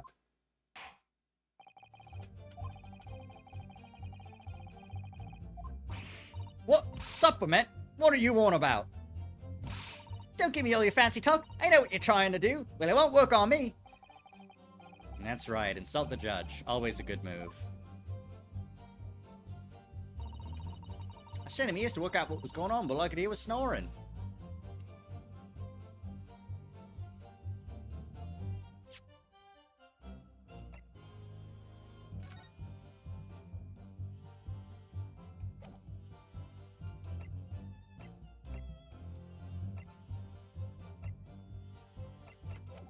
I've got no evidence, so let's just press it and make... See? So you were straining to hear what was happening the entire time since the moment you hid yourself? Not exactly, no. Sorry? Well, there was no one in the cabin to start with. I could just push the cushion up and have a butcher's to see what was what. But then, when I saw this swell getting on, I got my head down so he didn't notice me. And Mr. McGill had sat on the seat under which you were hiding, correct? Yeah! Would you Adam and Eve it, eh? What a mug.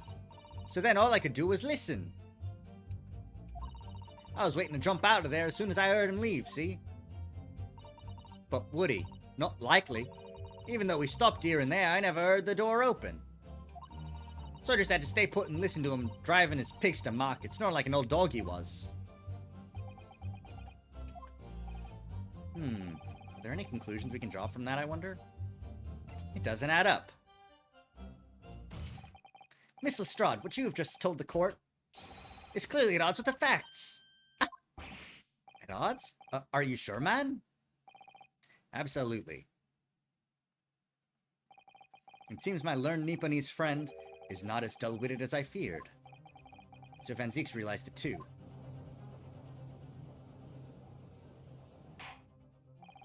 Counsel, I must insist that you bolster your claim with evidence, or some complicit party's name at the very least. Yes, my lord. I expect you to demonstrate this alleged contradiction to the court. According to Miss Lestrade, while she was hiding in the omnibus that night, she heard nothing but the sound of Mr. McGilded snoring. But think, Renosuke, think! There's something else she should have heard.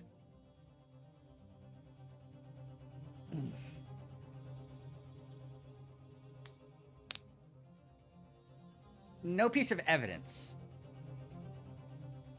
Maybe a scream? Let's save.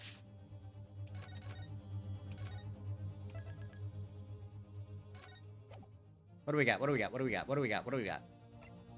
A scream from the victim. On a particular sound that Miss Lestrade could not have failed to hear on the night in question. The sound very clearly explained the presence of the following person. Take that! Thrice-fired mason? Yes, my lord. The sound that Miss Lestrade cannot have failed to hear is that of the victim, Mr. Mason, boarding the omnibus!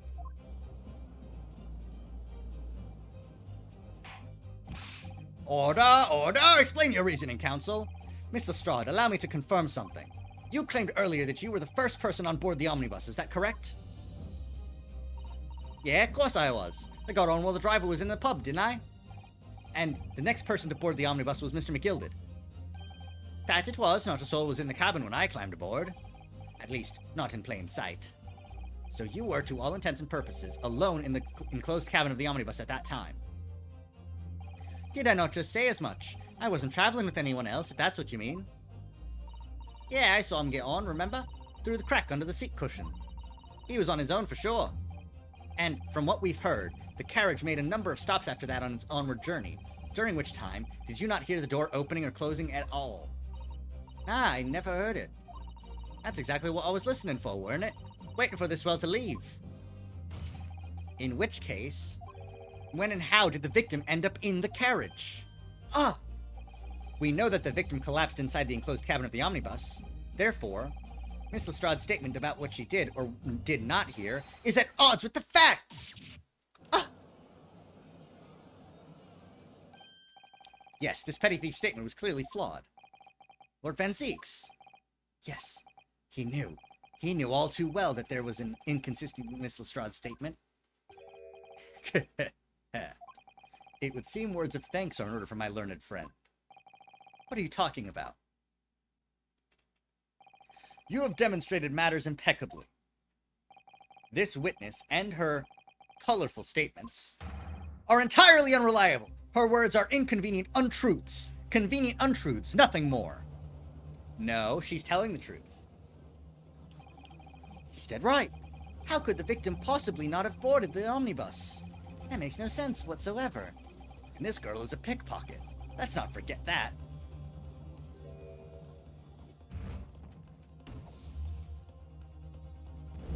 Wha-oh, wha-oh, wha-oh, wha-oh, wha-oh, wha-oh. Ah! She didn't even say anything. I didn't want to judge the dear little mite just because she has some rather naughty ways. But I must say, I can't abide liars. And neither can I! Mr. Foreman, I didn't want to judge the girl just because she has some less than salubrious ways, but I must say, I cannot abide liars. You just copied what she did. You fucking coward. Ah! Mr. Naruhodo, that's 5 jury members leaning towards guilty.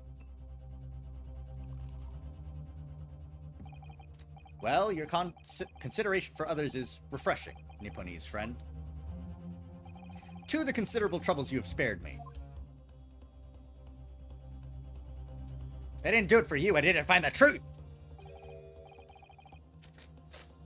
It's very refreshing, just like that soda I just drank. What are you playing at? Have you forgotten who you're working for, you useless Eastern Amadan? This is carnage. It's perfect! Juror number 2 is the only one left. Mr. Naruhodo, the way this is going...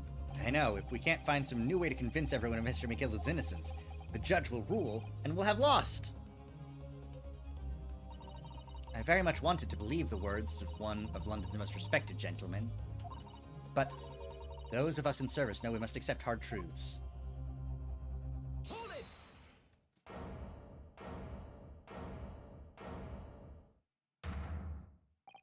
Yes, the witness's last statement seems to have revealed a critical inconsistency in her story. However, if we consider the possibility that her statement is in fact the truth, it may shed an entirely new light on this whole case. What are you saying? Counsel! I'm sorry, sir. Whatever do you mean? Counsel, I will not tolerate you attempting to prorogue my adjudication. Explain yourself at once. When the accused boarded the omnibus on the night in question, the victim was nowhere to be seen. Subsequently, the carriage door was not heard opening a single time, as testified by the witness in the stand. And yet the victim's body was found inside the carriage. If this petty thief's words are to be believed, how do you explain the victim's miraculous appearance inside the cabin of the omnibus? Alright, let's figure out. He fell. There's only one way to explain how the victim came to be inside the carriage. He was put there after he died.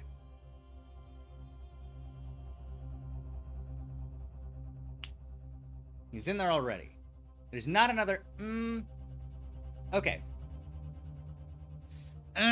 Let's save. Because here's my reasoning. He fell from the ceiling, from the skylight.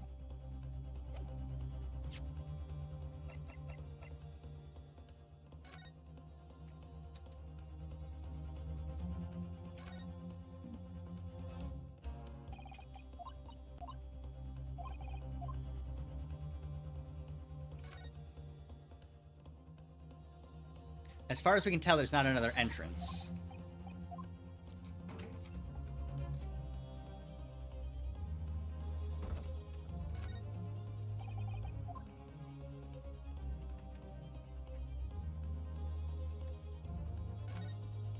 The skylight's fine. Can't be opened from the inside of the cabin, at least. Does that mean it can be opened from the outside of the cabin? I didn't see a latch, but maybe I missed it. Let's take a closer look. A latch! Yes!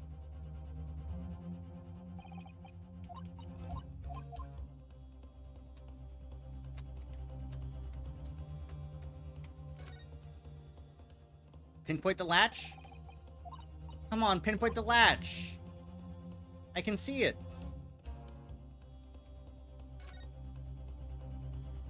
Ah.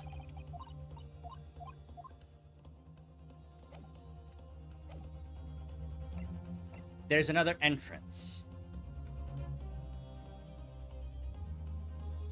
The entrance is the skylight. If the door wasn't opened even once, the only explanation is that the victim entered the enclosed cabin some other way. I wondered what new fantasy you would come up with in your blind panic. But behold, the omnibus is here for all to see. Only one side of the enclosed cabin is furnished with a door, the other has only windows. Fixed windows which cannot possibly open. In short, there is no entrance to the cabin other than the door. But there could be. There's one possibility you haven't considered. Oh, really? Yes, one other way inside that isn't the door. Another opening, the use of which allowed the victim to appear inside the enclosed cabin. All right, counsel. The defense will identify the location for the court. Here's the omnibus on which the incident occurred. Where on earth is the entrance by which you proposed the victim enter the cabin? It was the... Take that! The answer is obvious. It can only have been the skylight. I say, the skylight? Objection! Your ludicrous proposal almost has me lost for words. However, Objection! no. The skylight may well be large enough for someone to pass through. Objection! So you claim, but do you have a shred of evidence to support your addle-brained theory?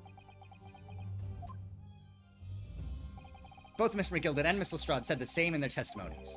They each claimed to have heard a loud thud, such as the noise made by someone falling to the floor. Yes, which has already been explained, as the sound of the victim falling from his seat having been assaulted with a dagger. Yes, it has, but would a man slipping from the seat onto the floor really have made such a loud noise as the witnesses describe? A noise loud enough to cause Miss Lestrade to let out an involuntary cry, in fact. Good gracious! Perhaps, in fact, that was the moment that the victim made his entrance into the cabin. No, let me rephrase that. The victim didn't enter the cabin as such. He fell into it! Objection! You're now suggesting that the victim fell from the skylight into the cabin? That's simply impossible! How can you be so sure? Because if the victim had fallen inside through the skylight as you say, the passengers on the roof deck would have seen it happen. And yet, not one person made mention of such events in their testimony. Well, yes, that's true, but...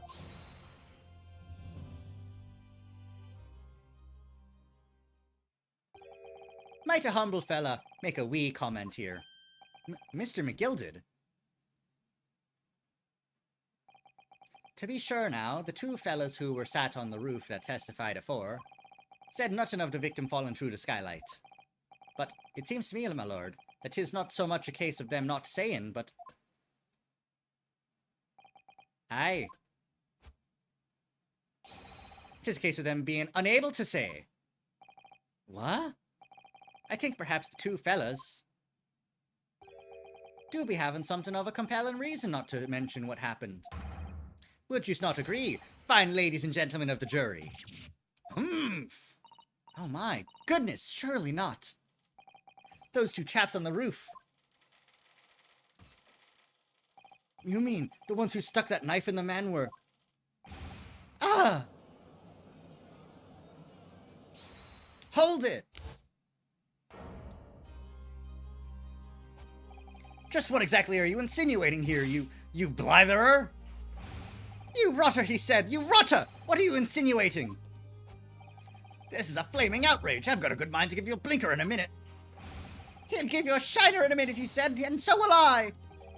Mr. Fairplay, you're effectively accusing me, a city gentleman and well-respected banker, and me, a very angry hatter, suggesting that someone like me could have stabbed that man in the guts? It's It's a disgrace. It's scandalous. It's... I protest in the strongest possible terms.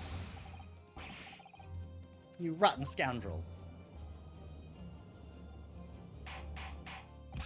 Order!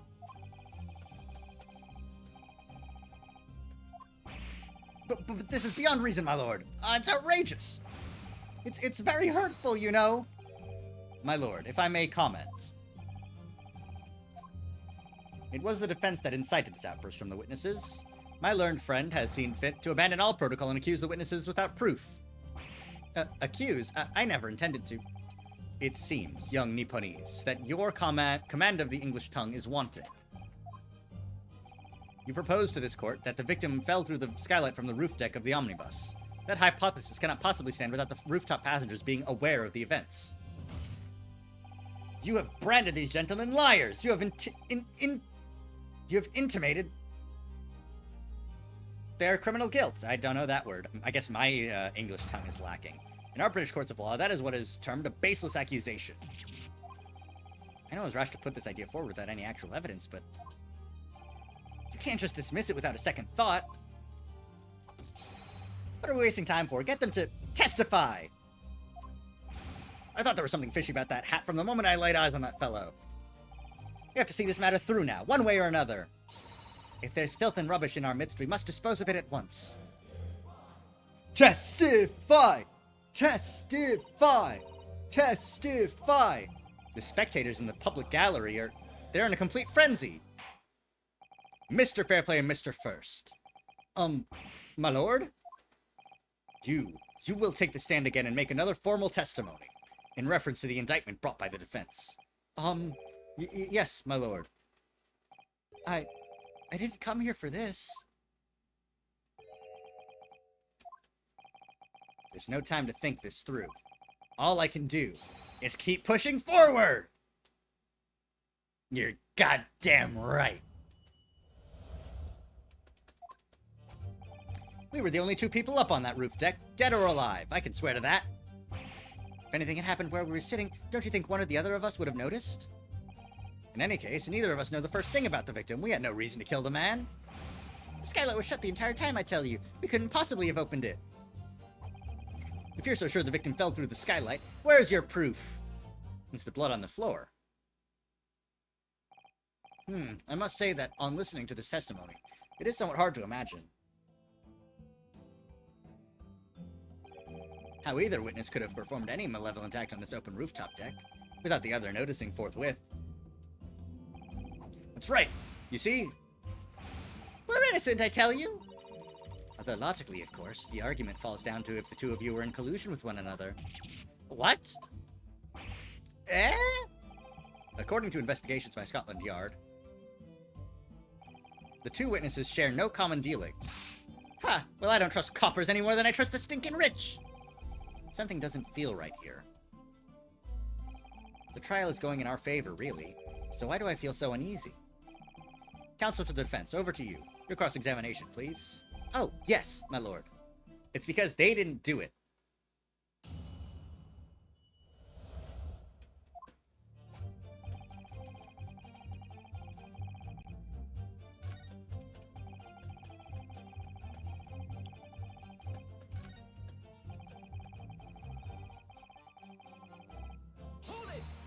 Hold it! So, you had never met Mr. Thrice-Fired Mason before? Oh, Lumen, no, not once, never! He never met the man before, he said? Never! Yeah, but have you met the man before? And you, Mr. First, had no prior dealings with the victim, either? That's right, sir. Hatters don't have much to do with brickmakers, to be perfectly honest, sir. No, I imagine not. You see? How many different ways can I put this? Neither of us are the most gentlemen inside the cabin. Well, now. Excuse me. I mean, I knew it. I mean, Mr. McGilded? Yes, counsel. What can I be doing you for? Did the witness's last statement give you pause for thought somehow? Not the remotest connection? Is that right now? I wonder. What are you insinuating now? Ah, Mr. Fairplay. It has been too long, so it has. Yeah? If I'm not very much mistaken, I believe 'tis fast approaching, is it not? Your repayment date? I beg your pardon? You borrowed 20 guineas from me, sir. At an unconscionable rate of interest. You tricked me. It's extortion. Well, now, is that a touch of begrudgery, is it? The sort of begrudgery that might motivate a fella to pass his crimes off on another? Arrgh. And young Mr. First. Me, sir? What do you want with me, sir? You do be making hats for a living, do you not? That there top hat sliding about on your head. Is that one of your own creations, is it? Oh, well, I'm still just an apprentice, you understand. I'm learning to find the perfect fit for whatever fine gent walks through the door. The perfect fit, is it? Well, 'tis a very distinctive design, so it is. Many customers like it, I tell you. They like a distinctive touch. Customers such as thrice-fired Mason. Ah! There is a photographic print of the victim submitted as evidence afore, my lord. Oh, this, you mean. I can't help thinking that a poor fella's hat looks distinctly familiar, wouldn't you say? Oh! That's one of my hats! Aye, that it is. So it would seem the brickmaker was a customer of yours. The sort of customer I'd wager you could have had a wee quarrel with over the distinctiveness of the goods. Oh, no, sir. Absolutely not, sir. Well, there's really nothing more to add. It wouldn't be right to say that the two fellas here haven't the remotest connection to the victim, you see. I rest my case. You little weasel! Arrgh! He's better at this than I am. Gosh, Mr. McGildet has certainly been thorough in his research, hasn't he? Please, don't let me little interruption hold up the proceedings.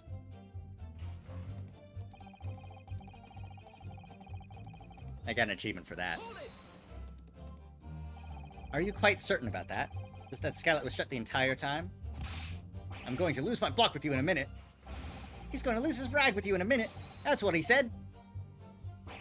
Take a look for yourself. Go on. You see? It's shut fast now, just like it was on the night. So it is, of course. A fellow the size of Mr. Mason could likely break right through it still and all. What? Just looking at the size of the ting, you understand? Now you hold on there a minute, sir. The size of the ting means nothing. Not on its own. Let's consider the bigger picture here, shall we? Let's stop biting our cane, shall we? I was riding the omnibus on another occasion when, well, I broke wind loudly. I shocked myself with it as it happens. This is an unexpected confession, Mr. First. Oh, I just meant to say, well, the point is, I tried to open the skylight, you see. But, just my luck, I couldn't make it budge. The stench was terrible. Everyone was looking daggers at me, sir. I went as red as rogue, I did. Red as rouge. Are you expecting me to sentence you? Oh, no, sir. The point is, the skylight can't be opened. I tried and tried when I was inside that cabin of shame. That ain't. Oi, that ain't. Excuse me. Do you have something to say about that, Miss Lestrade? Miss Lestrade! It opens. The skylight. That is what we're talking about, right?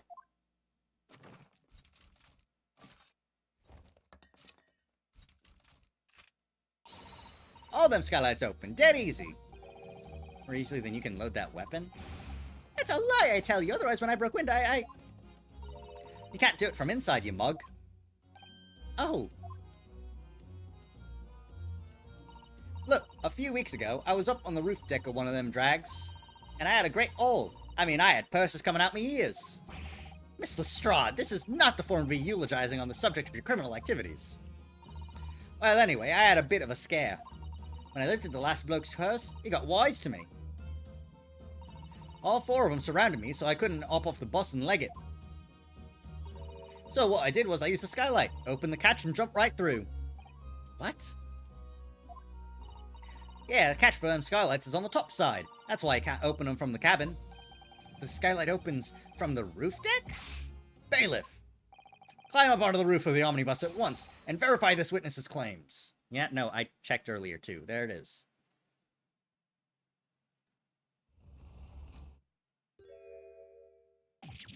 Ah! Oh, my hat! See? Dead easy. Order! It appears the street girl's statement is quite true. I don't believe it. The skylight opens. And from the roof deck. Mr. Naruhodo. This could be the clue we've been looking for. Well, counsel for the defense, please continue with your cross-examination. Yes, my lord. So, the skylight opens. Perhaps I should investigate for myself.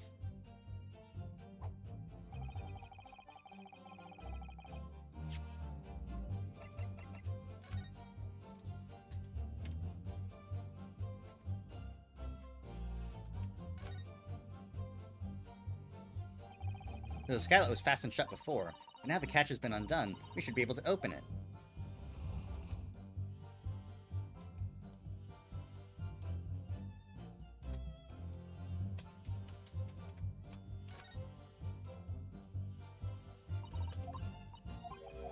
No, come on, let me just point at the blood. There's blood. Clearly there's blood.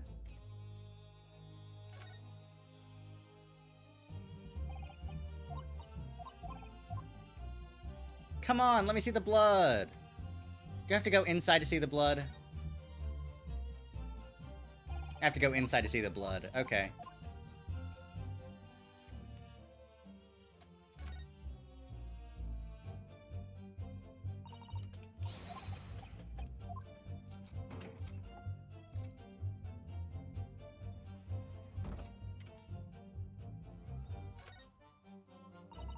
Yes, it does open very wide, doesn't it? Wide enough to kick someone like you through, certainly, Mr. Naruhodo. Why someone like me? Ah! What is it? Look, just here. Look at this. That's, without question, it's blood. Why would there be a blood stain there? Surely, it can't be unrelated to the case, can it?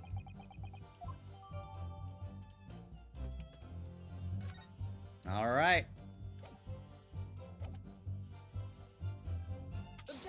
Objection!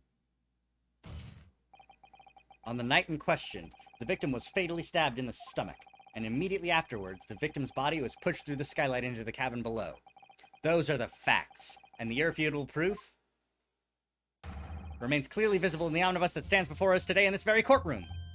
What? That's utter humbug. Ah, you can't possibly have any evidence. No, you can't. I mean, we didn't do it, I tell you. It's impossible. Irrefutable proof? Here, in this courtroom? Counsel. My lord? I believe everyone would appreciate a little clarification here, hmm? Where exactly within the omnibus is this evidence to which you allude? You will point out what it is that proves the victim fell from the roof deck through the skylight.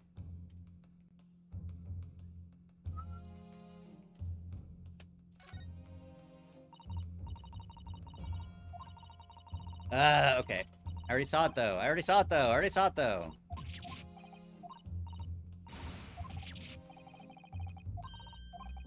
I just need to present it.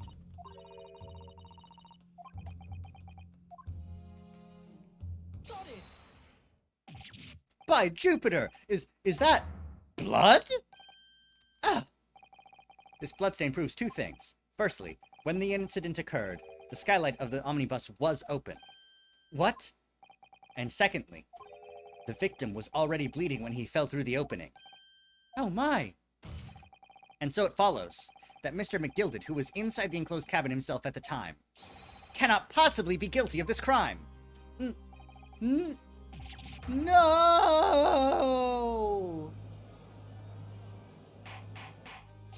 Order! All that. But the blood could have sprayed up from there when the fellow was stabbed inside the cabin. And only found its way to that one particular spot on the skylight? Sure, and that would be very convenient. And let's keep it in mind that the skylight catch can only be unfastened from the roof deck. I myself wouldn't have been able to open it now, would I?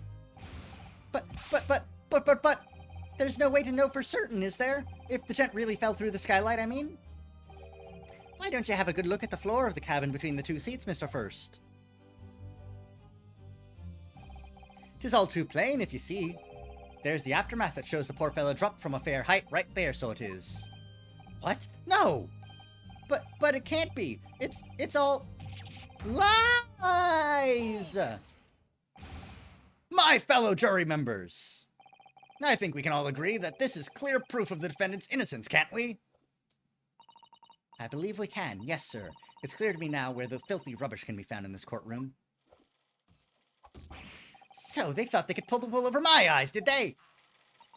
I won't tolerate any of the guild's carriages being sullied with blood. I won't tolerate it! Oh, I always knew that nice gentleman who gave us that delightful part couldn't have done such a thing. On three, then, everyone. 1, 2, objection! Objection! Yeah, there we go.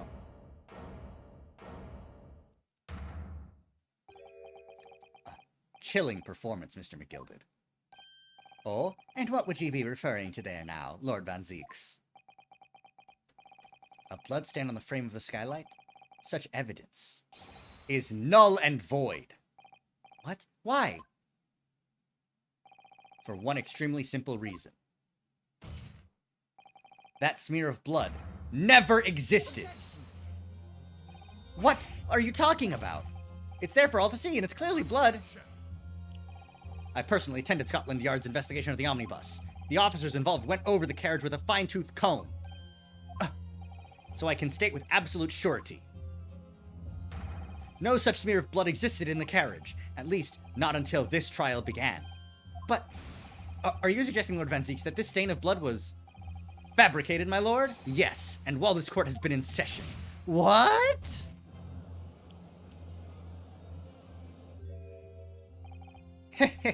What a palaver. I must say I didn't expect such crude reasoning from a prosecutor of your standing, Lord Van Zeeks. But I'm Magnus McGilded, a fellow known all over the capital for his fine contributions to public life. I don't take kindly to slander, and I'll fight it to the bitter end. Even if it's rolling off the tongue of the Reaper of the Bailey. Mr. McGilded, I realize that this is your first appearance in court as the accused. However, I am well aware of your involvement behind the scenes in a great many affairs of dubious nature. You're very adept when it comes to avoiding getting your own hands dirty. And each time it happens that a case you're involved in is investigated, you adapt to the facts. Adapt the facts? What does that even mean? When you wield a fortune the size of Mr. McGilded's, however ill-gotten it may be, nothing is impossible.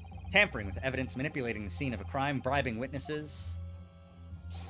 I toast your ability to concoct the most convenient of stories, sir.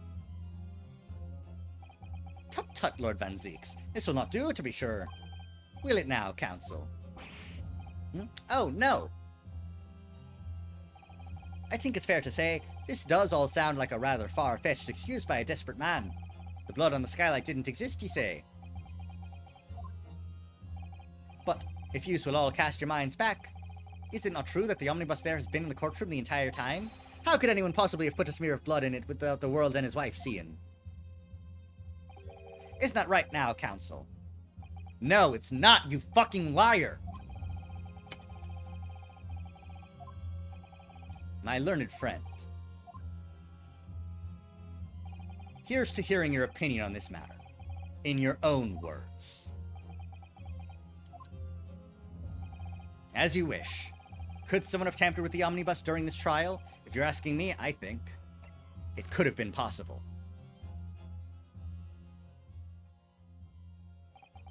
As a defense lawyer, it's my job to advocate for the defendant as best I can. But still, I feel as though there's something even more important at stake here. There is no evidence to suggest that the defendant did as my learned friend suggests. However, in terms of having the opportunity to carry out the alleged tampering, there is one possibility. Oh, good gracious! Explain yourself, counsel!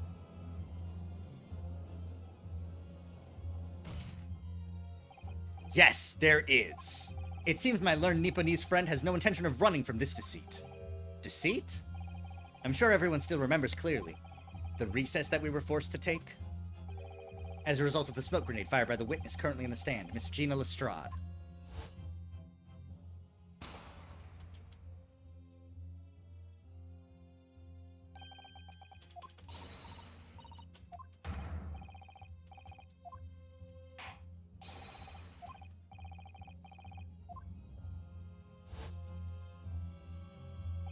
The courtroom was filled with smoke, and everyone was thrown into confusion. All of us were made to leave this chamber. In that brief interval, under the veil of smoke and in all the chaos, it could have been possible to steal inside the omnibus.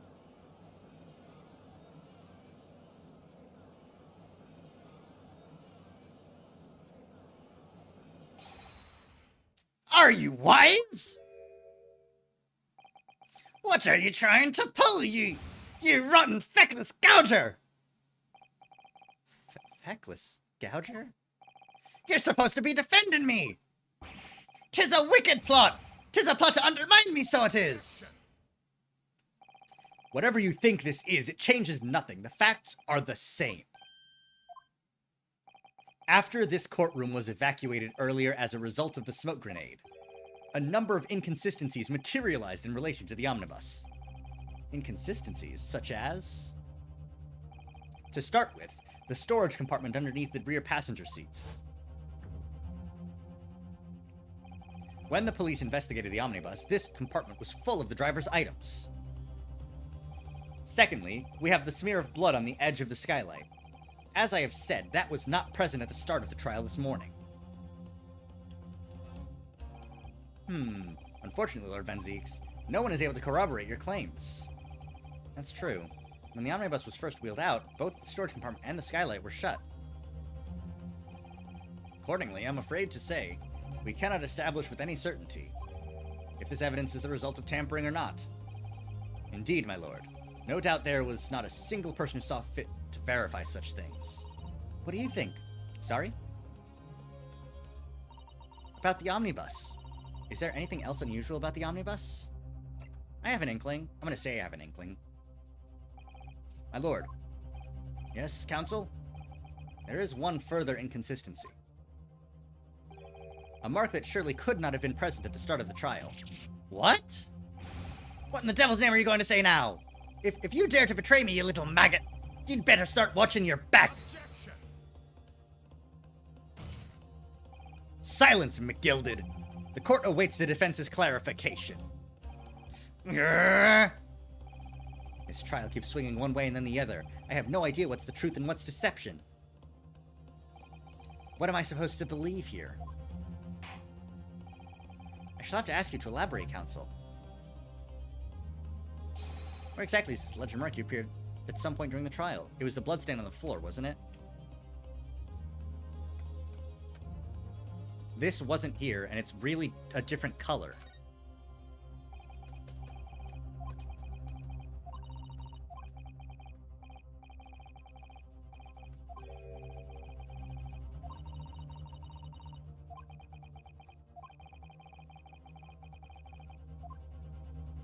Got it!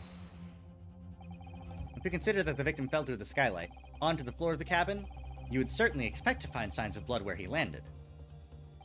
But as far as I recall, this bloodstain on the cabin floor was not there when the omnibus was first brought into the courtroom. Good lord! Aw, shit. Yes, I do believe you're correct, counsel. Well said. Although, as advocate for the defense, one might say that was a very careless slip of the tongue.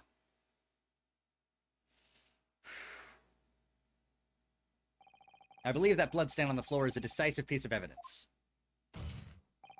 But if the question is whether that evidence is genuine or whether was unlawfully fabricated by someone, I feel compelled to admit that there is at least a possibility that the evidence is fake!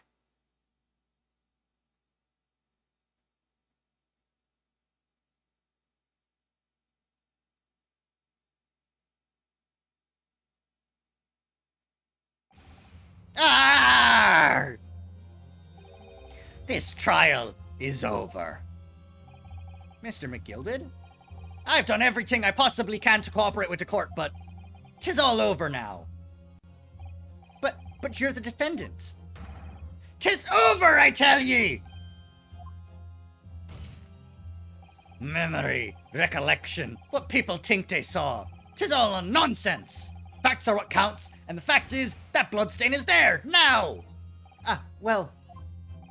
And over the course of this desperate trial, long and extremely drawn out as it has been, that good-for-nothing Reaper of the Bailey has failed to present any decisive evidence at all. I'm scandalized, so I am. I thought better of Lord Van Zeeks. Well, my lord! I must concur with the defendant. The unaffirmed recollection of an individual cannot stand as evidence. At this moment in time, the particular bloodstain in question is very much in existence, and in the absence of any credible method by which to prove its alleged previous non-existence, I regret to say that it would be improper for this trial to continue. Your lordship can't be serious. Lord Van Zeeks, what is your position? Ugh. The prosecution, my lord, has no further witnesses or evidence to present. Very well. In that case, as believed we have explored every possible avenue in this matter, I shall proceed to my adjudication. As a formality, I am of course obliged to confirm with the defense first. What formality? As things stand at the moment, it would seem that Mr. McGilded will be found not guilty. Yes. Which would mean we've won. Is that really the right outcome here?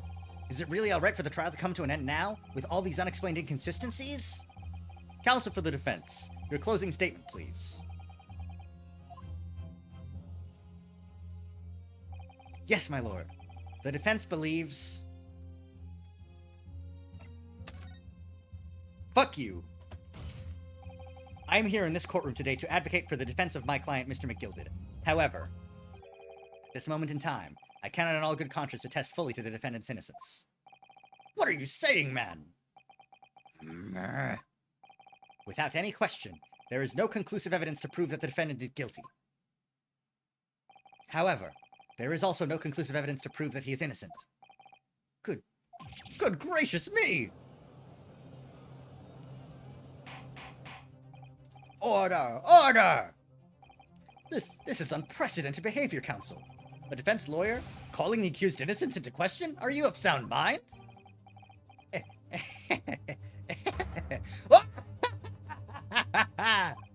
Oh, it was a grand decision to appoint you as my lawyer, so it was. A grand decision. What?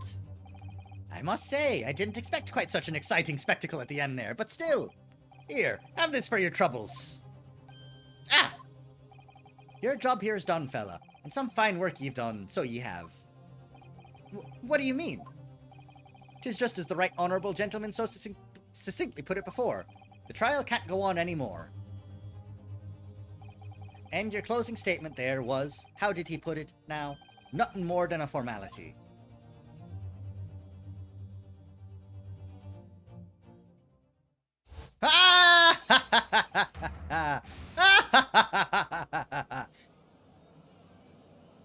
Objection!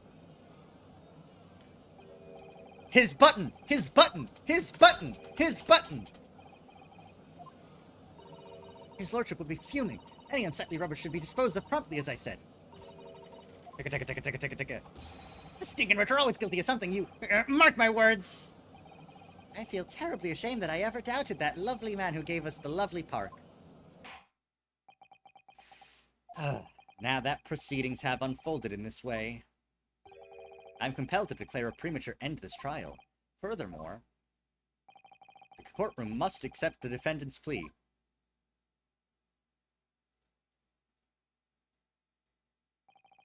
I thank you kindly, my lord.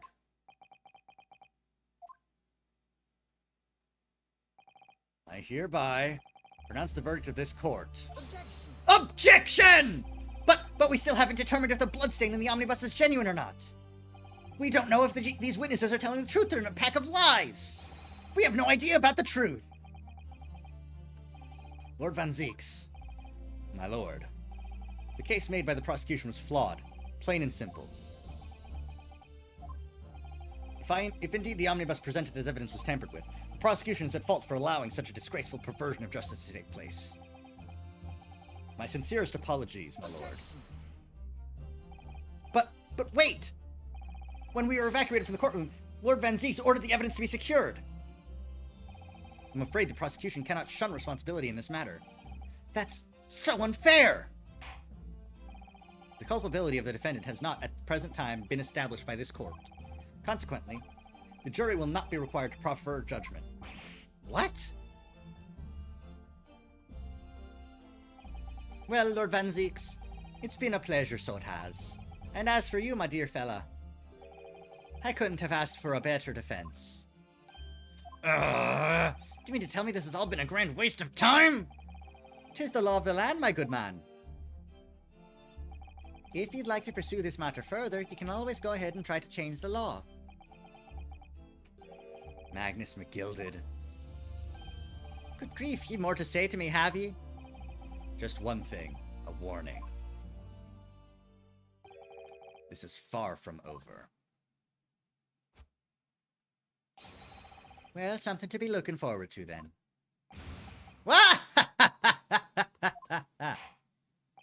I hereby pronounce the defendant, Mr. Magnus McGilded. Really? We're not going to talk about the button at all?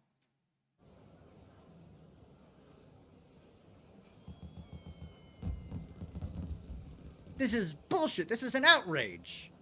This is infuriating. I'm going to stab McGilded myself.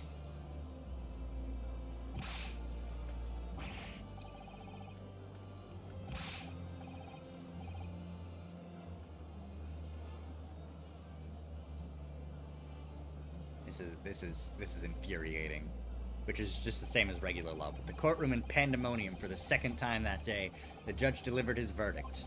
And my first ever trial in Great Britain came to an abrupt end, with the defendant being found not guilty, ostensibly a victory for us.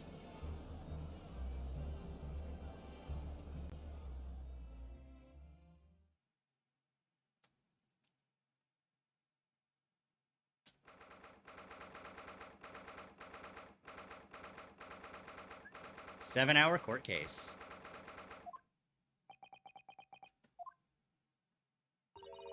It certainly was a long trial. Ah, yes, it was. Your first ever trial on foreign soil and your first victory. It was a wonderful performance. My heartfelt congratulations. And to you, Mrs. Sato, thank you for your assistance. I suppose we should be happy. Trouble is, we're still completely in the dark about what actually happened. Well, we didn't have enough time. But isn't it wrong? I mean, who was actually responsible for Mr. Mason's death? We don't even know that. The sole aim of the defense is to obtain a verdict that exonerates the defendant. You carried out your duty to perfection. Aye, that you did. Mr. McGilded. Ah, and that girl is with him too. Well, it seems the stories are true. Oh, what stories? About the 6 enormous fireworks they do be letting off when there's a verdict of not guilty. I'm sure you must have seen them now. Spectacular, wouldn't you say? Yes, definitely. I'd heard it was a sight to behold, and to be sure it was. And I have you to thank, I suppose, for having an opportunity to see it. Oh, I don't know about that. I'm not sure I really did anything. What on earth are you saying, fella? How did I walk out of there a free man, then? I don't think it was so much thanks to me as down to your planning. You're a straight-talking fella, aren't you? I must say, you had me astray in the head there once or twice. But you're young and headstrong. Ah, 'tis water under the bridge. Congratulations, Mr. McGilded, on having your name cleared. But nothing's resolved. There's only one thing that matters to me. Oh? Aye. They've all seen that I didn't do that odious and obstinate deed. 'Tis grand, is it not? I suppose it is. Now the fine fellows of Scotland Yard can take matters in hand and sort out any wee details. They'll see it for what it is. They'll get to the truth. I have absolute faith in them, so I have. After all, I do be providing a good number of their wages with all the taxes I pay. It's not that funny. So then, as we agreed aforehand, 1,000 guineas for your troubles, fella. Oh, no, I couldn't possibly accept that much. How I be whist? You're humble people, are ye, from the east? Well, if you insist. But have this, still and all, ye deserve a reward. Mr. Magnus McGilded! Everything is ready, sir. If you'd like to follow me into the courtroom. Into the courtroom? What's this, officer? 'Tis sooner than I was led to believe. I hope it's not too inconvenient, sir. There were some changes to the schedule. Well, I must be making tracks now. 'Tis time for the inspection. Sorry? What inspection? I'm going to examine the omnibus again, so I'm told. As I asked if I could be present for it myself. Going to examine it again? Now? Naturally, I'm under no obligation to take part in any more of this matter now. But as an upstanding member of London society, I do be doing my best to help where I can. 'Tis a gentleman's duty, so it is. So then, fare thee well. 'Twas an absolute pleasure meeting yous. I hope you have a whale of a time while you're studying here in Great Britain. Motherfucker. And there he goes. Free man. Oh, hey, Gina. Oh, I forgot she was here, too. Don't shoot me! Don't shoot me! Don't shoot me! You're gonna shoot me! Don't do it! Don't move! Whereas I want to say, get a move on. She really does take forever to load that thing. Miss Lestrade, would you mind putting that thing down? You're a grown-up. Sorry? And I hate all grown-ups. Ah! There you are! Oh, nope. Ah, there you are! Naughty, naughty, running off like that.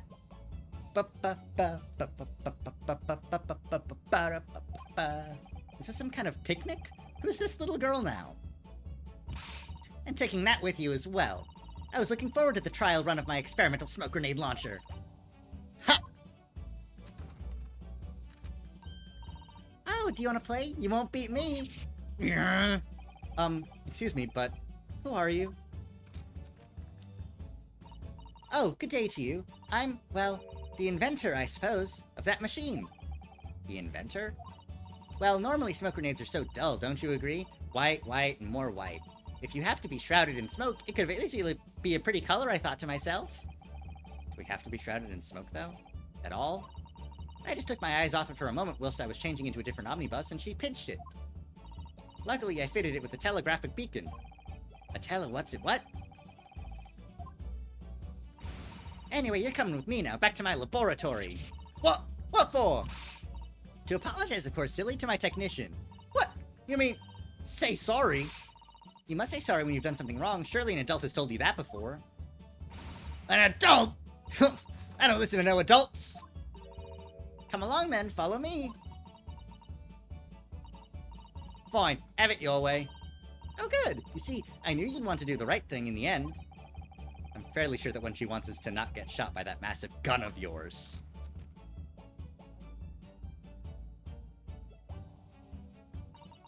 We'll be leaving now, then. Bye-bye! I'm so sorry for all the fuss. She was a lively one. I sure hope we don't have to meet her again and deal with her through the rest of everything. Should we be on our way now? Yes, you're right, but where to? Oh! We haven't had time to find a place to stay. No sooner had we arrived in London than we had to rush here. All our traveling cases are still with the bailiff. I was originally planning to spend today in search of lodgings. But at this late hour of the day, I'm afraid we're out of luck. Don't worry, though, I have a plan. Worst comes worst, I've heard of a lovely park where we could spend the night. Please tell me you're not thinking of McGilded Park. I know it may be a little chilly at this time of year, but our youthfulness will see us through. I'm not so sure about that. I think a midwinter London night will freeze a young person solid just as easily as an elderly one. Oh dear, that doesn't sound agreeable. Now I'm starting to regret turning Mr. McGilded down.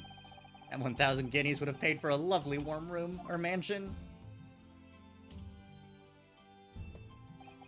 And so, the trial to determine my worthiness for the study tour was over by the end of our first day in London. However, as we were soon to learn, there were more trying times ahead, just as the Reaper had warned. The case was far from over. Bum bum bum!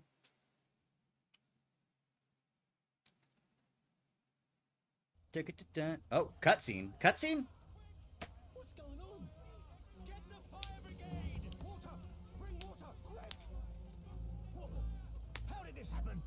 I don't know, sir. By the time I got here, it was already engulfed. No one was supposed to be allowed in here before we started investigating. No.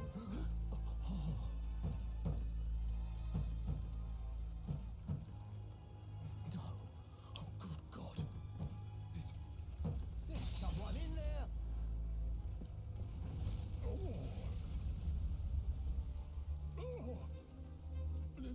Massacre!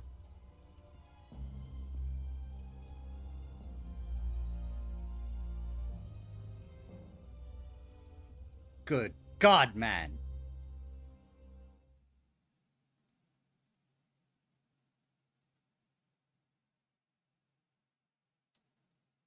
Sweet Jesus Christ. The realm of the Reaper.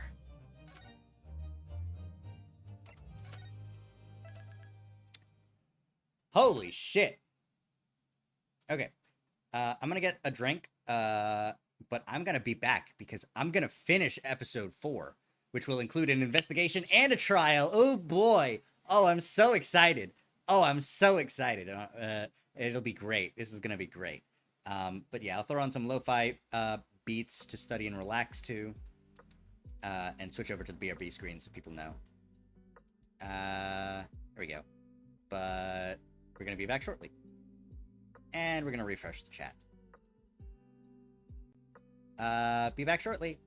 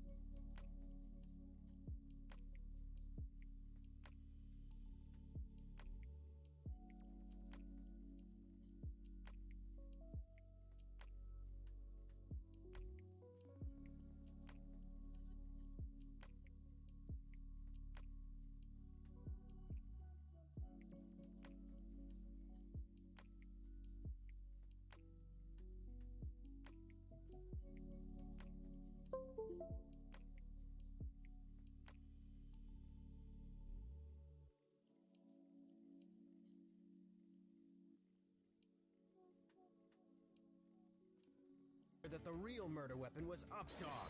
What is Updog?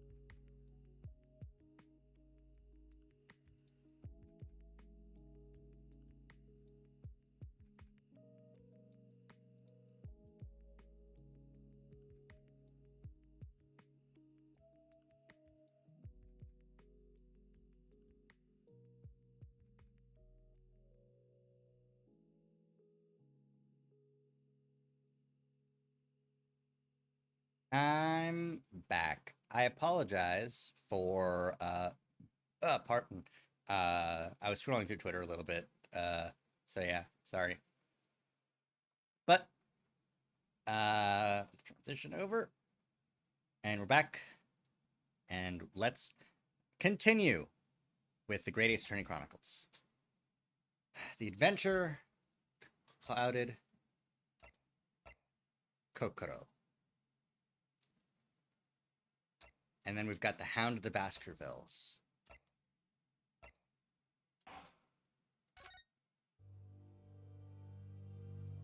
Episode 4. So we've got the Justice's office, some sort of... Oh, never mind. I begin to think, Wilson, said Sholmes, turning his head languidly in my direction, that there is more to this case than that which we have observed. Clearly. Indeed, that there may be another part to this story that we are yet to discover.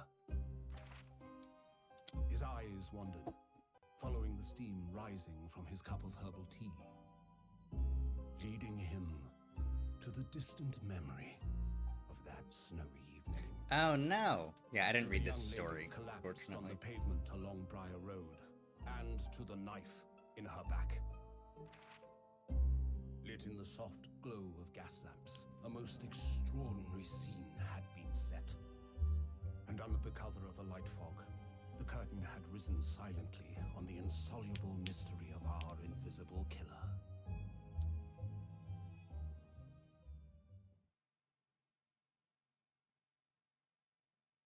Hey, Chief Justice. Okay, this is just the next day.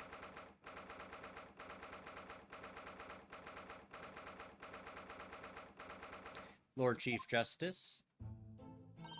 Did you sleep last night, Mr. Naruhodo? No, not at all. It was an enormous hotel, wasn't it? The rooms were so luxurious, I felt like we were staying in a palace.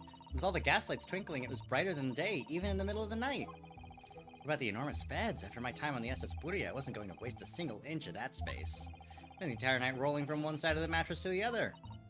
Oh yes, it really was the sort of night you can only dream of normally. Except, when I learned that we owed £3 for the rooms, that dream quickly turned into a nightmare. Oops, sorry about that. The building was so impressive and the entrance so inviting, I just wandered in without thinking. In a lodging house in Japan, that sum of money would put a roof over your head for a whole year. I did try, but I'm afraid I couldn't help my tears when we were presented with the bill. Ugh, I really am sorry. Well, never mind. We must find some more affordable lodging straight away, though. If we're not careful, our entire stipend will be used up in 10 days or less. Ugh, London is a scary place. Ah, good morning to you at this early hour. Oh, yes! Well... Good morning to you, Lord Chief Justice. We have come to report on the outcome of the trial at the Old Bailey yesterday. Yeah, she's pretty cool. Yes, I believe you had a very comprehensive initiation into British courtroom practices. Oh, yes, it was very eye-opening. Thank you! And, in accordance with your instructions, Lord Strongheart, Mr. Naruhodo performed his duty to the end. Yes, I've already been apprised of events. You conducted a remarkable defense. You may consider the test passed. Oh, no longer are you a student from the Empire of Japan. You may henceforth claim to be a fully fledged lawyer! My country is delighted to welcome young talent from such a remote eastern land. Thank you very much. So, I'm a lawyer now. Now, in view of your new appointment, I have a fresh case in mind for you. I'd like you to take it on at once. I trust that won't be a problem. Another case already? Nothing trains a lawyer better than practical experience. I'm sure. I don't sense dissatisfaction, do I? It's just that yesterday's trial ended. Unusually, I haven't quite come to terms with it. What's to come to terms with? The man was cleared. What more were you hoping for?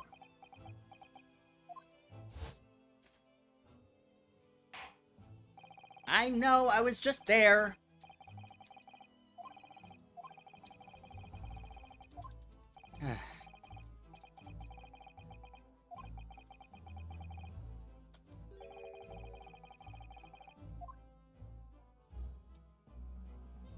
Fuck this guy. Fuck this guy.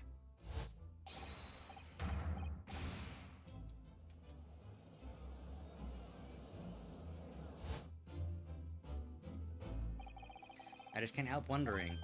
Mr. McGilded really was innocent. Mr. Naruhodo! It's just that I never managed to ascertain the truth. And then the trial ended. Well, you needn't let it trouble you for a second longer. Sorry? What do you mean, Lord Strongheart? Magnus McGilded passed away, immediately following the trial. No! What? Mr. McGilded is dead? I have 19 minutes and 41 seconds until my next engagement. Time enough to talk.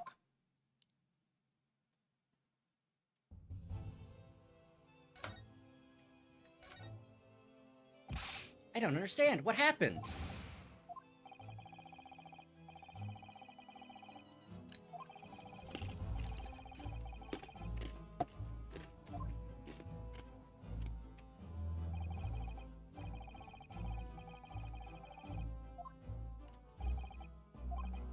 Well, while the bailiff's attention was diverted by some other matter, the omnibus went up in flames.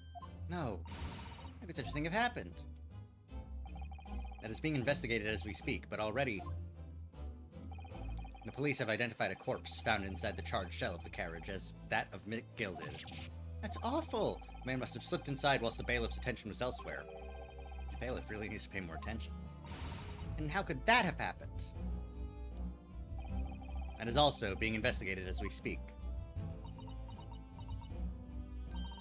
Thinking back now, immediately after the trial, Mr. McGilded did mention going back into the courtroom to look at the omnibus. Yes, I know, I was there. It's just a second ago. I mean, I get that it's, useful for people who take a break and,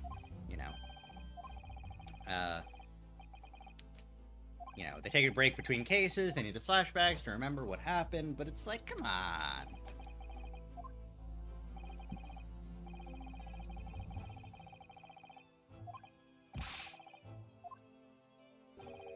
Never mind that now. The Yard is making a thorough investigation. This matter is no longer any concern of yours. Leave it to the police. Poor Mr. McGilded. Damn. Died as fuck. I was gonna say fuck that guy. And kind of fuck that guy. He seemed like a scheming, conniving, bastard. Well, I don't know. I mean, it was... Wow! Mr. Naruhodo means that the whole experience was steeped in the solemnity of Great Britain's long history. It's really a world apart from our own judicial system in Japan, which is only a few short decades old. And you seem to have a way of failing to find the right ones. Stop reading my mind! The judicial system here is the most advanced in the world. Learn all you can. Most advanced in the world, that's it. Fucking doubt that shit. It was fortunate that your very first trial was a simple affair. Simple? That was simple? As I believe I mentioned yesterday morning, it was a trial you couldn't lose. I don't mean to be contrary, Lord Strongheart, but the case was anything but simple. The circumstances of the case were so incriminating, I was stunned when I first heard them. In fact, I'm still finding it hard to believe that we managed to get a favorable verdict. Is something funny? No, my apologies. However, the fact is that you did receive the not guilty verdict you set out to achieve. And that can only be attributed to exceptional talent, wouldn't you agree? Well, I don't know about that. Well, never mind. You exceeded my expectations, I freely admit. That much at least is an undeniable truth. Which is precisely why I prepared the new case for you that I mentioned before. What's he going to say before? The new case. Give me the deets, boss.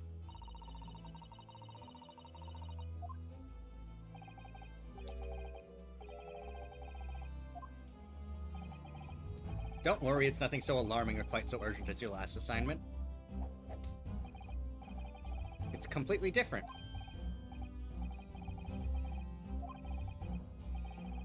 No one has died as yet. And the trial will not be today. There is plenty of time to research the case thoroughly. 23 hours, 43 minutes, and 19 seconds to be precise.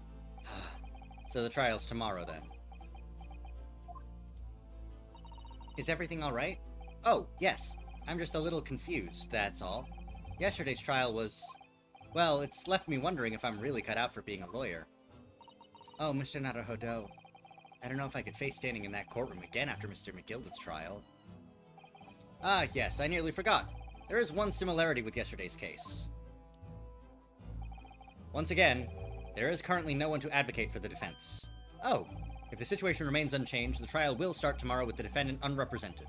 And if that happens, I need not remind you of the inevitable outcome. The most terrible end awaits the defendant. Yes, that's right. Ugh, here we go again. I feel the chemicals kicking in. Your time is up. You will have to excuse me. I would advise you to begin making preparations for tomorrow's trial. The clock is ever ticking. There's now but 23 hours, 26 minutes, and 39 seconds until the court sits.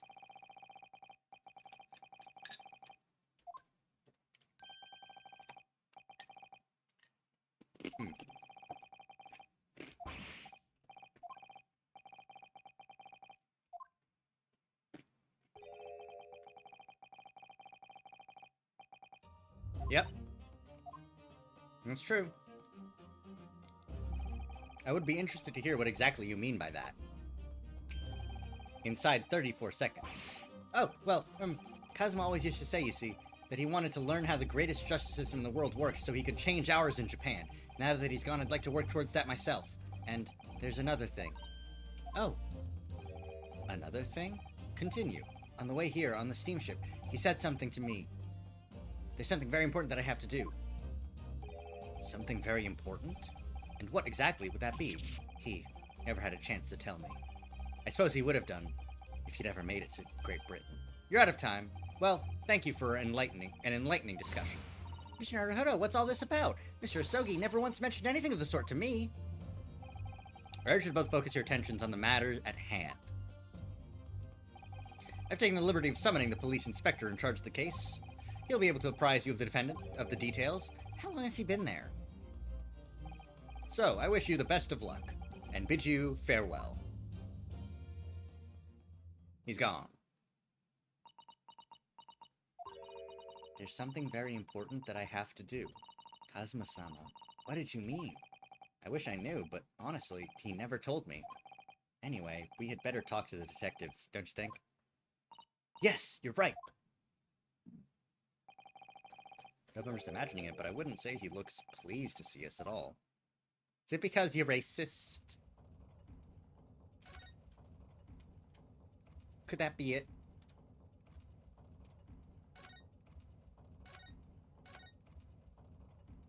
Swear to God, if Sherlock Sholmes showed up, I would be so fucking pissed. Could we trouble you? What do you think? Lovely weather, isn't it? What's the weather got to do with anything? Listen to me, young Japanese upstart.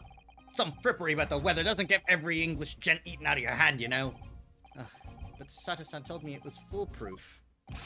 I'm a busy man, a very busy man. There's a crime scene to investigate, but I'm here having to give the likes of you a talking to. Oh, I'm ever so sorry. Can you imagine what the other officers there will be saying? Haven't seen Gregson anywhere, have you? No, he's too busy with the bigwigs these days. And all because of some bumpkin who's here on a jump from a country I've never even heard of. Hear that ripping sound? That's my reputation at the yard going to tatters. There's no need to rip us apart as well. I don't believe we've been introduced. This is Mr. Ryunosuke Naruhodo, a defense lawyer. Eh? It's a pleasure to make your acquaintance. I'm Mr. Naruhodo's judicial assistant, Eh? It's lovely weather we're having today, isn't it?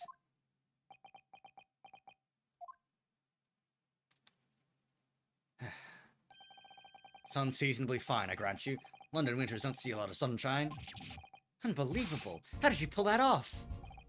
So, Lord Strongheart has asked me to fill you in on the case. Name's Tobias Gregson. Inspector Gregson to you. I'm from Scotland Yard. Gregson?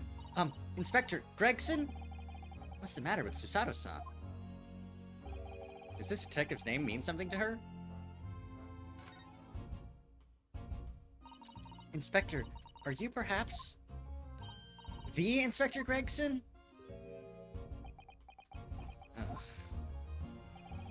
You're acting like you know this man, Mr. Sato, but he's a London detective. Oh, I do know him very well, in fact. Very well? Yes, he features prominently in the adventures of Sherlock Holmes. Oh, in that publication. What's it called again? Rance Magazine? That's right. Inspector Gregson and Mr. Sholmes enjoy a wonderful friendly rivalry. Really? You rival the great Mr. Sholmes? That's incredible. Oh, well, I don't know about that. Mr. Sholmes isn't a professional like myself, of course, but he does come up with the goods from time to time. Mr. Sholmes is equally complimentary about you, Inspector, isn't he? You've earned his highest praise. Gregson is the pick of a bad lot of all the Scotland Yarders. Those were his own words. That's his highest praise? Well, Mr. Sholmes isn't particularly known for giving compliments, you see. That he is not! Thanks to that magazine, my name's known all over London town now! That's great, isn't it? I have to admit that to start with, I was a little, well, flattered by all the attention. Everyone wanted to shake my hand, and my reputation at the yard went through the roof. Well, that's wonderful. No, it is not! There's nothing more sinister than the man on the street. People are always looking at me now. They're whispering rumors about me under their breath, I'm sure. Rumors? Are you quite sure? He's changed since he started appearing in those stories. The fame's gone to his head. Stuff like that. Gosh, do you really think people are saying such mean-spirited things about you? Like I said, they whisper, so I can't catch exactly what they're saying. But I know what folk are like. I'm sure that's what they're saying. As sure as eggs is eggs. I get the feeling this detective could be very hard work. Oh dear, perhaps the sudden rise to fame does change people. Anyways, tell us about the case, boss.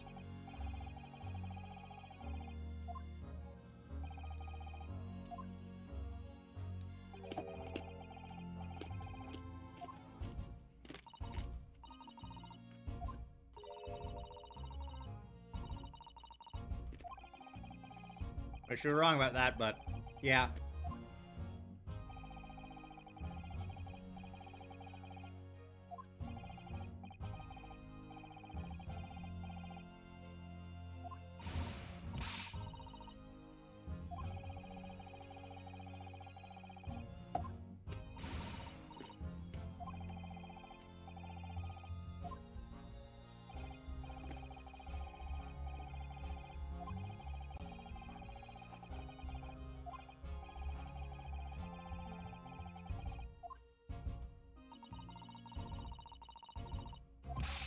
Let me stop you right there. You're wasting your time on this one.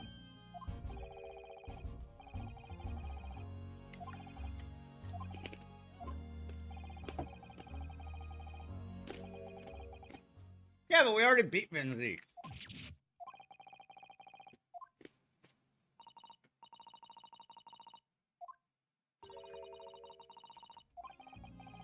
The Reaper of the Bailey.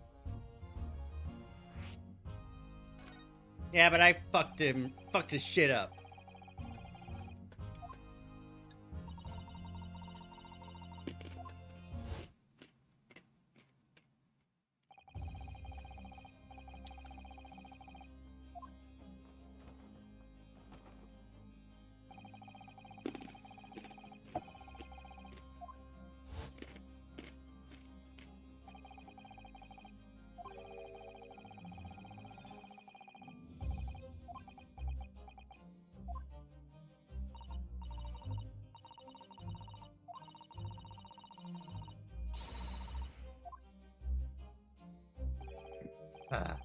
And what of it? Oh, well, I think that means that even against the Reaper of the Bailey, it's not impossible to save the defendant. Oh, you really don't have a clue, do you? What do you mean? What happened to that bloke in the end, eh? He's dead. Magnus McGilded became a cropper in that omnibus when it went up in flames. So you can't rightly say you saved the defendant, can you? What are you saying? Look, if Van Zeeks could get the dirt to stick on everyone, he'd be a miracle worker. But that's not how it goes. He doesn't work miracles, he works magic. Black magic.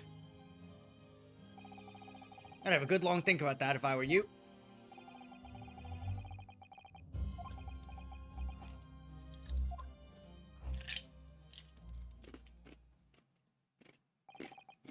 Right, well, I failed you in as requested, and I'm very nearly out of ships.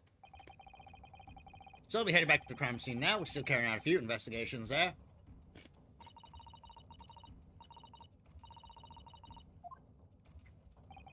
That's correct, ma'am. And if you head over to the holding cells, you can meet the criminal himself. You've rendered him a criminal already. He's as good as, shaking like a leaf in his cell he is. He'll give you a chuckle if nothing else. He's in inmate 53. Speak to the jailer and he'll show you the way. Inmate 53. Thank you.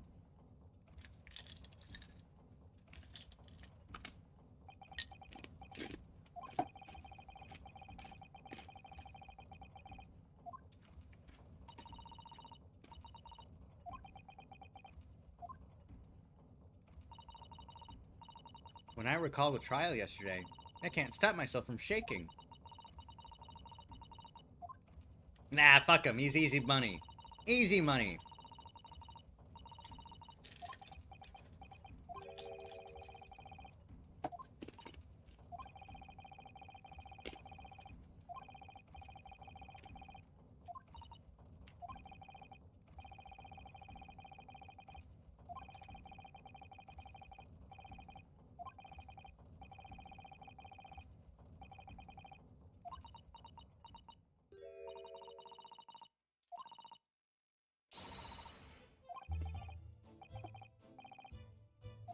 Let's go!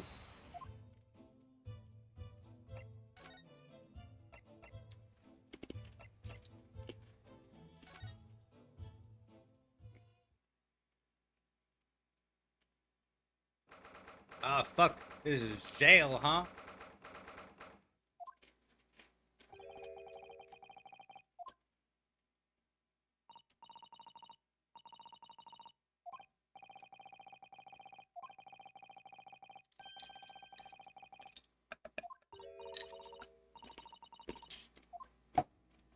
It is worse.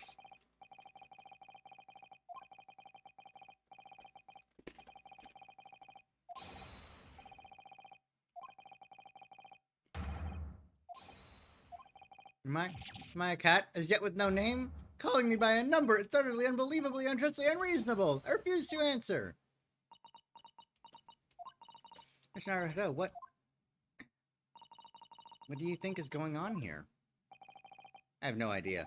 But I wasn't just hearing things, was I? That tirade of complaints was in Japanese. Ah, hello, sir.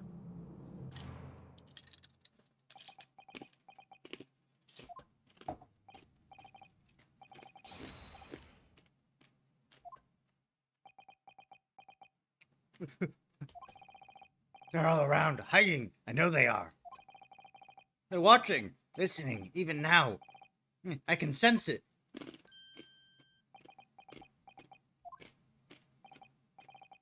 Right. So, could I ask you...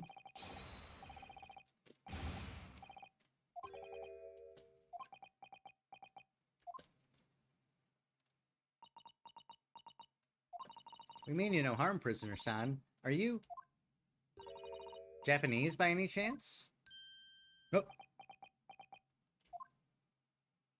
Nihonjin? Desu ka? This is beyond my wildest dreams!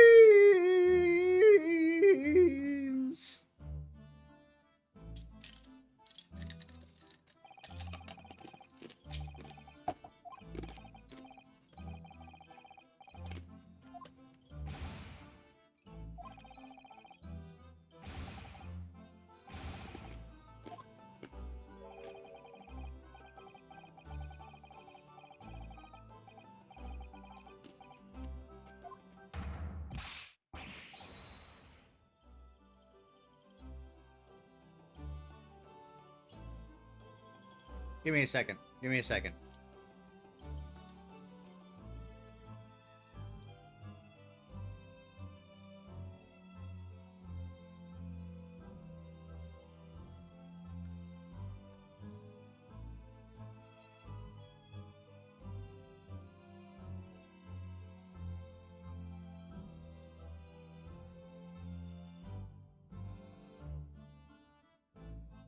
Give me like just a second, okay?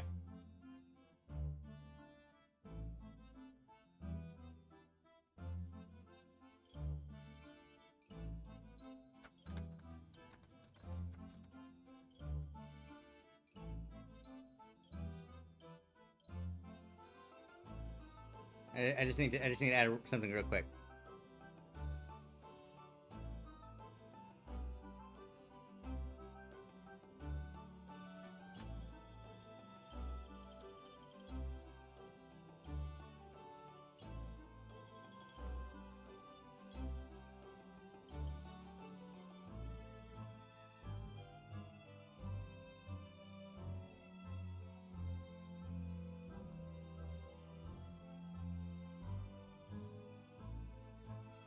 We're just gonna have him up in the corner here. There we go. Perfect.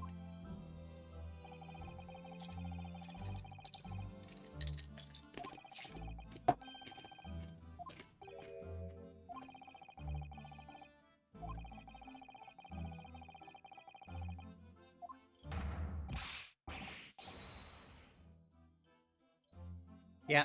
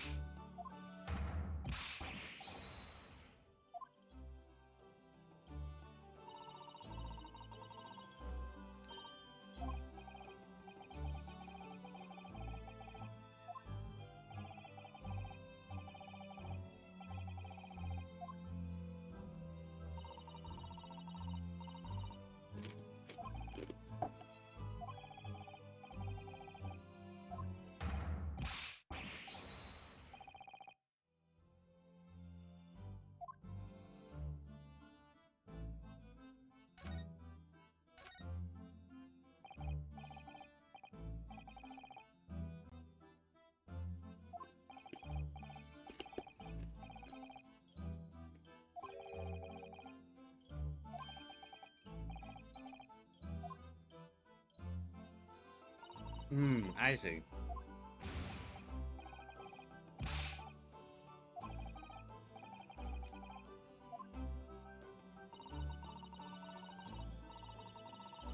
Visiting student?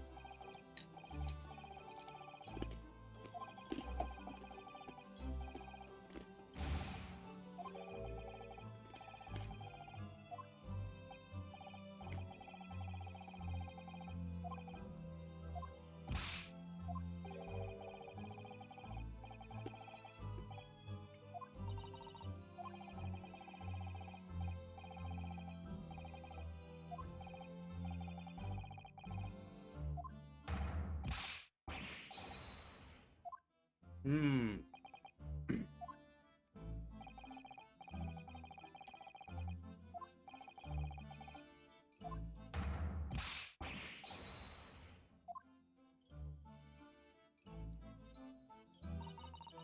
You must be a man of great standing.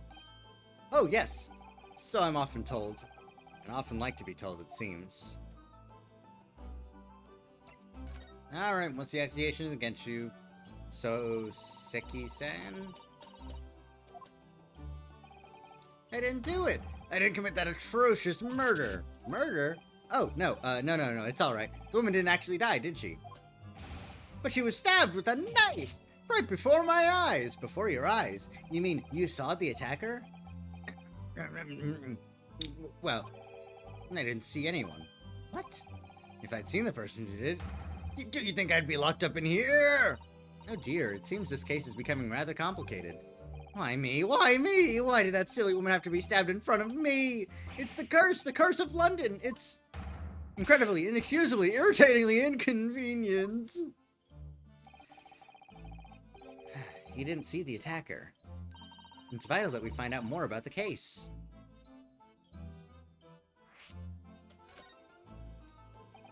It was an accursed evening, just after the snow had started to clear and heavy with fog.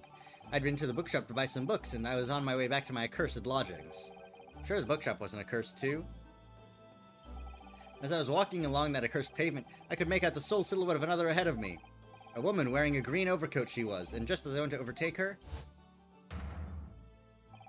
she suddenly let out a little scream and collapsed onto the cold, hard slabs of stone at my feet. How terrible!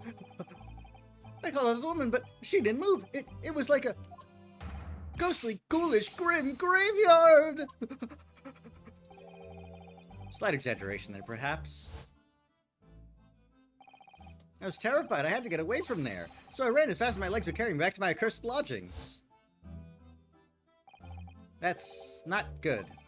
They'll say it was shameful, I know, to run away like that. Tell me, Soseki-san, was the victim an acquaintance of yours? No, be ridiculous. Do you think I know any of these fair-haired English? And a young woman at that? I'm diffident, shy, timid, unsure. I can't talk to people. I see. A young woman unknown to Soseki-san. And at the time it happened, who else did you see nearby? Did anybody pass you?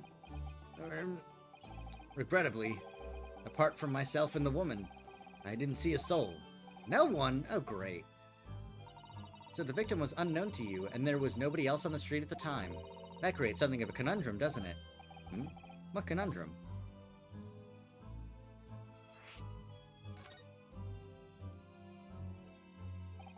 What do you mean, Susato-san? What's the conundrum? Well, if what Soseki-san has just told us is true, there's something I can't explain. He says that he didn't know the victim, and that there was no one else at the scene. Then he apparently fled without having been seen. I did. But if that's the case, surely this man has to be the culprit? Ah, you! What did you just say? Nothing. I didn't say anything. Oops, perhaps I thought that a little loudly. Actually, that's not what I was troubling me. What I was thinking was, how did Soseki-san actually come to be arrested? Sorry? He didn't touch the victim, and there was nobody at the scene to see him. So how did the police ever discover that he was there in the first place? Oh yes, she's right. It was him, that accursed great detective. He led the police to me! Of all the bad luck, accursed great detective. Could it be? I shall never forget that man's name as long as I live, with his haughty laugh and his self-proclaimed greatness. Brash, big-headed, buzzy-body, be gone! May you be cursed to the end of your days, Herlock Sholmes! I knew it! You motherfucker! Mr. Sholmes!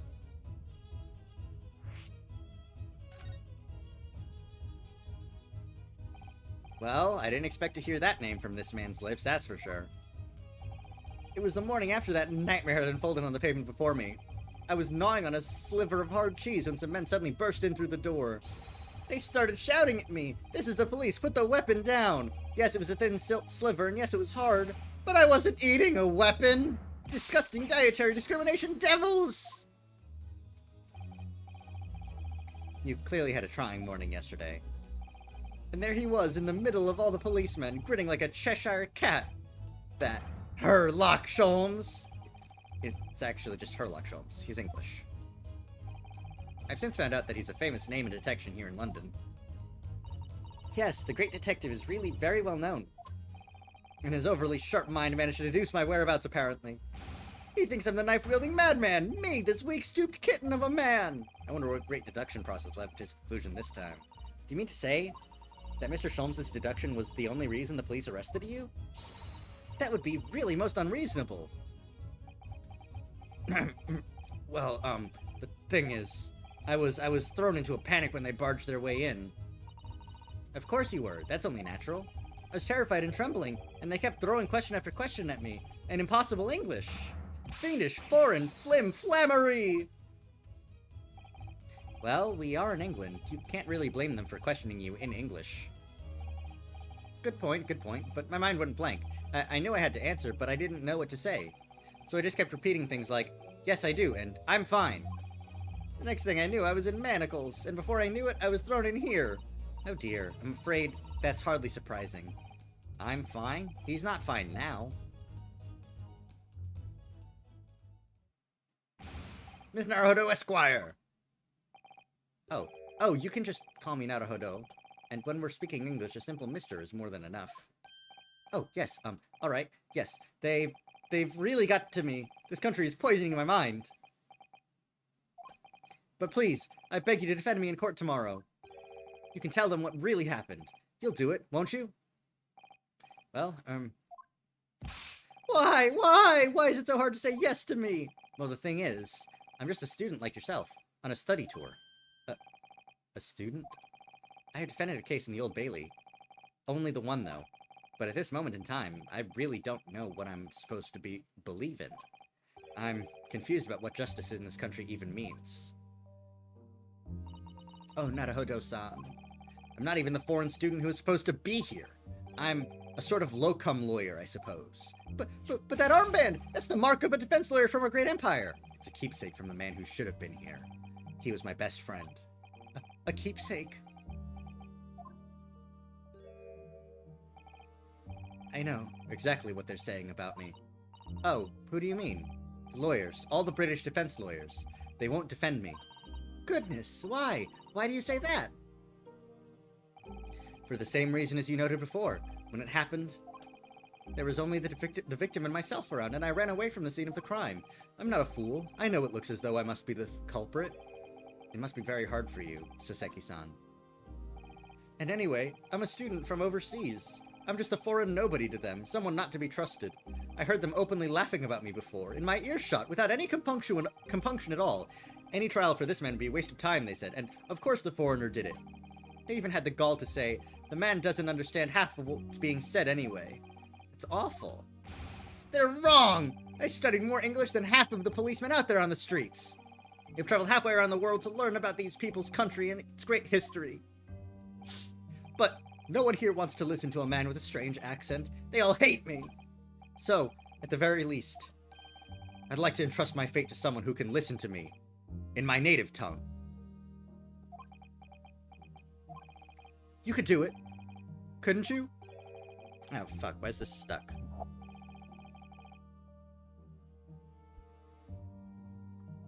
Nope, that's thinking faster. Oh well.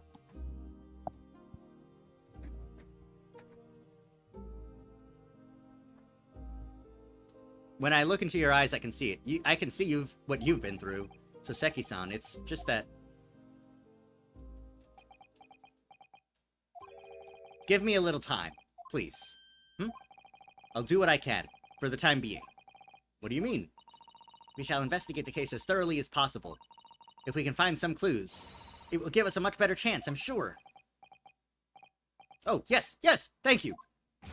I'll be here, all alone, waiting for you, locum student Mr. Naruhodo Esquire! We should be going then, Naruhodo-san. We have a case to prepare for. Later, Briar Road, time to investigate. Let us in. Strand Street. There's a bike that... There was a crash. The Daily News, Kennerson Brewery. Ah! Look, Mr. Naruhodo! Look at that regulation metal helmet. It's unmistakable. The men of Scotland Yard are here. They're investigating as we speak. That is their job, you know. But Mr. Naruhodo has seen one with my own eyes. They are often depicted in the adventures of Sherlock Holmes, but I never dreamt I'd ever come this close. To a real Bobby's helmet? What? The helmet? Of course. I have to try one on one day. Well, I hope your Hattie dream comes true. Ah! Gregson. What's the Japanese delegation doing here? Oh, Inspector Gregson. And this isn't on the tourist trail, as I'm fairly sure you're well aware. Yes, of course. We're here to investigate. So you've been to the holding cells, then? What do you make of the criminal? He's not a criminal as you put it, Inspector. He's a suspect. We'll see about that. Japanese like to stick together, I suppose. Well, do what you will. Doesn't bother me. Bloke's in court tomorrow, whatever happens. And the verdict's a foregone conclusion. Ugh, the stone-cold air of rejection. Take heart, London at this time of year is full of stone-cold air. That makes it worse somehow.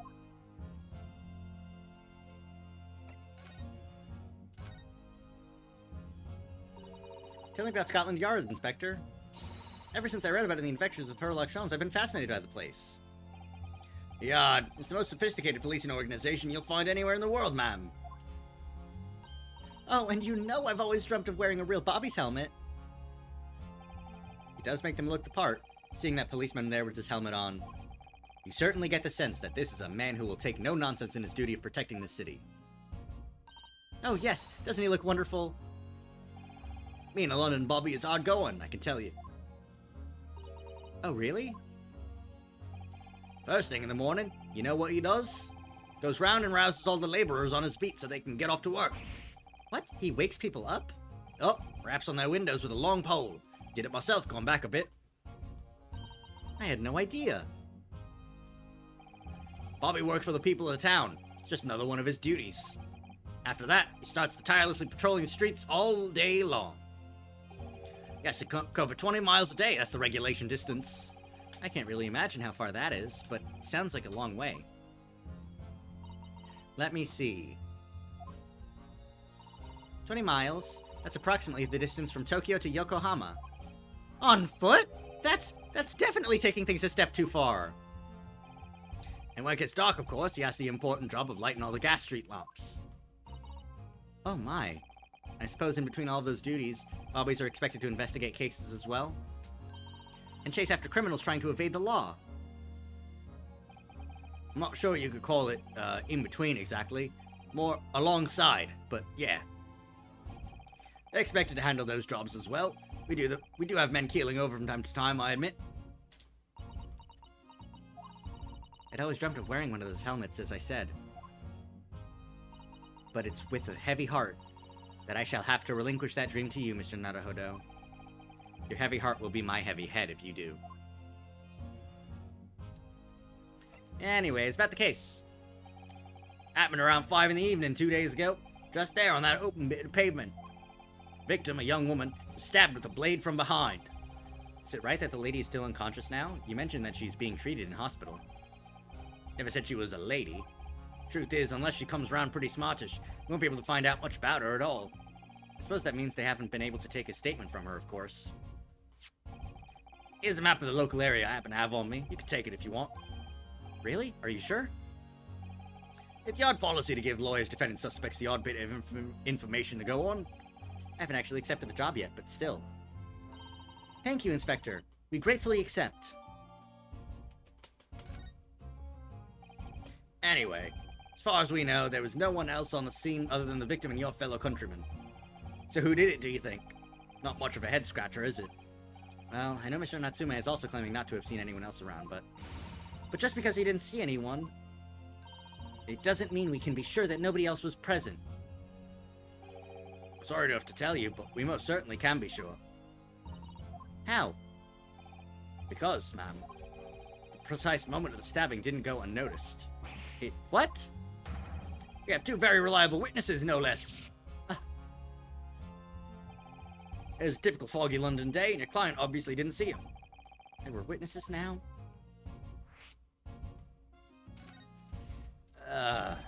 Who are these witnesses, Inspector? Fellow and his wife, and the man's one of the most reliable and respected citizens in all of London. He's a copper from Scotland Yard. A policeman? That might change things. And this policeman just happened to be there at the exact moment the woman was attacked? Nothing peculiar about that, ma'am. Part and parcel of being a bobby. Catching them in the back, catching them banging the act and all that. Do you think it might be possible for us to ask that policeman a few questions? Be my guest. You can ask him what you like. In court tomorrow. Oh. No doubt he'll be summoned as a witness. So that'll give you something to look forward to. That's that, then. He's got no intention of letting us meet the man beforehand, it seems. A policeman witnessed the incident. As your judicial assistant, I must warn you that this could make our job very difficult indeed. Yes, as a non-judicial assistant, I could have warned me of that too. Oh, yes, one more thing, Inspector. What? The person who led you to the suspect. I hear that was Mr. Herlock Sholmes. What are you bringing him up for? Was it something I said? The color is drained from his cheeks. Talk about him later. That twitchy Japanese bloke goes on trial tomorrow. You going to defend him or not? Well, makes no difference to me, but I will just say this. No London lawyer worth his salt would touch that case with a barge pole. Because the prosecution is being handled by the Reaper of the Bailey, you mean? No way to save the man now. It's a waste of time trying. It is all a bit strange, though. Sorry? The Reaper. He hasn't appeared in court once for a good few years now. Yes, we did hear something to that effect. And the only people he usually bothers with are the real scum. Master criminals, the violent ones. Master criminals? The violent ones? That's right. He handpicks his victims, only deals with those guaranteed to go to the gallows for their sins. But Mr. Natsume wouldn't hang for what he's accused of, surely? That's just my point, sunshine. Yes, the young woman was stabbed, but it didn't kill her. Couldn't even say the intent was there. So this isn't the sort of case I'd be expecting the Reaper to want to sink his teeth into, for want of a better phrase. Well, it's not exactly a minor infraction, is it? No, there's got to be more to it. Some reason he's taken an interest. Really? What sort of reason, Inspector? You think I can tell what's going on inside the head of that Lord of Darkness? You'll have to ask him yourself at tomorrow's trial. We're really going to have to face the Reaper again? The Lord of Darkness, as he put it? Yeah. Who'd you hear that name from? Oh, well, it was Mr. Natsume who mentioned it. He said that Sholmes was with the police when they entered his lodgings. I'm sure it was a result of one of Mr. Sholmes' inspirational great deduction. Fiddle faddle! Man's an amateur, and I'm getting sick of tired of him showing his mug everywhere. Oh. I don't know where he gets his information from, but he turns up at the scene of the crime, wanders around spouting incomprehensible rubbish, and before you know it, he claims to have solved the case. Yes, he's quite astounding, isn't he? He is a great help to Scotland Yard, though, isn't he? Gibble gabble! Ever seen this before? Oh, yes. That's Rant's magazine. The wonderful publication in which he appears. Yes, well, that wonderful publication, as you put it, sees fit to include several of the Yard's detectives in its stories. And the so-called great detective makes a mockery of us all. If you ask anyone at the Yard, it's a misadventure to be included in any Herlock Sholmes tale at all. Well, I suppose there is an element of that. We work our socks off, every one of us, only to be frumped by the public thanks to that obnoxious detective. Man's as dangerous to us at Scotland Yard as he is to all our criminals. That can't really be true, can it, Inspector? Clearly the great detective and the police have a complex relationship. Thanks for the intel. Well, I don't think we're gonna get any more useful information out of the detective. But let's examine the crime scene. Oh, Susato-san. Mr. Naruhodo, can I make a suggestion? What is it? Well, it seems to me that we must speak with him about this. By him, do you mean Mr. Sholmes? Yes, Mr. Herlock Sholmes, exactly. Look at those shining eyes. You can't wait, can you? Well, Mr. Natsume did blame Mr. Sholmes for all this, didn't he? Yes, he did. He really did. Which makes him an involved party to the case. Are you just going to ignore that? I hope not. I assure you, it's not simply my selfish desire to meet with Mr. Sholmes again. The trouble is, we have no idea of the man's address, even. So how... It's Baker Street! How do you know that? It's in the stories, of course. 221B Baker Street. Most famous address in the world. Yeah. Oh, I see.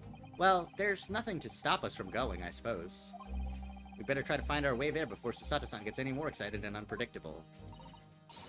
I'll summon a carriage. So we're to have a reunion already with the great detective, Mr. Herlock Sholmes. Before that, I'm gonna examine the scene of the crime. Including this busted-ass bike. A British bicycle, look. Although the wheel is so misshapen, I'm sure it couldn't possibly be ridden anymore. Someone must have been doing some breakneck cycling. Bicycles have become extremely popular in London recently. Even a movement to change women's dress to allow them to ride as well. Bicycles won't last. Do you dislike bicycles? No, not at all. I mean, it's not that I dislike them exactly. It's just that any occupation that involves taking both your feet off firm ground seems reckless.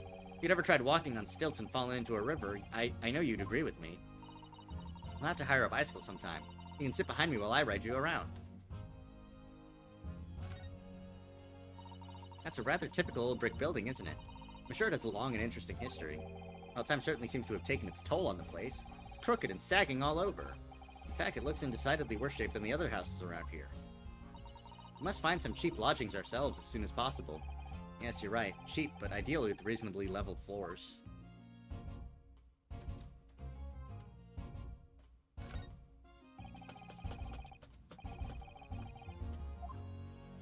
I meant the, Oh, look at the windows of that building there.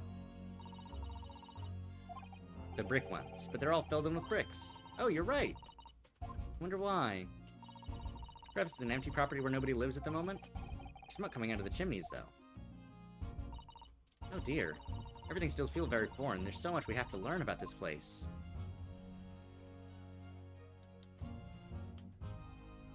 Yeah, that's probably it.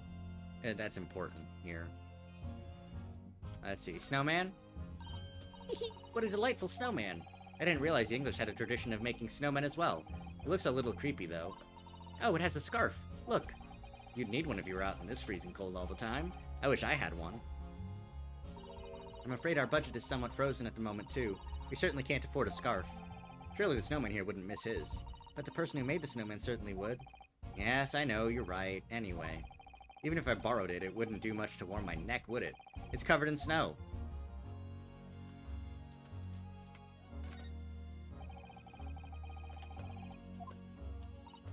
Yes, it's very wide open space, isn't it? That's true, I can't see anywhere in fact we could have been hiding. Oi! What are you foreigners doing here? Ah. Oh, just investigating the scene, officer. Conspiring with that mustache fellow from Japan, are ya? Conspiring? Come here to destroy evidence, have ya? Get out of here before I give you an hiding. Go on! You shoot us away like rats. Yes, we should give him a wide berth, I think. What a disappointing experience. Alright, well, let's move. I know a new location has been added. We've got to talk to Mr. Sherlock Holmes.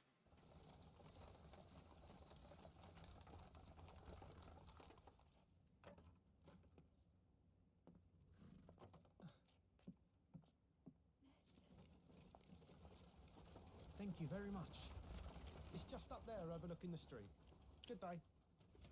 Good day. Thanks again.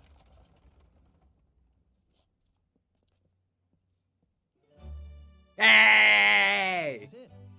The residence of Mr. Sherlock Holmes.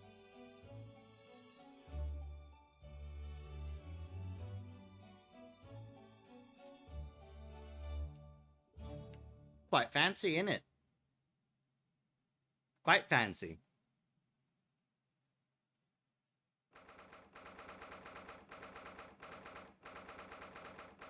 Sholmes' suite. So this is where the great detective makes his living. Feels surreal to be here somehow.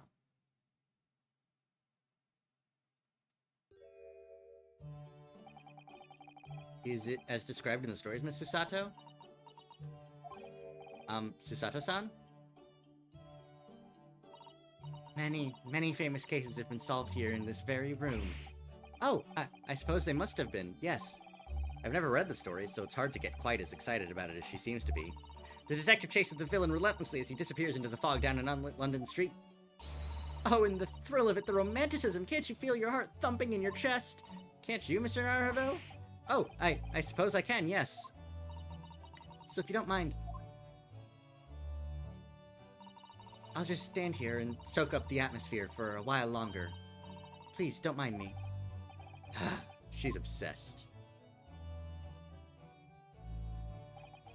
Well, looks like our detective friend isn't home at present. Excuse me, is anybody home? Oh, do we have a visitor? Hello! Is it a big new case for Mr. Sholmes? Hello. Wait, aren't you... Oh, how rude of me. I'll go and make some tea at once. I'm sure it's the same girl. Mr. Sato, did you see the girl who was just here? Oh, yes. Isn't it truly extraordinary? To think that the King of Bohemia came to this very room to ask Mr. Sholmes to take on his case. The King of Bohemia? King Wilhelm Gostrick Sigismund von Ormstein, of course. Sorry, I'm drawing a blank. Forget the adventures of Sherlock Holmes for a moment, and look over there! The tea's brewed, and I have a freshly baked cake as well. It's you! I knew it. Susato-san recognizes her too. The girl who threatened, that lady with the gun. The bigger gun than she had.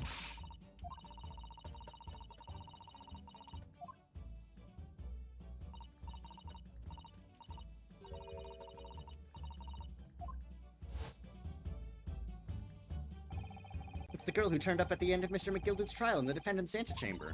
I've never met a lawyer from the Far East before. Poor you having to get straight to work when you've only just arrived in London. Oh, yes, it was challenging. Well, try this tea. It's my special blend, you know. Oh, thank you. Is tea supposed to look that color? Oh my, what a fragrant yet mellow flavor.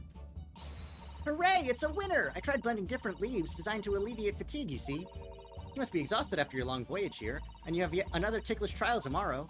Oh, and you're to defend a Japanese man. I do wish you lots and lots of luck. Did Mr. Sholmes tell you about us by any chance? Oh, you know Hurley, do you? Hurley? Oh, I love that. Oh, I love that. Mr. Sholmes was a fellow passenger on the boat that brought us to Great Britain, you see. Was he really? Well, I had no idea. I'm afraid Hurley's out on an errand again today, even though he's just returned from overseas. Wait a minute. We met this girl for the first time ever yesterday after the trial, and only briefly at that. How on earth does she know so much about us? Did she deduce all those things, do you think? And perhaps more to the point, why is she here in Mr. Sholmes' suite? Oh, silly me. I haven't introduced myself, have I? Good day to you. It's a great pleasure to meet you both. My name is Iris Wilson. I live here together with Hurley. Ah, Iris, is it? What a lovely name. What? What's the matter? No, wait, this can't be. Did you say that your name is Wilson? What's the matter with Susato-san? Why is she so flustered all of a sudden? Yes, that's right. And what are your names? Oh, I'm Ryunosuke Naruhodo, a lawyer from Japan. Oh, sorry. Mr. Naruhodo's judicial assistant, Susato Mikotoba. It's wonderful to meet you. Lovely. Susie and Runo.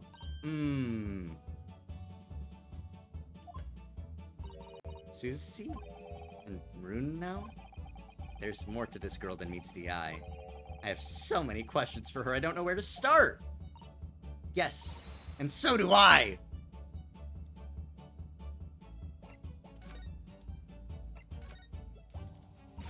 Oh yes, there's something I must ask you. Of course, go ahead, Susie. I'm a very grateful fan of the Adventures of Sherlock Holmes, and oh, you have a copy of France Magazine. Yes, I read every issue. It's delivered all the way to Japan on a ship.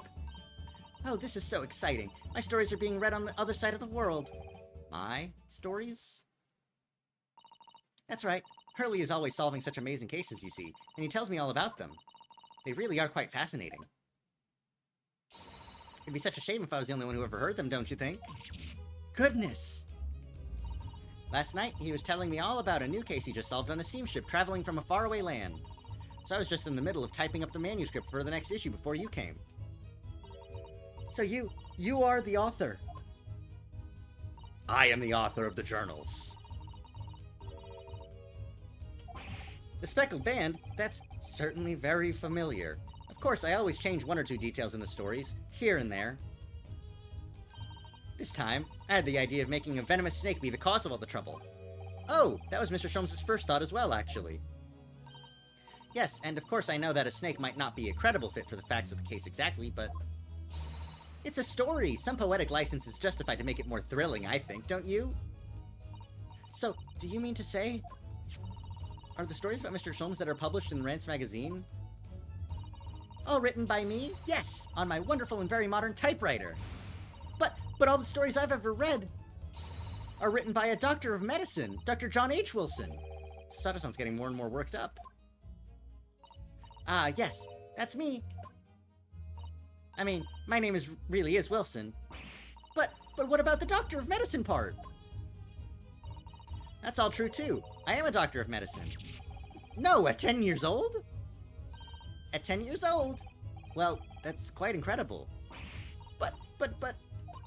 Dr. Wilson is an English gentleman! Ah, yes. I did alter the setting slightly, for the stories to be more compelling. Oh. Well, it sounds a little strange, doesn't it? A great detective with a 10-year-old girl in tow? I suppose it does, yes. Poor Susato-san, she looks like her whole world has just fallen apart. She was shipping Wilson and Sholmes to death. To death, bro. So what's your deal, Iris? It was you that we ran into yesterday, wasn't it? At the Old Bailey? Yes, that's right. You were ever so helpful. Thank you so much. Oh, no, not at all. I'm so sorry we couldn't have been more welcoming. Though at the time, we did have a rather large gun pointed at us. Like this? I should get Jonathan Joestar, or George Joestar off the screen already. He'll come back when it's time. Oh, Ginny? Yes, she's a professional pickpocket. So we found out. It was very naughty of her to pinch my invention like that. Are you referring to that trial-disrupting gun-like contraption? Exactly, so I followed her, you see, to get it back. Perhaps I should think about fitting a self-destruct mechanism in my inventions. This girl is dangerous. Anyway, I brought Ginny back here after that, so she could apologize to my trusty technician. Sorry, your technician? Hurley, of course, silly. Hurley? Yes, Herlock. Herlock Sholmes. We live here together. I had no idea the great detective had such an interesting young daughter. Daughter? Not likely. What?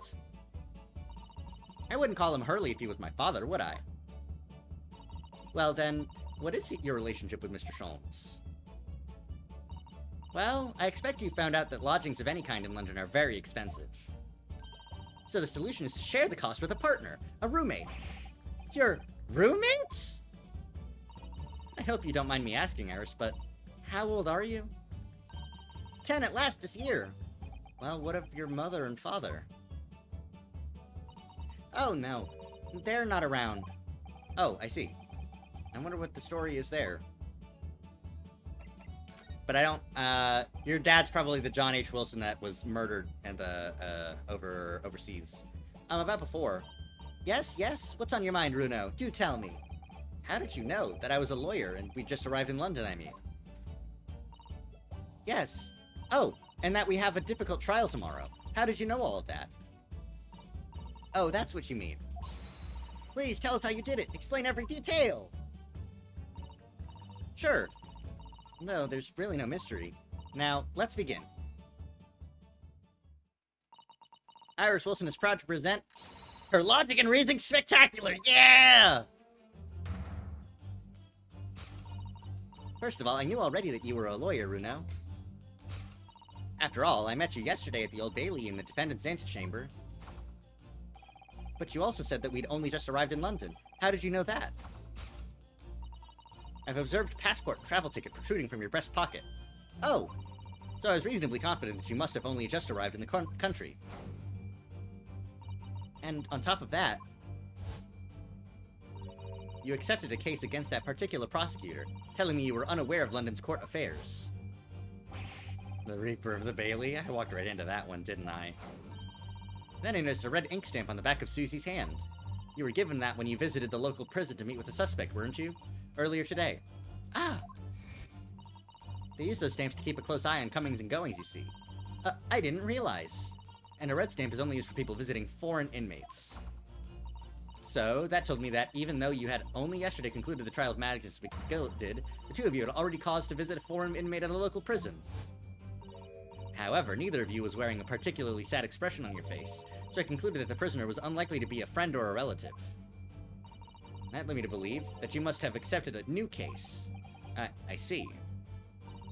But how could you have known that the trial is tomorrow? Well, having barely been home a few hours yesterday, Hurley solved yet another case. It obviously amused him. He told me that he'd caught a Japanese man who was bawling and trembling.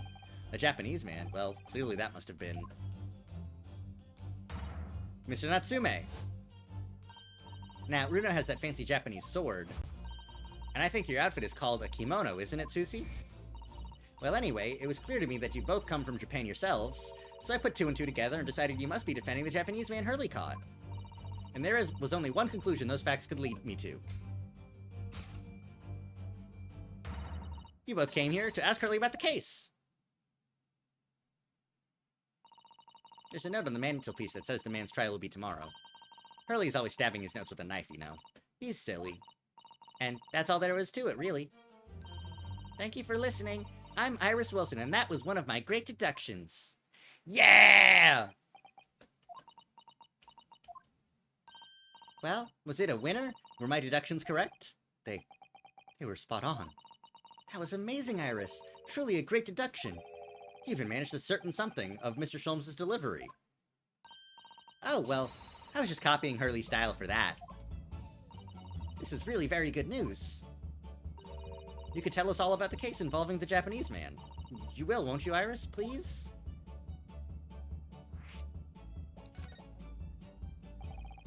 Yesterday, Mr. Sholmes apprehended a Japanese man, you were saying. Yep. Hurley had just arrived back in London after his sea voyage, but the police were waiting for him at the railway station to take him directly to the crime scene.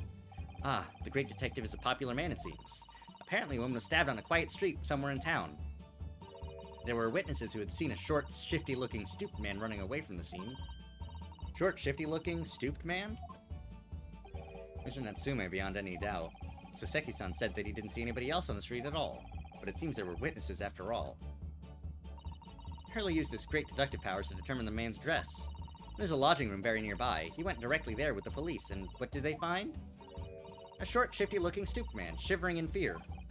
Ugh, Mr. Sholmes' great deduction certainly hit the mark that time. Of course it did, he's a great detective. Still, that means the incident occurred only 2 days ago. Surely tomorrow is too soon for the trial, isn't it? Definitely. We have no time to investigate properly. Hurley says that London is rife with crime. Oh. Scotland Yard is doing its best, but they can't stay on top of it, apparently. Oh dear. I hadn't realized the situation was so dire. That's why they can't afford to spend too much time investigating cases and trying the criminals in court. Staff and money are both short. Crimes are usually pinned on the first suspicious person. That's terrible! I suppose it's the harsh reality of the workings of the world's greatest justice system. I suppose it is, but in that case, I don't hold out much hope for Soseki-san.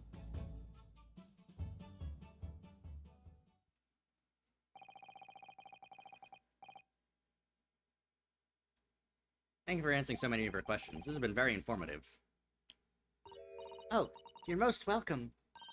I've had so much fun! Do you happen to know where Mr. Sholmes is at the moment? As you guessed, we'd like to ask him some questions about this case as well. Ah, well, I expect Hurley is still investigating the scene. Of the case involving Mr. Natsume, you mean? Yes, Mr. Natsume? Hurley said he was going to the man's lodgings. If you leave now, you'll probably catch him there. Iris, do you know where those lodgings are? Well, I imagine the police are still investigating the scene of the crime themselves, aren't they? Did you happen to come across a detective by the name of Gregson when you were there? Yes, we know Inspector Gregson. Ah, goody! In that case, give Gregsy this for me, would you? If you do that, I'm sure he'll tell you what you want to know. What is this? A 5-shilling piece and a postcard, it seems.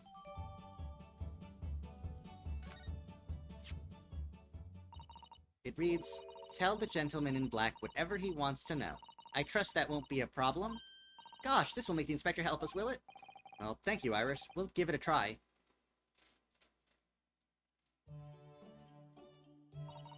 Good luck, then. I'm going to return to writing my manuscript, The Speckled Band.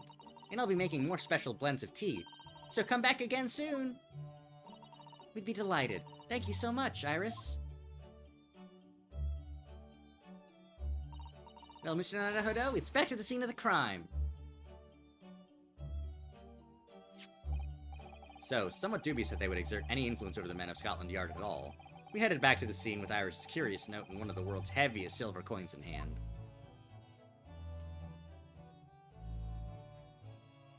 Really? To be continued there?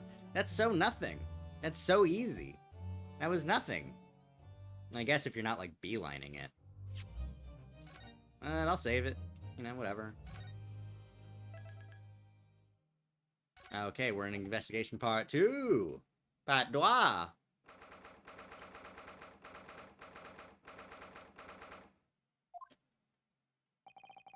It looks as if the police are still here, carrying on with their investigation. Perfect, so let's find Inspector Gregson as quickly as possible.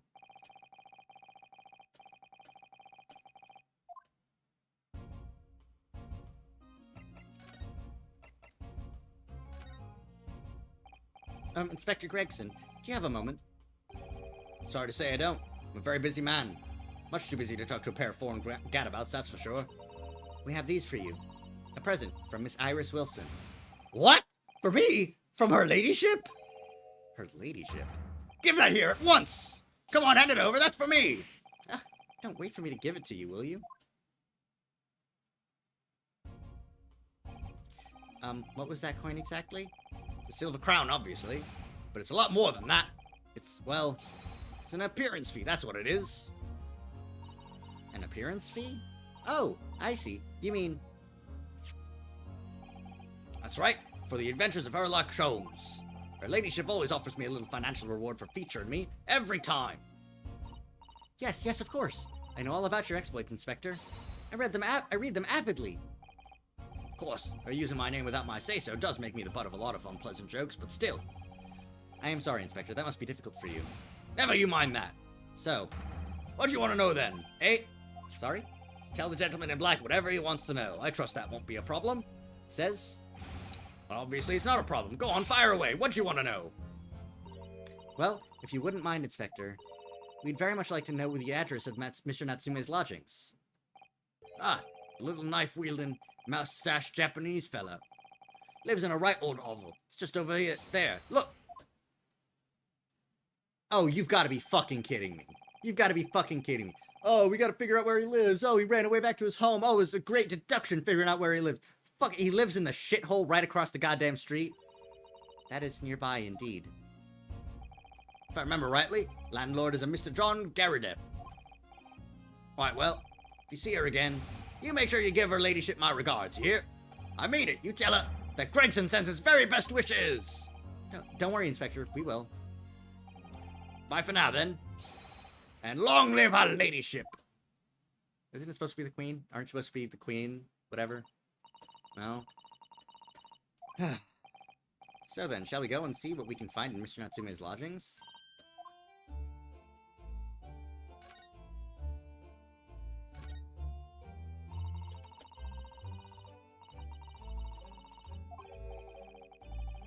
Can we go? No, I want to go in it. I already looked at it.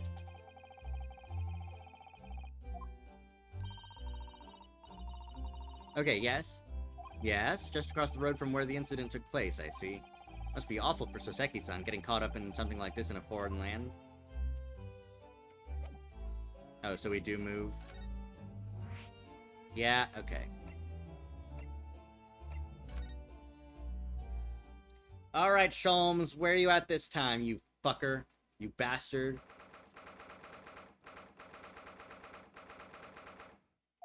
Eh? Ah, hello. May I help you? Ah, yes, would this be the residence of Mr. John Garrideb? Indeed it would, sir. And who may I say is calling? My name is Ryunosuke Naruhodo. I am... Miss Naruhodo is representing Mr. Soseki Natsume. I believe he takes lodgings here? We would very much like to ask him some questions about our client. One moment, please. I shall convey the message to Mr. Garrideb. Did you see that, Mr. Susato? That's a real-life English maid. I know. As I understand it, anyone of standing in English society employs a number of household staff. But that was the first time I've ever seen one in the flesh. Oh, this day keeps getting better. It certainly feels like we've really arrived now, doesn't it? We need only to meet a butler, and the experience will be complete. Well, I'm not sure if I'd go that far, but I understand the sentiment. Thank you for waiting. Mr. Garrideb will see you now. This way. Oh boy. Hello, chap. Dude. There's a candle on the floor indicating and trying to hide a bird. John Garrideb at your service. Pleased to meet you, sir. This is Ryunosuke Naruhodo. He's a defense lawyer. Do excuse me not getting up. Took a shot to the knee a few years back at the Battle of Meiwan, don't you know? Earned a medal for my pains, but had to withdraw from service. Handed over the reins to the up-and-comings. He was a retired soldier. It's a hell of a job getting up and downstairs now, I can tell you. Don't get out much, as you can imagine. Yes, it's quite a climb up here to the second floor, isn't it? I was panting at the top of the stairs. You really must take more exercise, Mr. Naruhodo. Ugh, do you think so? Well, Mr. Garadeb, no doubt you were very courageous to earn yourself a medal. Oh, it was nothing. Medal's just a folderol, really. Wouldn't like to offend the general, though, so I grudgingly displayed it on the wall. Why don't you fetch it down, Joan? Let these good people see it properly. Joan, fetch the... Ah! Dash it all, woman, be careful! Oh, dearie me, I do beg your pardon, sir. You jolly nearly took the skin off my hands. I shall be more careful, sir. So anyway, there you have it. Living the quiet life now. Yes, I see. The very quiet life. Now then, I hear you want to know about the chap lodging downstairs. Is that right? Yes, we would be very grateful if you could answer some questions for us. Only too pleased, naturally, especially if it helps to keep the peace here in Blighty. Forged an alliance with the Empire of Japan recently, as I'm sure you're aware. So this case is very much in the public eye, as it were. Oh, is it? Even had some famous detective poking around, you know? In this old house, would you believe? Yes, Mr. Herlock Sholmes. Could have been. Didn't catch the chap's name. Not really my cup of tea, all that detective business. Oh, but you have a copy of Rance magazine here, so... Eh? No, Anyway, the chap's investigating the foreigner's room as we speak. So he's in Soseki-san's room. It's a bally nuisance is what it is. The whole neighborhood's twitching its curtains now. Don't like all this fuss. It's jolly unsettling. About Mr. Natsume then, Mr. Garadeb. Please, do tell us. Ah, yes, the Japanese chap. Only been lodging here for a week. Oh, just 1 week? So we moved in very recently then. I have two lodgers most of the time, one on the ground floor and one just below us. First floor room became available a week ago, you see. There'd been... Yeah! Dash it all, Joan, do be careful. Oh, my goodness, I'm terribly sorry, sir. Do I get to see the maid's name? I do. Oh, but I don't. John Garadeb. Iris Wilson. Soseki Natsume. Tobias Gregson. Male Strongheart.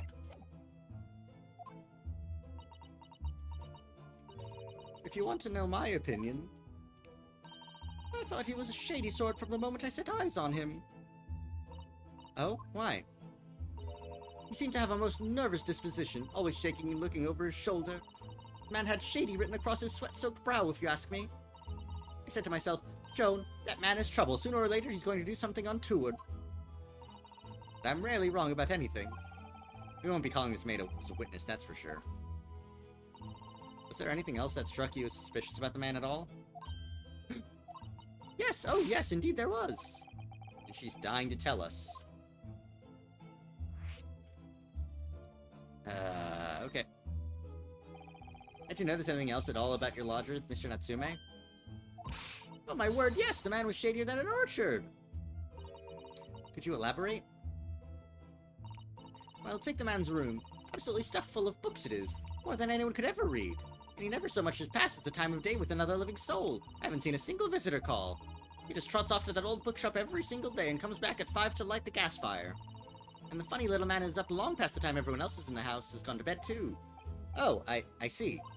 The gentleman on the ground floor goes to bed at around 9 each night, but I've never known that Japanese fellow to retire any earlier than 2 in the morning. Ah. Could you clarify something, I wonder? What, pray? How do you know so much about Mr. Natsume's routine? Oh! I'd understood that neither of the lodgers live on this floor of the house, is that correct? That's right, yes, they're both below us, on the first floor and street level. Then, how is it that you know so much about the lives of your lodgers?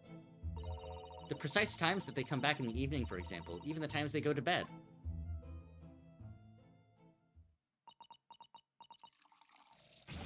Yeah! Good grief, Joan. Be more careful, woman. Oh my goodness, sir. I'm terribly sorry, sir. Something doesn't add up here.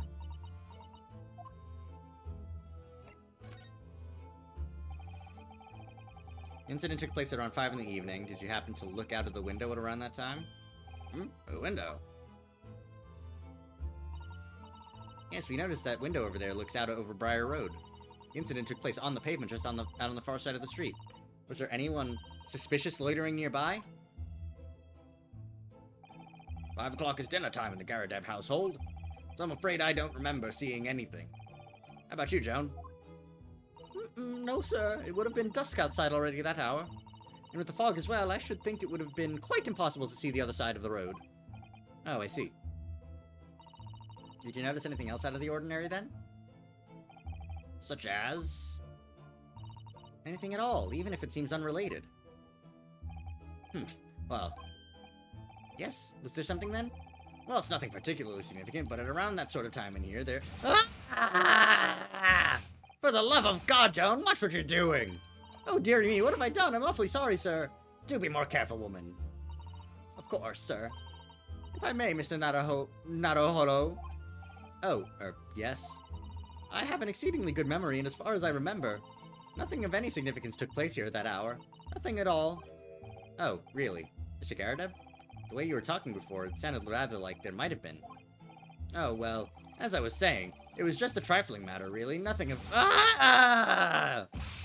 Joan Deschanel, what is the matter with you, woman? Begging your pardon, sir. Nothing happened. Yes, quite. Nothing happened. We sat down to a quiet, uneventful meal. Joan? That's right, Mr. Garadeb. What is the matter with these two? It sounds like something happened here in this room on the evening of the incident. But what? I wish I knew.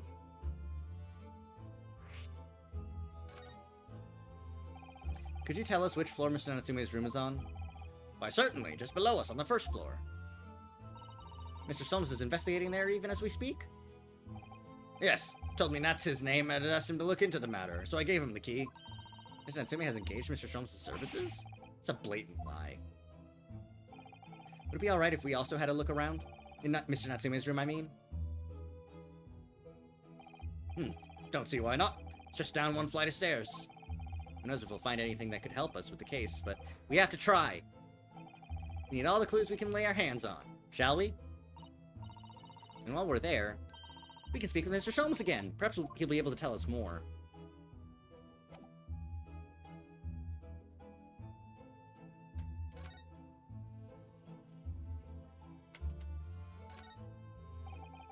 Look at this crockery on display here. It's rather unusual, isn't it?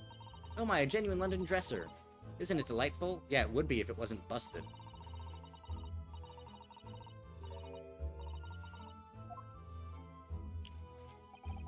It really is. The word cracked wouldn't do that Chinaware justice. Ah, I wonder. Perhaps a cannon was fired at it. Yeah, it's probably something like that, but let's not delve too deeply here. Look at that enormous screen. It must have been put there deliberately, surely. Yes, it certainly seems like someone's trying to hide something from view. What could be behind it, I wonder? I'm gonna have a very quick look. Just a little peek. Ahem! Ahem! Maybe let's not, Miss Susato. I think the maid is going to head us off with a cup of tea. Ahem! Ahem!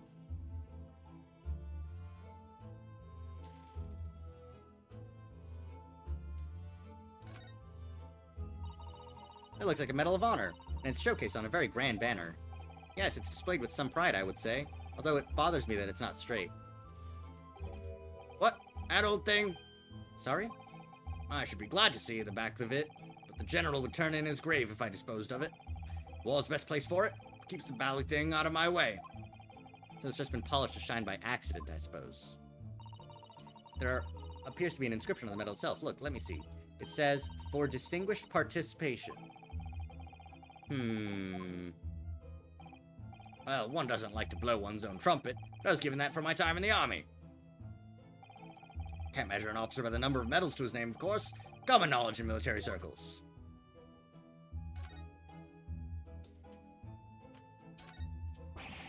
It's a full-size cannon. What's it doing in here? Oh my, it's real. I thought it might be a replica.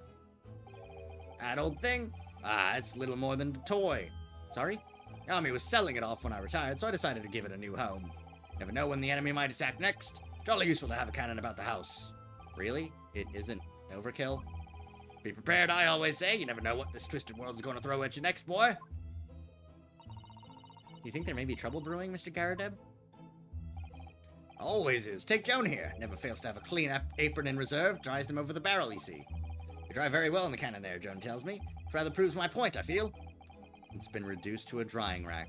No wonder the huge cannon looks like it's hanging its head in shame. Alright, that's all I really wanted to look at here. Let's move! Mr. Natsume's room. Where are you at, you motherfucker? Cat! Cat! What? Just look at this place. And smell it. It's so musty in here. I suppose it's the mountains of old books that are responsible for that.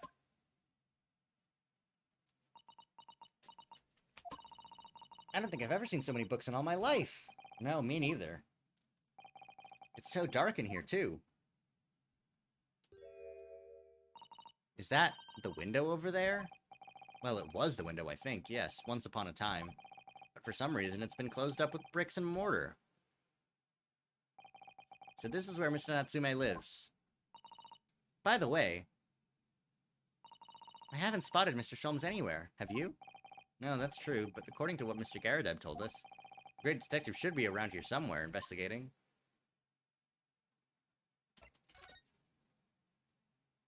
Look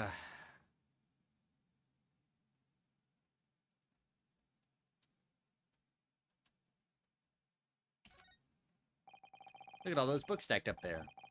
They almost reached the ceiling. They're all works of English literature. They all smell so musty. With this volume of books to hand, you'd never be short of reading material, would you? No, what a dreamy idea. Bad dream, maybe. For me, at least. Mind you, I don't imagine the book that's at the bottom of the pile now will ever be read again. Ah, so reading it is an experience that comes but once in a lifetime, just as the tea ceremony teaches us. Certainly didn't expect the conversation to turn down the path of tea ceremony philosophy. Alright, cat.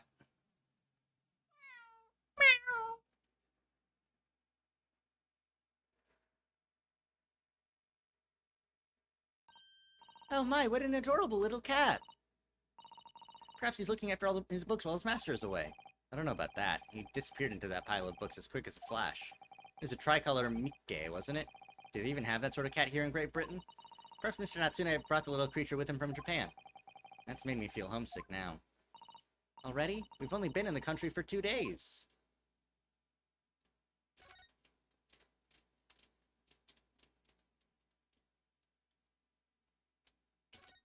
What were you writing? That desk seems to be wedged into a crevice between the mountains of books on either side. Suppose Mr. Natsume would sit there and read while stroking his cat. But surrounded on all sides by these towering old tomes, surely he dreamt of books every night as well. Yes, he must have done, mustn't he? Oh, what's this? It's a receipt from a second-hand bookshop. Your books. Oh yes, Mr. Natsume's name is on it. Look. And the date of purchase? Ah, 2 days ago at 4:45 p.m. That's the day of the incident. That's just a short while before he was embroiled in the terrible attack. He must have been on his way back from buying some old books.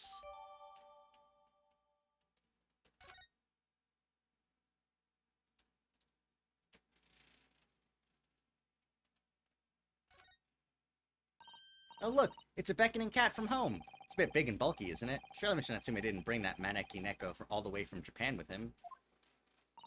I hardly think you're in a position to comment, Mr. Naruhodo. Are you forgetting the enormous Daruma doll that you brought in your luggage? Well, it can be dangerous traveling abroad. I wanted a lucky charm. Well, I imagine Mr. Natsume wanted the same, and this cat is sure to beckon good luck to him.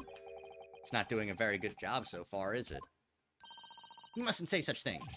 I didn't say a word! Why are my eyes such a giveaway?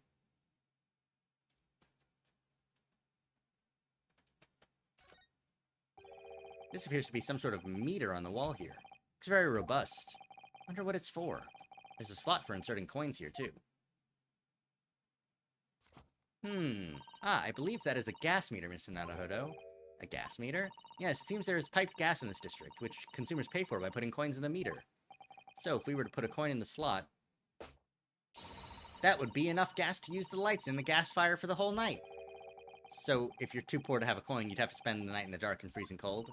That's right, as would a rich man who only carried crisp white notes. London is a scary place.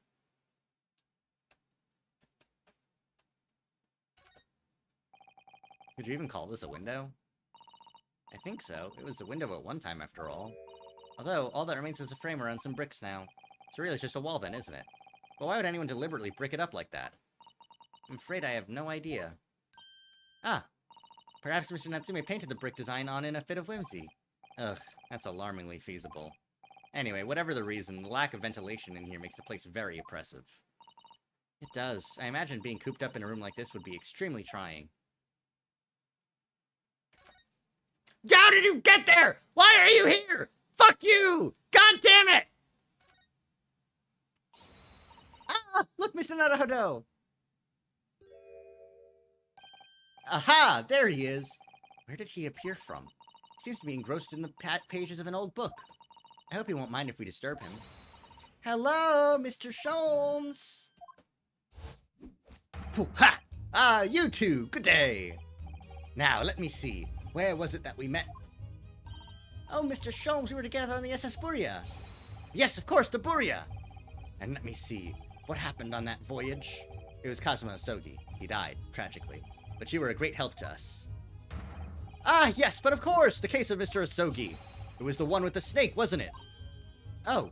Well, you seem to remember something of it, at least. What an honor to be remembered vaguely by the great Herlock Sholmes. This is Mr... Oh, no, my dear madame. Hold your tongue. I pride myself on my superior powers of recollection. Your names are safely recorded in my brain attic. Miss Naruhodo! And Mr. Susato! Try the other way around, Mr. Sholmes. I lose the first round! You asshole. In truth, I had hoped to invite you both to my Baker Street suite the day we arrived in London. Some Scotland Yarders ambushed me at the railway station and whisked me away to a crime scene. It was an entirely trivial case, of course. I solved the matter in no more than 30 minutes. So they apprehended Soseki-san in that short amount of time?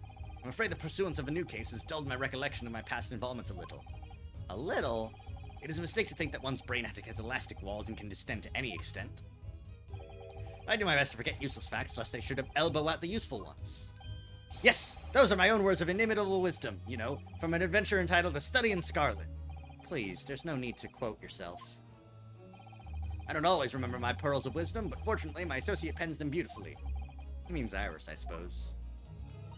Mr. Sholmes, we have some extremely important questions to ask you about the trivial case you just mentioned. Goodness, what an earnest expression. My dear madame, I should be only too pleased, and this murky room is an apt place to discuss the murky case.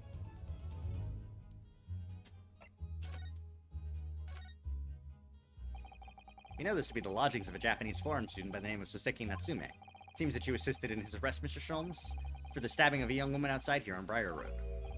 Natsume. Yes, I believe it was a name rather along those lines, but Mr. Natsume denies it. Was it really justifiable to arrest him on so little?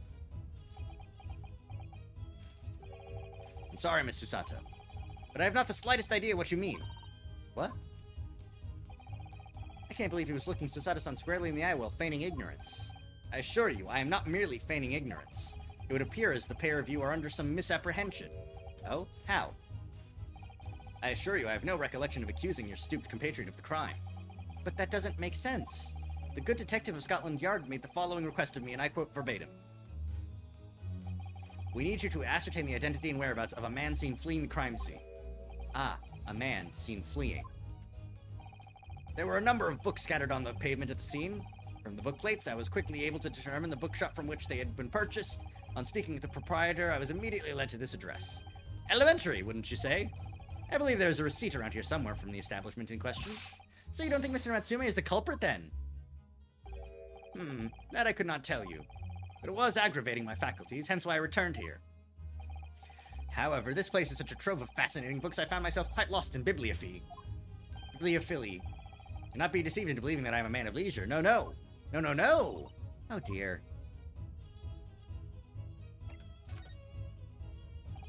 Ah, tell me. Have you encountered the landlord of these lodgings?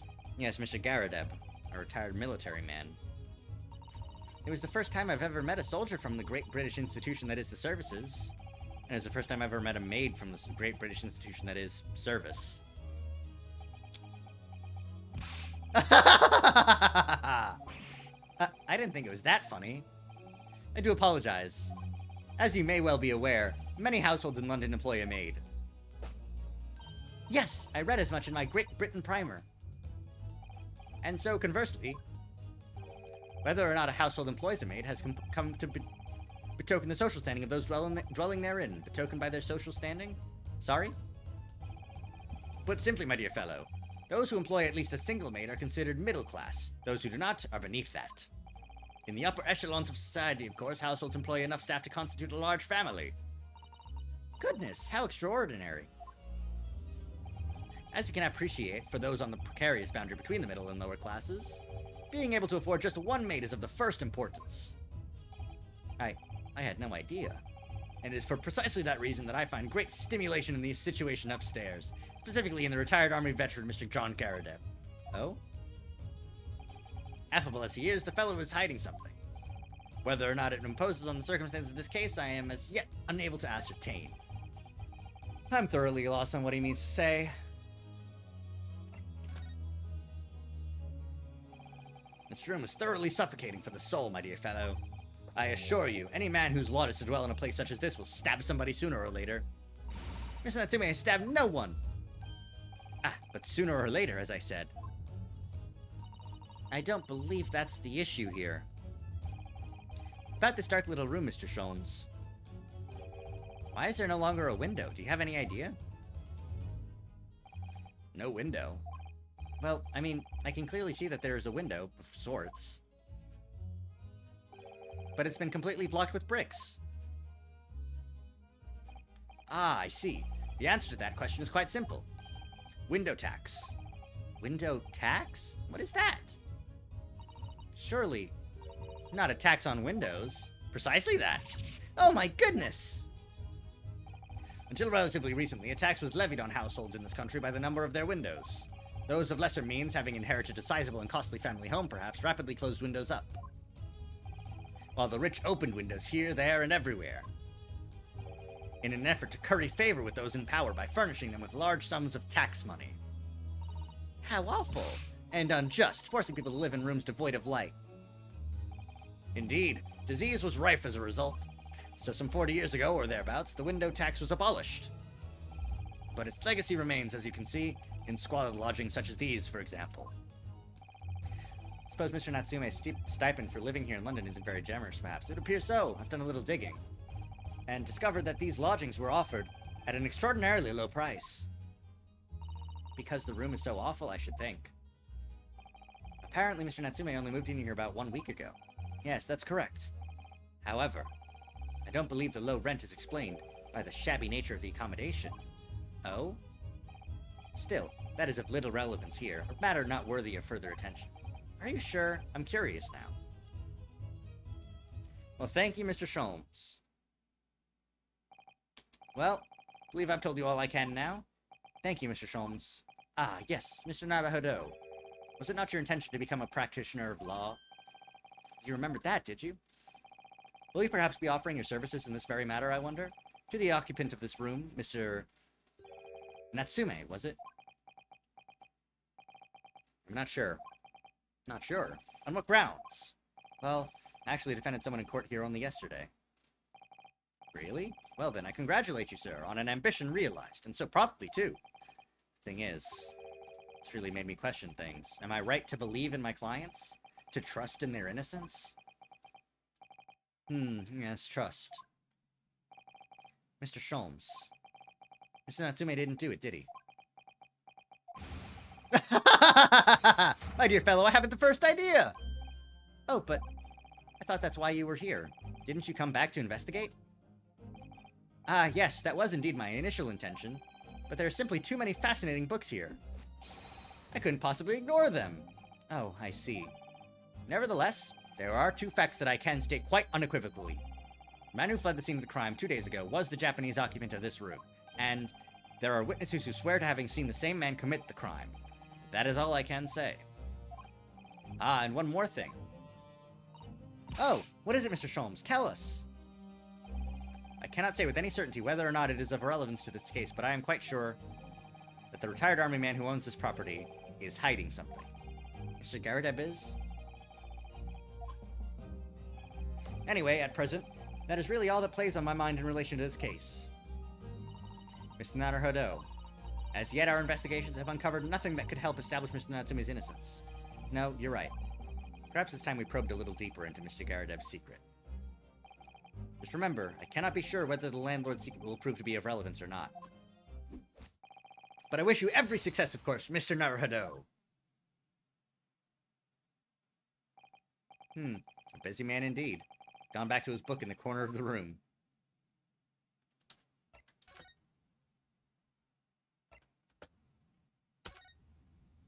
Give me your fucking secrets.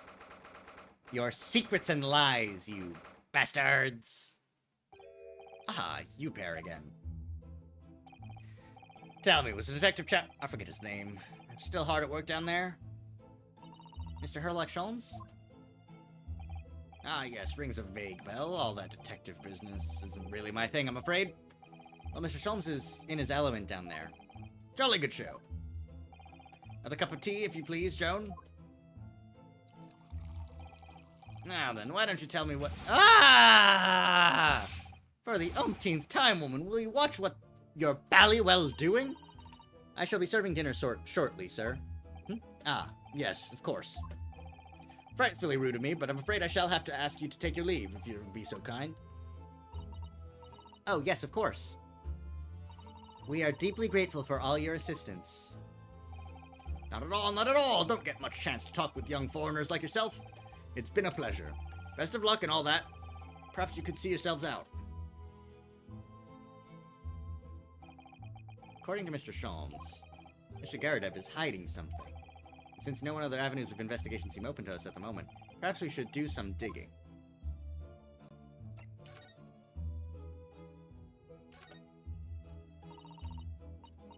Oh, okay.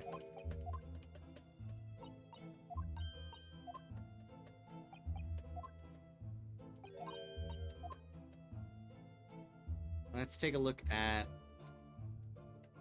his uniform. The uniform looks fairly ancient, doesn't it?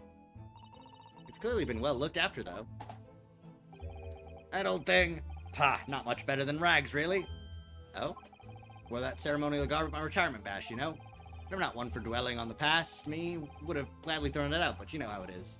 Anyway, it doesn't hurt to have the odd piece of memorabilia lying around, does it? Oh, I see. Perhaps we should leave the past in the past.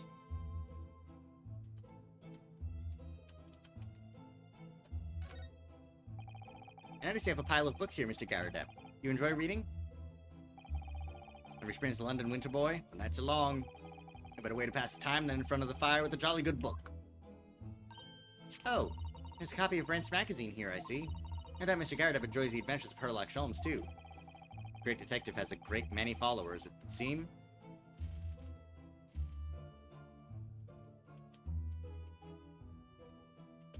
Oh, that's good. I like that. The portrait of Mr. Garadeb is glaring at me, I swear. Have you noticed that all the little frames contain photographic prints of Mr. Garadeb as well? Yes, and there seems to be a statue of a lion on the mantelpiece as well. Ah, yes, seemed to come back from the local pawnbroker with that little trinket. Seemed to come back? What do you mean? Chap who runs the place is a bally wizard. Went in to sell him something and came out with that thing. In point of fact, now I think about it, I rather often find myself leaving the place with something I don't need. The lion ornament certainly does seem surplus to requirements.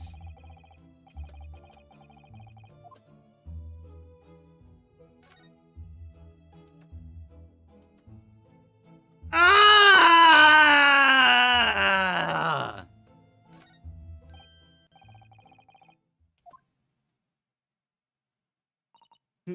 Mr. Sholmes! Aha! We meet again, my dear fellows! Good gracious! When did you sneak in here? Herlock Sholmes, sir, at your service.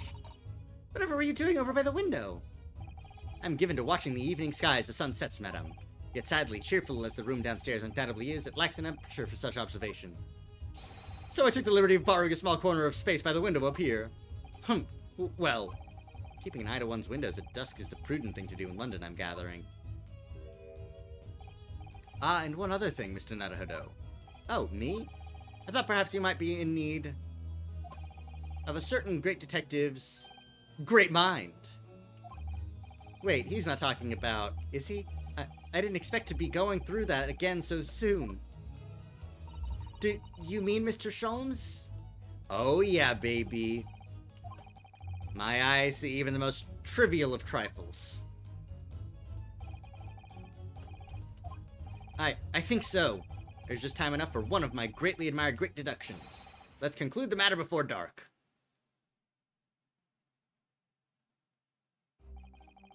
Mr. Garadeb, though it would seem you are a military man of considerably distinguished service, your standing as a landlord is most certainly not what one might call first-rate.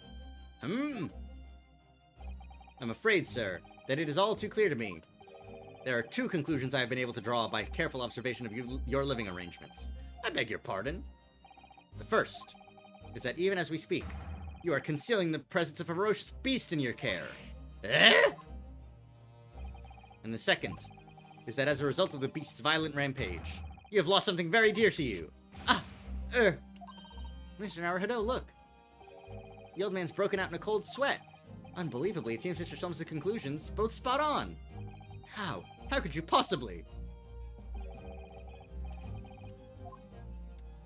I'm the greatest detective in the fucking world. Bitch, that's how I know.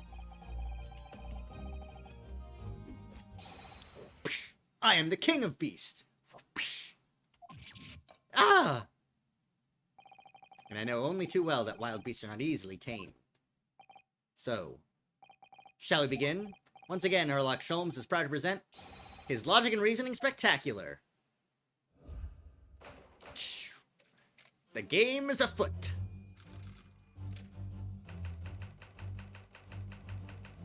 Nature of the beast.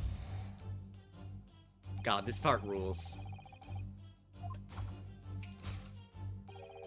That a fearsome beast has been on the rampage of late within these four walls.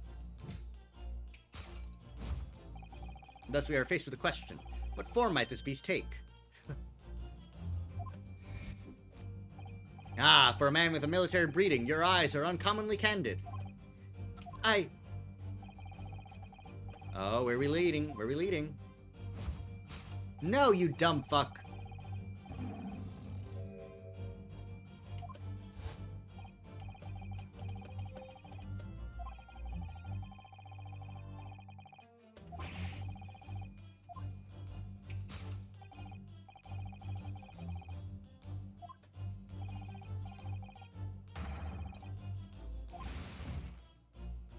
Ha! He got slapped.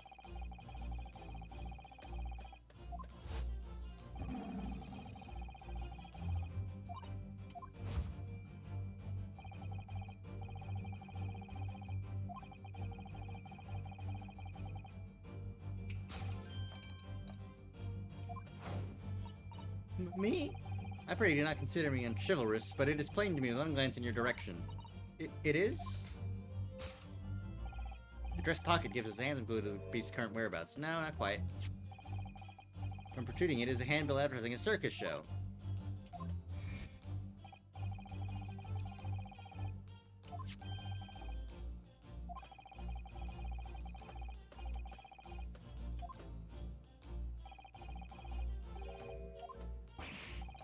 I most certainly did not.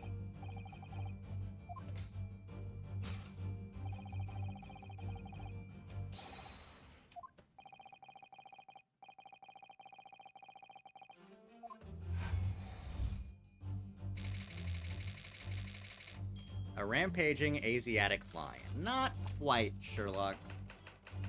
And then the aftermath.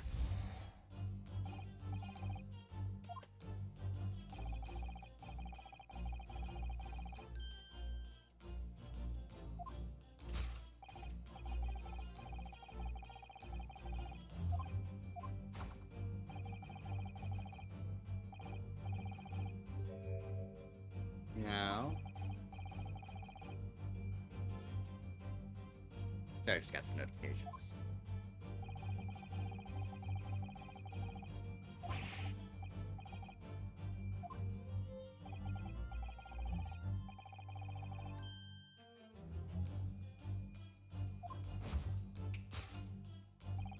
And we need only follow the direction of your gaze to find the answer.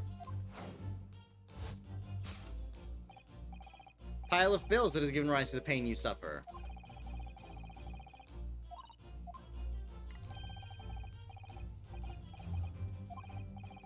Beating your beloved as it had a devastating impact on the financial circumstances of the household. So you had no choice but to let it go. Yes, well... Now, in a final fit of rage, the ferocious beast carried out one last unimaginable attack. Unimaginable? The aftermath of which can be clearly seen by the observing the carpet over there. Very expensive woolen carpet, if I'm not mistaken. Oh, dearie me. What could have caused such a destructive outburst? Ah! This time, madame, I'm afraid it is you who has inadvertently revealed the truth to me. Your wandering eye had settled upon the answer very neatly indeed. As to explain the dire state of the carpet, we not only look at the Tower of Cakes. What?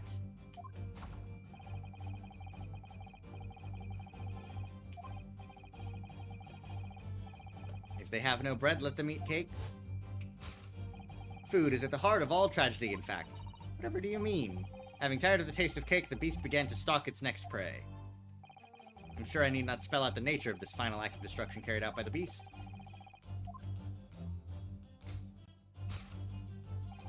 Worked into a frenzy by hunger, the lion attacked and ate the carpet.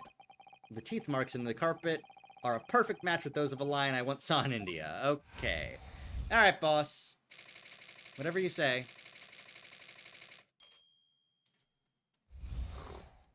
Alright. Thus concludes Herlock Sholmes' okay deduction. Oh, you dumb motherfucker.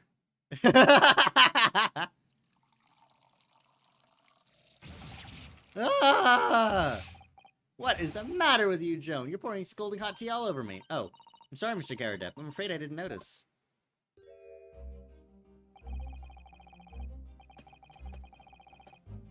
Your cup runneth over. Indeed, my revelation can make people spill tears at times, too.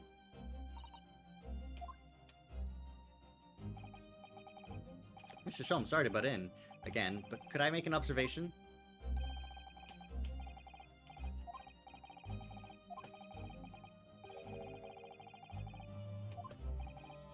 Indeed, it is the only explanation for the facts. The terrifying truth all too often lies beyond the realms of common sense. But if an uncaged lion had run amok in this very room, surely Mr. Garadep and his maid would have been hurt, or worse. Ah, that's where you are stuck. No doubt the former military man held his own against the beast using that large cannon. I thought you said they sold the lion to the circus. And what about the food? Meat and potatoes are one thing. But I don't believe I've ever heard of a lion that drinks tea. Ah, my dear Miss Susato, it occurs to me with some regularity that irrespective of race and breeding, whenever anyone lands on the great British soil, they are infused with highly appropriate taste for the afternoon tea. What a glorious notion. Well then, Mr. Naruhodo, it's your turn to shine again. I had a feeling that this was coming. Slight massage, that's all Mr. Sholmes' deductions need. You can do it! Excellent, I've been waiting for my trusty partner in deduction to step forward again. Hello! We're participating in Herlock Sholmes' great deductions. Uncovering the truth is always worthwhile, whatever the motivation. At least, that's what I want to believe. Let us start again. From the beginning. Yep.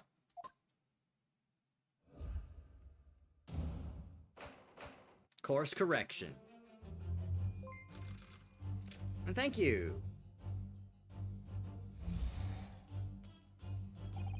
Certainly shouldn't take a great detective to see that a fearsome beast has been on the rampage of late within these four walls. Thus we are faced with the question, what form might this beast take?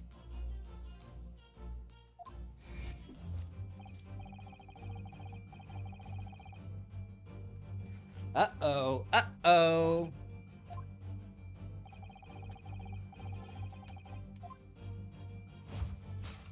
Alright, now to be right.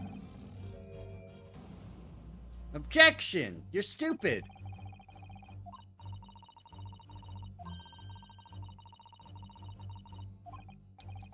Something with a very fierce nature, but it couldn't have been a lion transported from India. So what was it then? Follow the gaze for the fruity taste it shows. Eh? What's this photograph? It appears to be from Mr. Garadeb's wedding. He looks very happy, doesn't he? He does, but you can't make out his bride. No, how unfortunate. Something must have struck the glass directly over the woman's face. I wonder what happened. Probably best not to delve on too deeply there. Take that! Take that!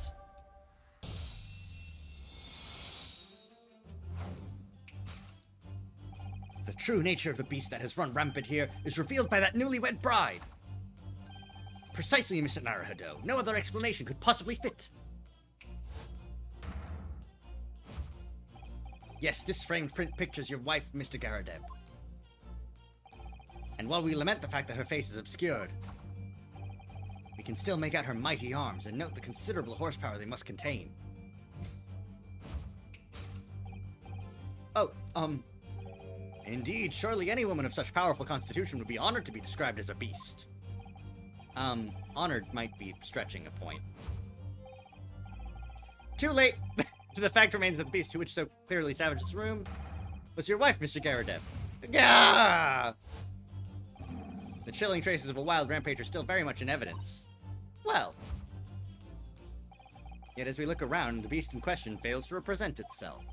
Where could this angry creature have disappeared to? Madam? Me?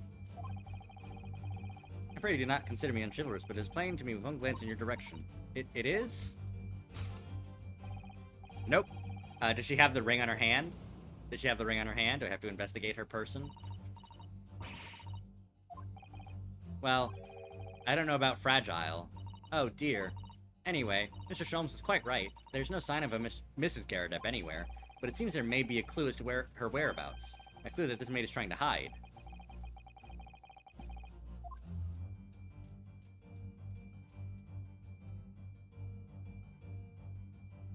Take that! Yep.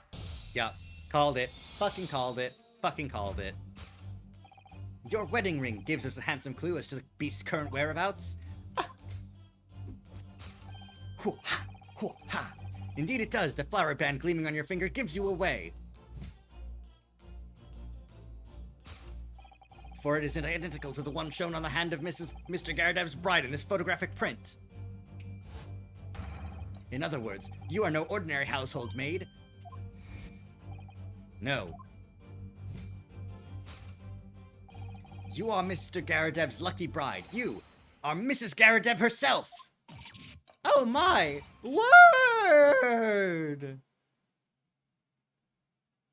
And then she was still sold to the circus. Well, jolly fine detecting, sir. As you rightly surmised, this is the wife, yes. My Joan. Rather let herself go, you might say. But she was a bally corkerback. Ah, Jesus fucking Christ! God damn it! It would appear that you don't live in the most comfortable of circumstances. After all, you are a retired army man, yet you are in the business of renting out rooms. I would assume, therefore, you have insufficient means to employ a maid. Would that be correct? It's not right, I tell you. I was second lieutenant of the 3rd Regiment. A man has his pride, don't you know? My golly, it's a sorry thing when a chap can't even afford to have a single maid in his employ. Yes, here in London, one is rather judged. Household cannot be considered worthy of society if it employs no staff at all. Though in my considered opinion, such concerns about appearances are a folly.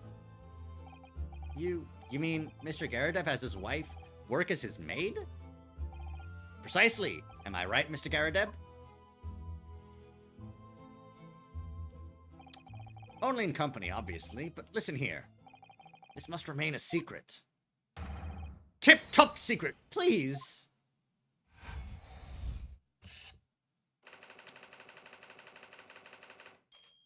Wow. Hounds of the Baskervilles. Alright, let's see what new conclusion we come up with.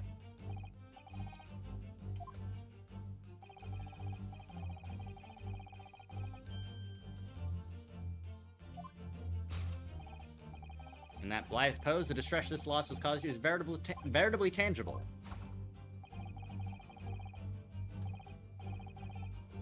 No, the pain being revealed by the fucking slap mark on his face. Yes, as a woman, that feels rather uncomfortable. Mrs. Garrett is standing beside her husband as we speak. In other words, he hasn't lost his beloved at all, has he? Oh, how true. So perhaps that supporting arm there seems to be propping up his head. Has some other significance then. According to Mr. Sholmes, Mr. Garrett's pain is tangible, though. What could it really signify? The fact that he got slapped. Take that! Whapa! Your head weighs heavy on your shoulders. The pain you feel being revealed by that slapped cheek. And of course, the deliverer of that impressive mark on your cheek that refuses to fade was you, Madame Joan Garrideb. Well, yes. You have been desperate to hide the slap mark on your cheek, sir. Ow.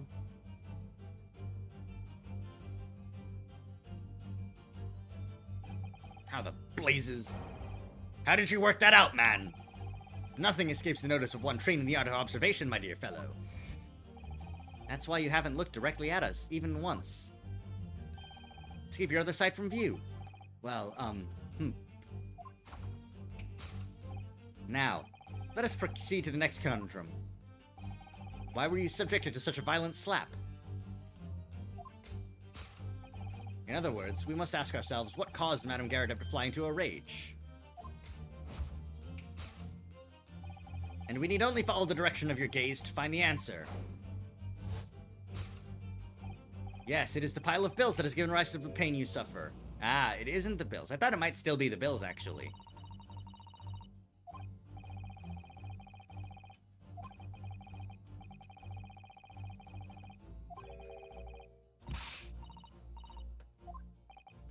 Yes, she's not a beast, but she's also a person who gave her husband a mighty slap around the face. One so hard that they left a perfect hand mark, in fact. Yes, why would a woman want to hit her husband with such force, I wonder? I'd love to know the answer to that question. Let's take a look. Is it in the waste paper basket? No, it's in something shattered. No, it's a bookmark with a kiss slipped on it. Someone must be reading this book at the moment. There's a bookmark here, look. Mr. Garrideb is clearly an avid reader. Oh, wait a minute. I don't think this is a bookmark. Oh no, so it isn't. It's a note written in a woman's hand. Oh, James, I love you. Yours, Mary. And look next to the signature here. Lip marks made with lipstick. Oh, what a passionate and romantic gesture. Don't get any ideas, Susato-san. Oh dear, I'm sorry. So this bookmark is actually a love note then. Okay, I did have to inspect it before sending it. Take that! Sometimes you don't have to inspect it, but I'm glad I did. Yes, it is this love note that has given rise to the pain you suffer. Oh, James, I love you. Yours, Mary. Passionate, indeed. Perhaps the center of this note, a certain Miss Mary, is the fly in the ointment here. Gah! But I don't know the Bali woman. You don't know her? That note wasn't written to me. It was just in the book. I don't know how it got there. It was just in there, you say? That's right. That's what I've been saying. Yeah! A likely story. Now listen here, Joan, old thing. I explained at the time. I bought the book at the second-hand place, and the note must have already been in there. So the previous owner of the book was using the note as a bookmark, you mean? That's right. That's what I've been saying. Yeah! A likely story. For heaven's sake, woman, look at the name. It's written to James. My name, in case you've forgotten, is John. Ah! A likely story. Are you questioning my name now? And there we have it. Arouse the suspicions of the female heart, and you unleash a beast with the most ferocious bite. Now, in a final fit of rage, the ferocious beast carried out one last unimaginable attack. Unimaginable? Yep, the carpet was burned.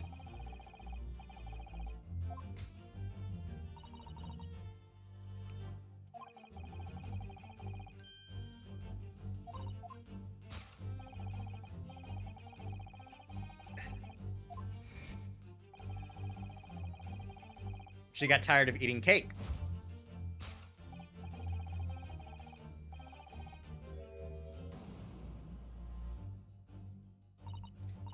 But surely Mrs. Garrideb didn't eat the carpet. No, of course not. But there doesn't seem to be any doubt that the state of disarray that this room is in is a result of her wild temper. No, that's true. So, this last part of Mr. Sholmes' seduction that we need to fix. We only need to fire Mrs. Garrideb's gaze, and that will lead us to the real answer. Alright, let's see what we can see.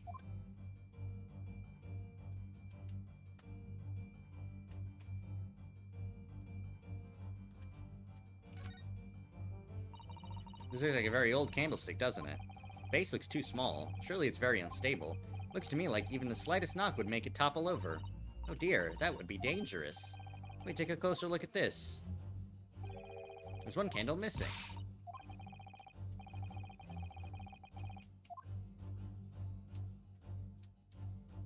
Take that!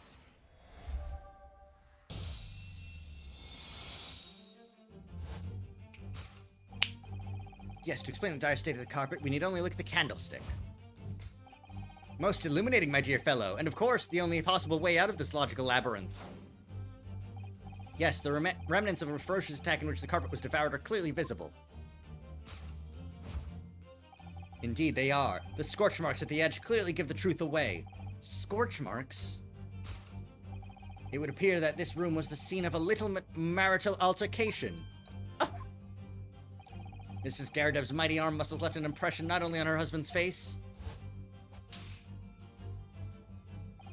but on the entire room. The force of her strike caused the candle to fall from the holder. And in seconds, the carpet was alight and the whole corner of the room was in flames. Yes, for the most ferocious beast in this world is neither a violent lion nor a vengeful woman, but fire. And in this room, that ferocious beast bared its claws and ran amok. Eloquently put, my dear fellow. So you see, there's but one conclusion here.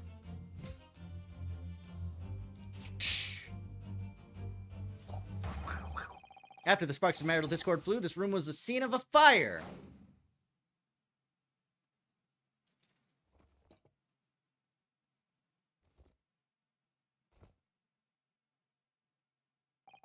Mr. Sholmes, sir. I salute you!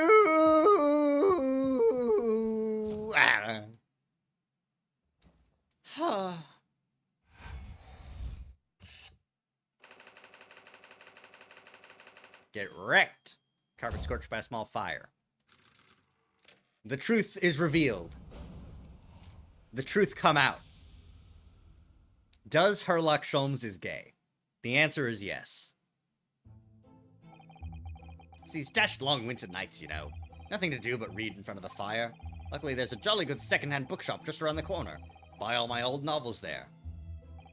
And in the pages of one particular novel, you discovered some rather illicit material. For which your wife admonished you harshly, it seems. Don't know about admonished. Demolished might be rather close to the mark. And beast is most certainly an apt to scrap. Here we go again. And the carpet? Was that destroyed by fire when a candle fell on the floor? Afraid to say it was. Happened in the blink of an eye, you know. The whole place filled with smoke. Couldn't see a bally thing. I was caught between the old stick's rage and the raging flames. You paint a torrid picture, sir. One that would have been most entertaining. That's sympathy for you. Didn't take long for the fire to spread, of course. Bally furniture started going up as well. We've had to hide the mess behind that screen for the time being. Over here, Mr. Garrideb? Well, you have nothing more to hide now, if you'll allow me.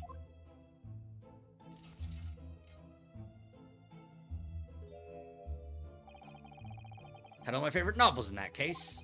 But as soon as the fire got hold of them, that was it. Whoosh! Up in smoke. Gosh.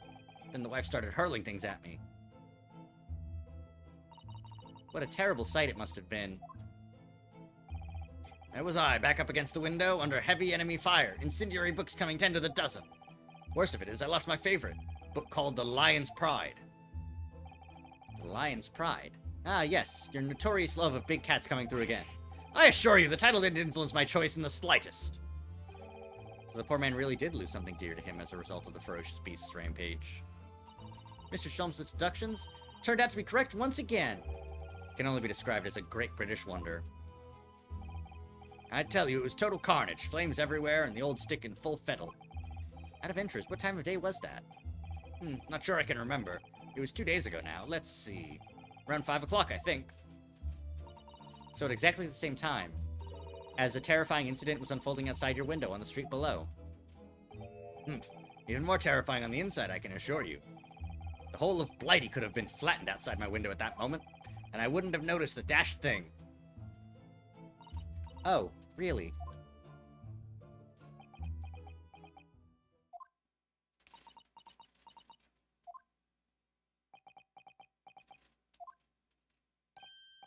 Mr. Sholmes.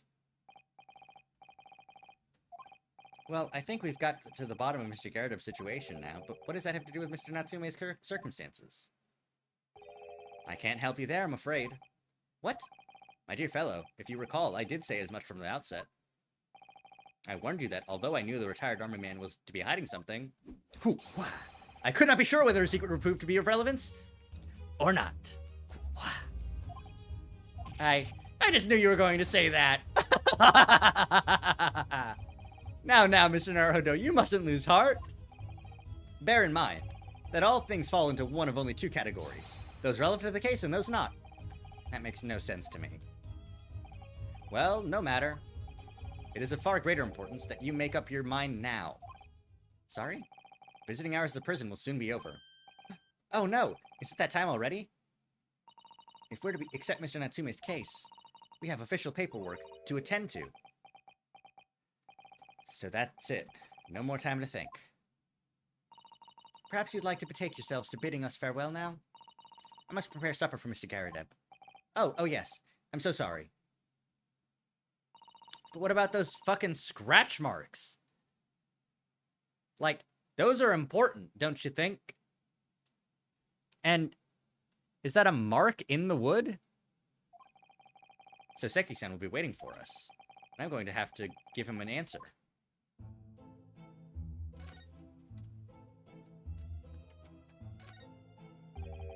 What a miserable sight. Oh dear, but at least the whole room wasn't engulfed in flames. I suppose so. My whole collection went up in smoke, you know? All those novels I adored so much. Well, John, whose fault is that? Not mine, that's for sure. Well, whoever may or may not be to blame. I'm quite sure you can buy some new old books to replace them, can't you? New old books? Bally nonsense. That sounds like a contradiction in terms, but then these two are full of contradictions. That's couples for you, Mr. Naruhodo. Or so I've been led to believe. What about the scratch marks and the weird thing? Ugh. Okay, fine.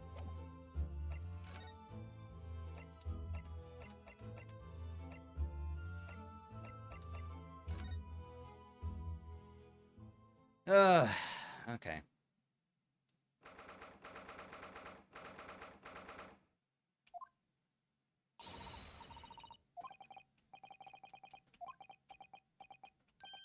Oh, what's the matter? Looks like something's going on over there in front of the Garridub's house.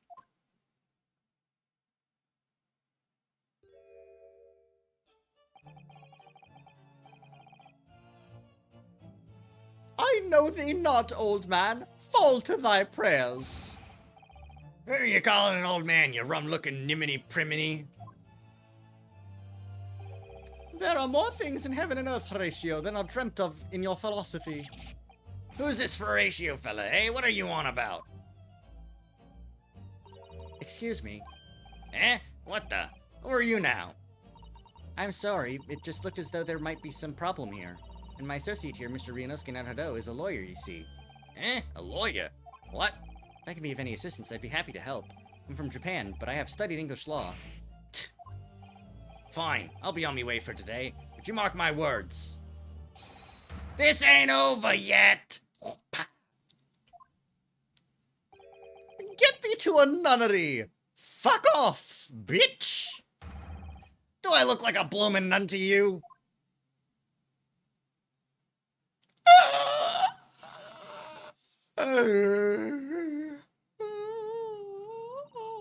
I do hope you're not injured. Oh, fair Eastern maiden, thou art so gentle. Thank you. What's that all about? There are more things in heaven and earth, Horatio, than are dreamt of in your philosophy. I'm not Horatio either. Forgive the inquiry, sir, but are you a lodger here in the Garadeb residence? Oh, fair Eastern maiden, thou art so right. Yes, I do dwell in this humble abode. Mr. Garadeb mentioned that he had another lodger, didn't he? This must be the man. Do you happen to know the other lodger who lives on the first floor? Ah, yes, a gentleman named Natsume. Oh, more worthy a polemist in my battle of words ne'er could there be. Sorry? Battle, did you say? Who is the stronger, Hamlet or Macbeth? Mr. Natsume and I sparred long into the night. I see. I don't fully understand, but it seems Mr. Natsume and this gentleman are acquaintances, at least. So fair maiden, so good gentleman. I can tarry here no longer. Oh, I'm gonna love that for the rest of the session. I didn't really understand him, but I think he's returned to his room. Seems he's unaware of what's happened to Mr. Natsume, so he can't really help us. With Soseki-san and that man as lodgers, the Garadep house is certainly full of eccentrics.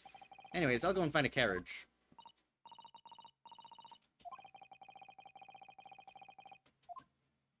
Dun, dun, dun, dun, dun, dun.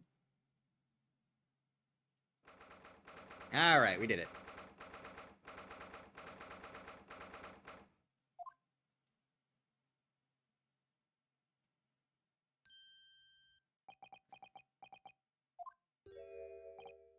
Oh, it's you! You're here! You came! Locum student Mr. Naruhodo Esquire! I can't believe you came back! I'm so touched! Alright, it's time. He's coming back. We're so sorry to have kept you waiting, Mr. Natsume. Oh, no, think nothing of it. Relax. If I were a cat, I would purr with pleasure at the company of such fine compatriots. Noble, nurturing, never-failing Nipponese! Oh, now, let's not get carried away. Oh, I quite agree. There's nothing more reassuring than the familiarity of one's native land. On the other hand, it is through friendship transcending international borders that one truly appreciates the fact. Such is my belief, at least. It's you! The miserable, rotten spy, Herlock Sholmes! Mr. Sholmes, what are you doing here? I have no intention of doing anything, per se. Save observing, of course. Whatever do you mean, sir, Mr. Sholmes? Well, having encountered some curious reading material in that gloomful room, and having unmasked the secret identity of that eccentric pair, I decided I should drop in on my way home, to see how our divested friend is faring. Gloomful room? At least your accommodation here offers a window, my dear fellow. In that sense, it is the superior option. Anyway, I must commend you on your taste in books. My day has been a delight and cost me not a penny. Ah, you! How dare you, Herlock Sholmes! Ugh. I've had it. I'm through. I'm at the end of my rope. I should never have come to Great Britain. It was a terrible mistake. Haunted by spirits in those accursed lodgings. No doubt my luck will be cursed in tomorrow's trial as well. My whole life is bedamned! What are you thinking, Mr. Naruhodo? He mentioned that once before, didn't he? That his lodgings were cursed, I mean? And there is much truth in Mr. Mustache's words. What? Cursed is a wholly appropriate description, I'd say, for the man's lodgings. And indeed, for tomorrow's trial. What's that supposed to mean?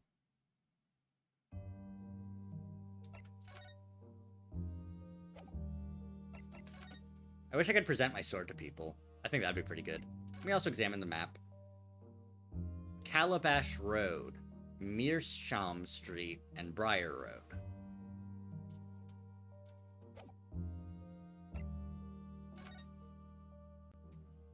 Picture of Monsieur Lecoq, Emile Gaborio, and Canterbury Yearnings. A sum of 2 shillings. Your books. Customer Mr. Natsume. Okay. Yes! Yes! The symbol of our great empire's first-rate lawyers!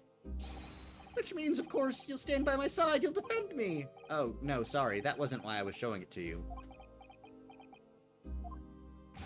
Then why else would you show me that? I just wanted to show somebody that at some point, and I think that was actually the best option. Mr. Natsume, what did you mean by what you said just now? About the trial tomorrow being cursed? Oh no, why are you looking so grave? You're making me nervous. I was just getting carried away, that's all.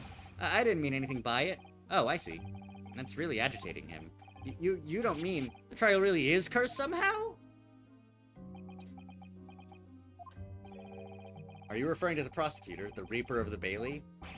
The Reaper? Oh no, what do you mean? Please tell me! Summarize it succinctly in 16 salient words! No defendant has ever survived a trial in which the Reaper stands for the prosecution. No defendant has ever survived a trial in which the Reaper stands for the prosecution ever. Yeah, cool, 16 words. Oh my goodness, can it really be true? That was 16 words exactly! Yesterday, Mr. Naruhodo successfully defended someone against the Reaper. But then, after the trial was over, the defendant passed away in unusual circumstances. Mr. McGill did. What? I am impressed, Mr. Sato. You have an eye for detail. Actually, the Lord Chief Justice told us. Mr. Sholmes, surely it can't be that having failed to have the accused convicted, Lord Van Zieks killed the man himself. Oh no, he couldn't have, surely. You have some wonderful notions. Sorry? The man isn't a mass murderer, he's a court prosecutor, my dear fellow. Oh, yes. Why, of course he is. Of course he is? Then why are you trying to scare me? It could be said, however, that the real truth about the man is even more terrifying than your hypothesis. What on earth do you mean by that? Give me those deets about the Reaps! Van Zieks is quite an exceptional man. However, in London courts of law, exceptional does not equate to winning every case without exception. Ah, that's good! So Seki-san looks like he's going to cry tears of joy. As you're no doubt aware, in a British criminal trial, there is both a judge and a jury.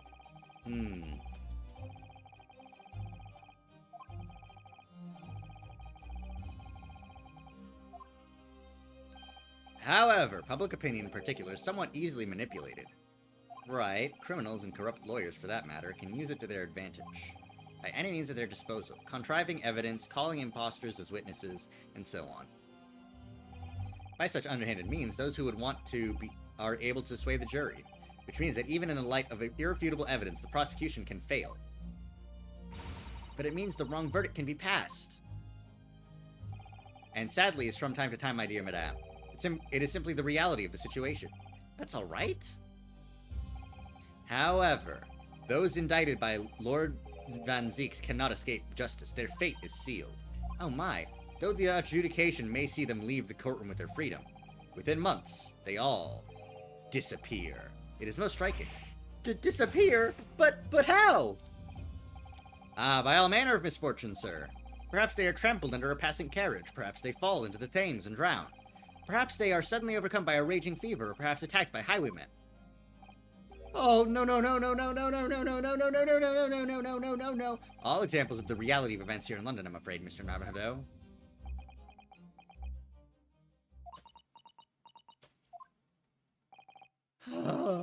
I knew it. I'm a dead dodo, done for, doomed!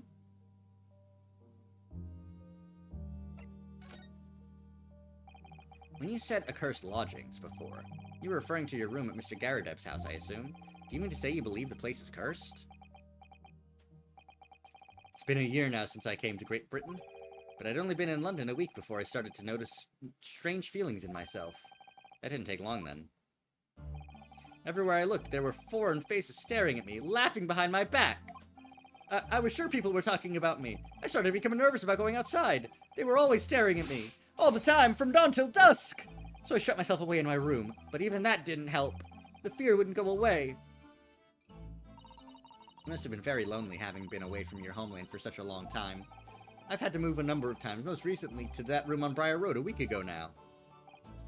Yes, why did you choose there? It seems a little inconvenient. The rent is cheap. I have so little money, it appealed to me straight away. Of course, I asked why it was so affordable. The landlord just simpered and said, "The room is cursed." Oops. He quickly tried to cover his mistake, but it was too late. So I told him, "If you have something to say, then say it. But if not, don't mention it in the first place." Yes, well said. But it was true. It was all true. You mean the room really is cursed then? Ever since I moved into that windowless hellhole? My sleep has been plagued with nightmares. I wake feeling as though I'm being choked to death. In my waking hours, people are stabbed in front of me as I walk down the street. I'm the branded a killer, thrown in prison. Nobody wants to know me.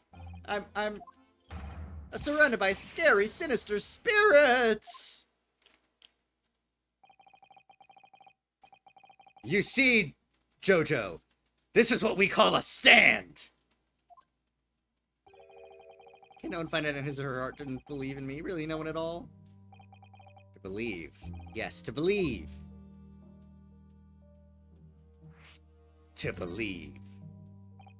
Mr. Sholmes. Ah, me, Mr. Naruto? Pray, what can I do for you? It's about the case on the SS Buria, if you recall.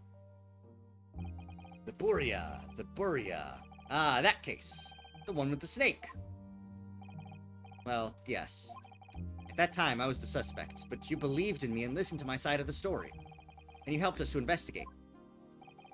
I did I? Interesting. What I want to know is, why? Why did you believe me?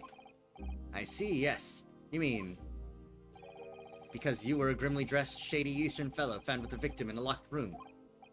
Well, if you like, yes. I'm a little surprised that the answer requires explanation, my dear fellow. It's quite simple, really. You said I didn't do it. But I could have been lying. Surely you must have had your doubts. You must have suspected me a little. I think perhaps you have misunderstood. I neither recall believing in you, nor in that which you were telling me. What? You see, the only things I believe in are those I choose to believe in. What? What do you mean, Mr. Sholmes? I make up my own mind about what is to be believed and what is not. If I should like to believe in something, I do. The circumstances can hang as far as I'm concerned. But I could have betrayed your trust. In that case, I should have made an elementary error of judgment, nothing more. Betrayal of trust is an overused excuse, in my opinion. Meaning? Whether or not one should trust another is, in the final analysis, down to oneself. It is a matter of whether or not one can trust oneself. Yes, he's right. He's right, locum student Mr. Naruto Esquire. Whether or not I can believe myself. Don't believe in me, believe in the you that believes in me. Eh?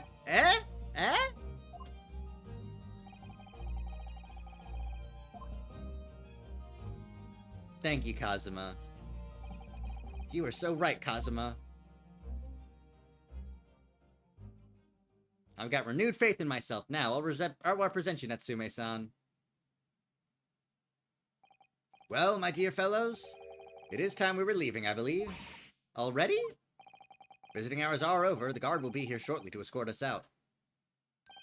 There is a restaurant near here that serves excellent trout. Would you care to join me? Oh dear, there's never enough time, is there?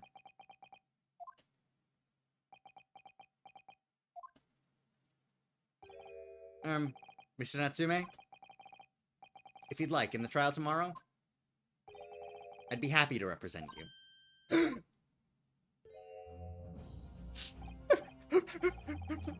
Locum student, Mr. Naruto Esquire. As I said, I only experienced the British courtroom for the first time yesterday. And although the man I was representing was found not guilty, I lost sight of something crucial. Something crucial? What to believe in. The defendant, justice, or the truth. How to believe, even. But I think I've finally worked it out. I've decided I must believe in myself above all else, to trust my instincts. Yes, Mr. Naruhodo. And my instincts are telling me that you, Mr. Natsume, are innocent of this crime. And it's imperative that we prove that in court. Locum student, Mr. Naruhodo Esquire. I will fight for your innocence until the bitter end, with every weapon available to me. So I hope you'll permit me to represent you tomorrow. As I said when we first met, I'd like to entrust my fate to someone who will listen to me, in my native tongue. Of course, Mr. Natsume. It would be fair to say, Mr. Naruhodo, that your mind was, in many ways, made up from the outset. You merely needed the events of today to fully realize it. Yes, I think you're right about that. It's been a roundabout journey, but I got there in the end.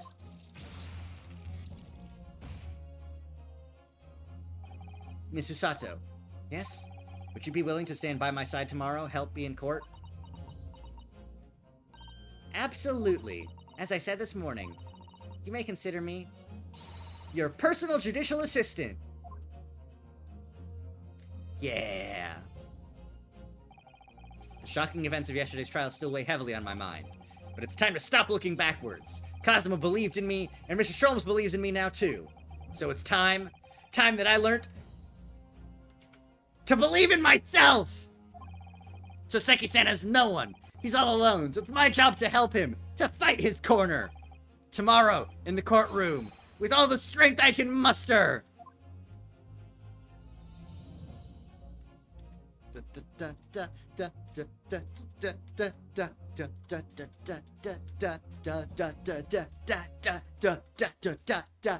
Oh, it's over.